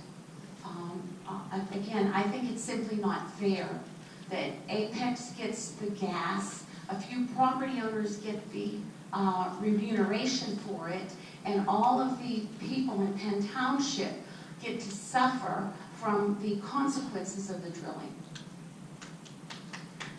I have no further questions. Thank you very much. Absolutely.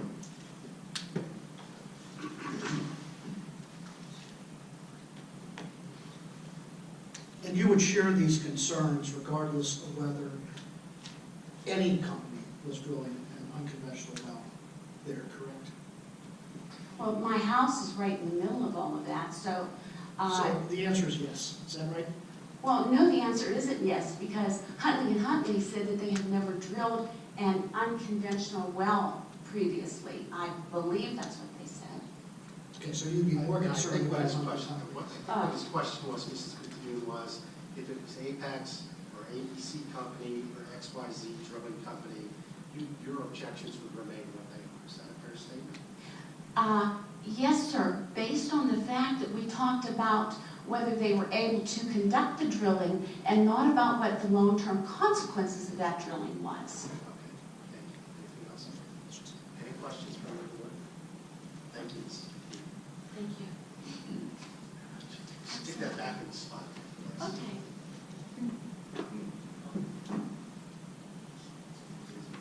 We have no further standing witnesses. Okay. Do you have any other witnesses? No, sir. If there's anybody, citizen that wishes to testify, would you please stand right now? Raise your right hand, take an oath. Do you solemnly swear that the testimony you're about to give here today in this matter is the truth, the whole truth, and nothing but the truth to help you God? Yes. Come on up, yeah. You made it in time for the interview.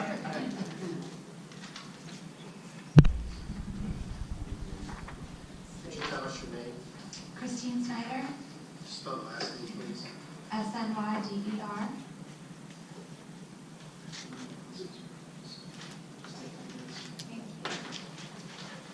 And what's your address, Ms. Snyder? 30 Concord Drive, Irwin, PA 15642. Do you own property in Penn Township? Yes.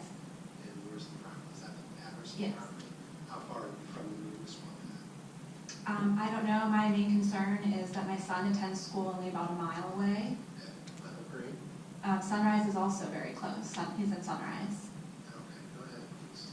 My son attends Sunrise Elementary, and since that's just over a mile away from this proposed site, I'm very concerned because he'll be spending considerable time very close to the site, as will hundreds of children. Sunrise and other PT schools have no central air, and the windows are open during warm weather for ventilation. This will allow gases and particulates to enter the building during school hours and expose the children to toxins like diesel fumes, mercaptan, and silica. Children with asthma, allergies, and those at high risk for respiratory illness are especially vulnerable. My younger son will also attend Sunrise this fall. He is only 5, and he has been treated for pneumonia 3 times. Please consider children like mine and parents like me who have had to experience their child struggling to breathe and receiving breathing treatments. In addition, last month on December 2nd, I walked my children outside to wait for the school bus, and we were accosted by a chemical odor. It reminded me of the smell of smoke after you blow out a birthday candle. This was the morning of the Quest mercaptan spill cleanup, their second attempt to clean it up. I live over 3 miles from the site of the spill as the crow flies, and I can still smell it at my home. When my younger son and I returned to our home after the bus stop, my son started gagging. He asked for fresh air, and I could not provide him with fresh air by opening the window because the air outside did not appear to be clean. All I could do was tell him to calm down and take deep breaths. When he felt better, I called the pediatrician's office and spoke to a nurse about my concerns and what the suspected source was. I contacted the township by email, and I was told to call 911. I'm also concerned about the silica dust that's used during fracking, that's released into the air during transport and handling. How much of that sand released travels beyond the well pad and into our homes and schools? How would school officials and parents know if the children are breathing unsafe amounts of this carcinogenic material? The gas company has not answered these questions. Industrial sites emitting silica dust into the community and trucks transporting silica should not be allowed to operate this close to our open air schools.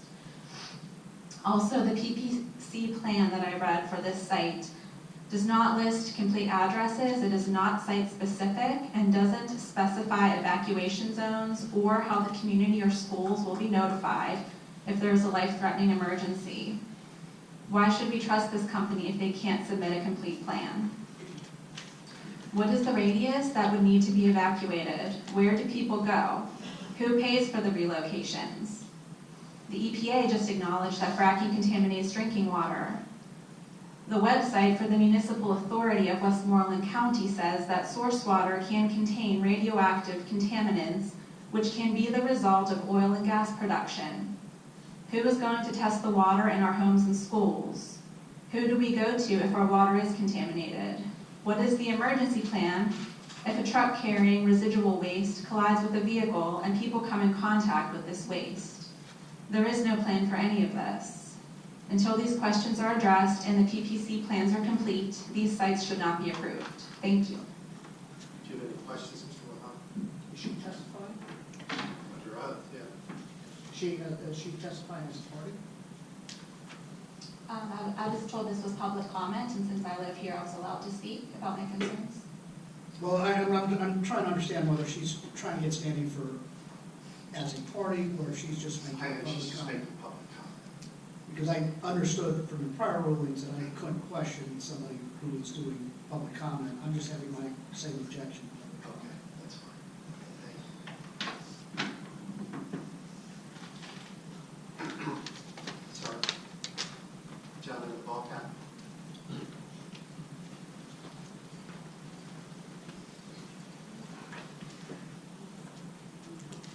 Could you tell us your name? Chris Antonio. Spell it. CHRISMASCIANTO.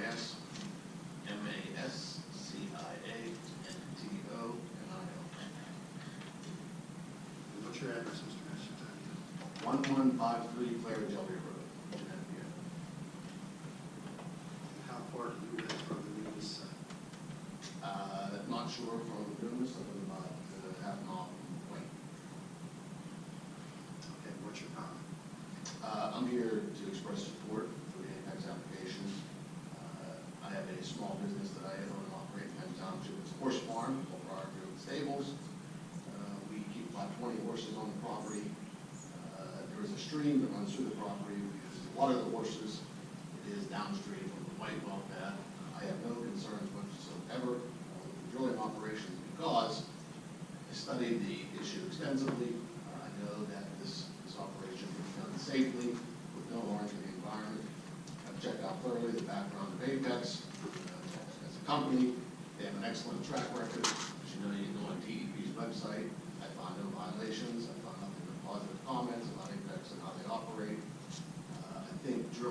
also is good for Penn Township. As a lifelong resident of Penn Township, I lived there my entire life. My wife and I, we raised 3 kids, moving home with us.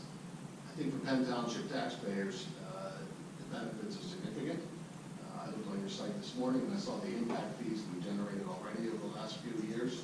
We'll see additional revenue from the impact fees on commensurate wages, employment, and other economic benefits to Penn Township, and we all want to see that happen. So I share with my neighbors, potential concerns about the environment. However, I've studied it, and I have no concerns today. If this can be done safely, it can be done in a way that protects the environment, it is good for Penn Township and for our taxpayers. So I'd ask you to support the application. Thank you. Ma'am.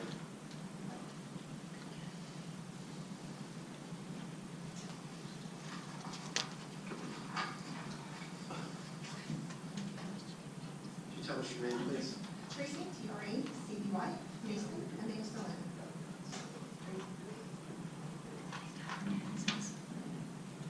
Can you try this, Ms. Mason? 4015 Great, G-R-E-A-T, Star Court, Jeanette. What's your location in relation to the Numis pad? I'm going to say a few miles from the Numis pad.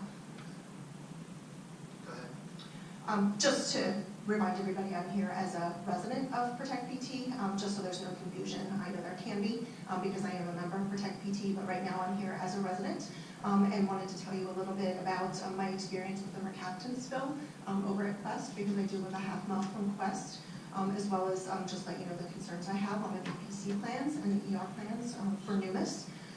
So on December 2nd, 2016, there was a Mercaptan spill up at Quest.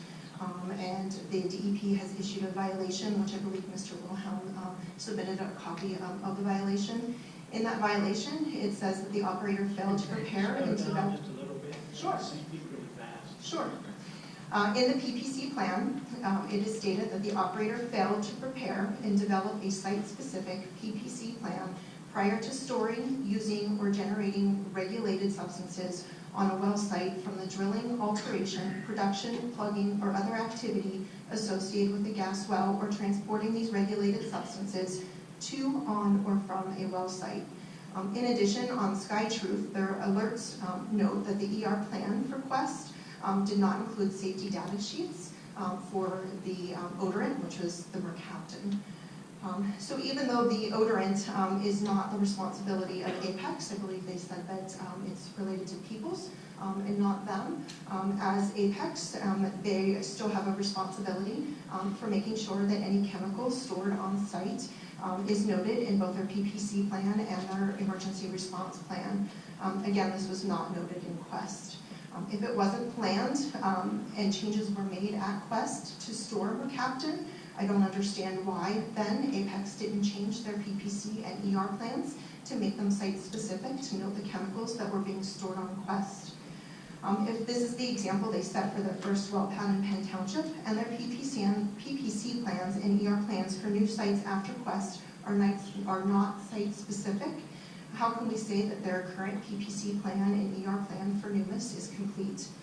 I spent 2 days smelling Mercaptan, which we were told would not be on site at Quest. I spent 2 days when I was at home with a headache from having to smell Mercaptan when I drove past the Quest site. And I do have to drive past the Quest site coming down from 22 to get to my home. The afternoon of the spill, when I passed the site on my way home from work, the odor was so strong I thought I was going to pass out at the stop sign on Adder Road and Walton Road because the odor was so strong. From 2 ounces, I believe, is what Apex is saying was spilled. So a very small amount made me sick just from driving past that site. In addition, my understanding of the spill is that Apex was there once to clean it up, but because that smell was still there 2 days later, they had to come back and take up more of the ground around the spill so that they could try to eliminate that smell that residents were able to smell. There are no chemicals listed in the Numis PPC plan, something that the DEP says in their own violation for the Quest Mercaptan spill was required in the PPC and ER plans.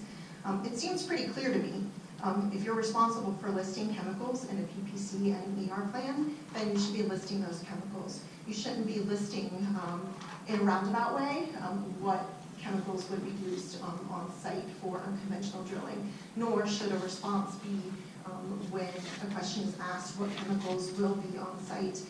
The response shouldn't be, well, you can look it up on a website and find out the chemicals that are used and stored on site.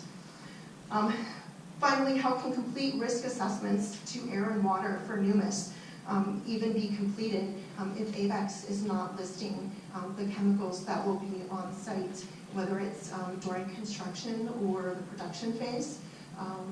So I'm just confused how their own experts could say that they completed an air and water risk assessment if the chemicals listed are not even in the PPC plan. It's very confusing to me. So I'm not sure how we can even say a complete risk assessment was completed if ABEX hasn't listed the chemicals. So again, the PPC and ER plans are incomplete, and therefore the request for special exemption should be denied.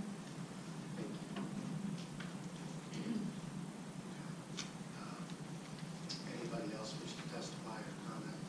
Let the record reflect there's no response. We'll leave the record open for the submission of the document that Mr. McKay wanted. I do have one more comment. Yeah, sure.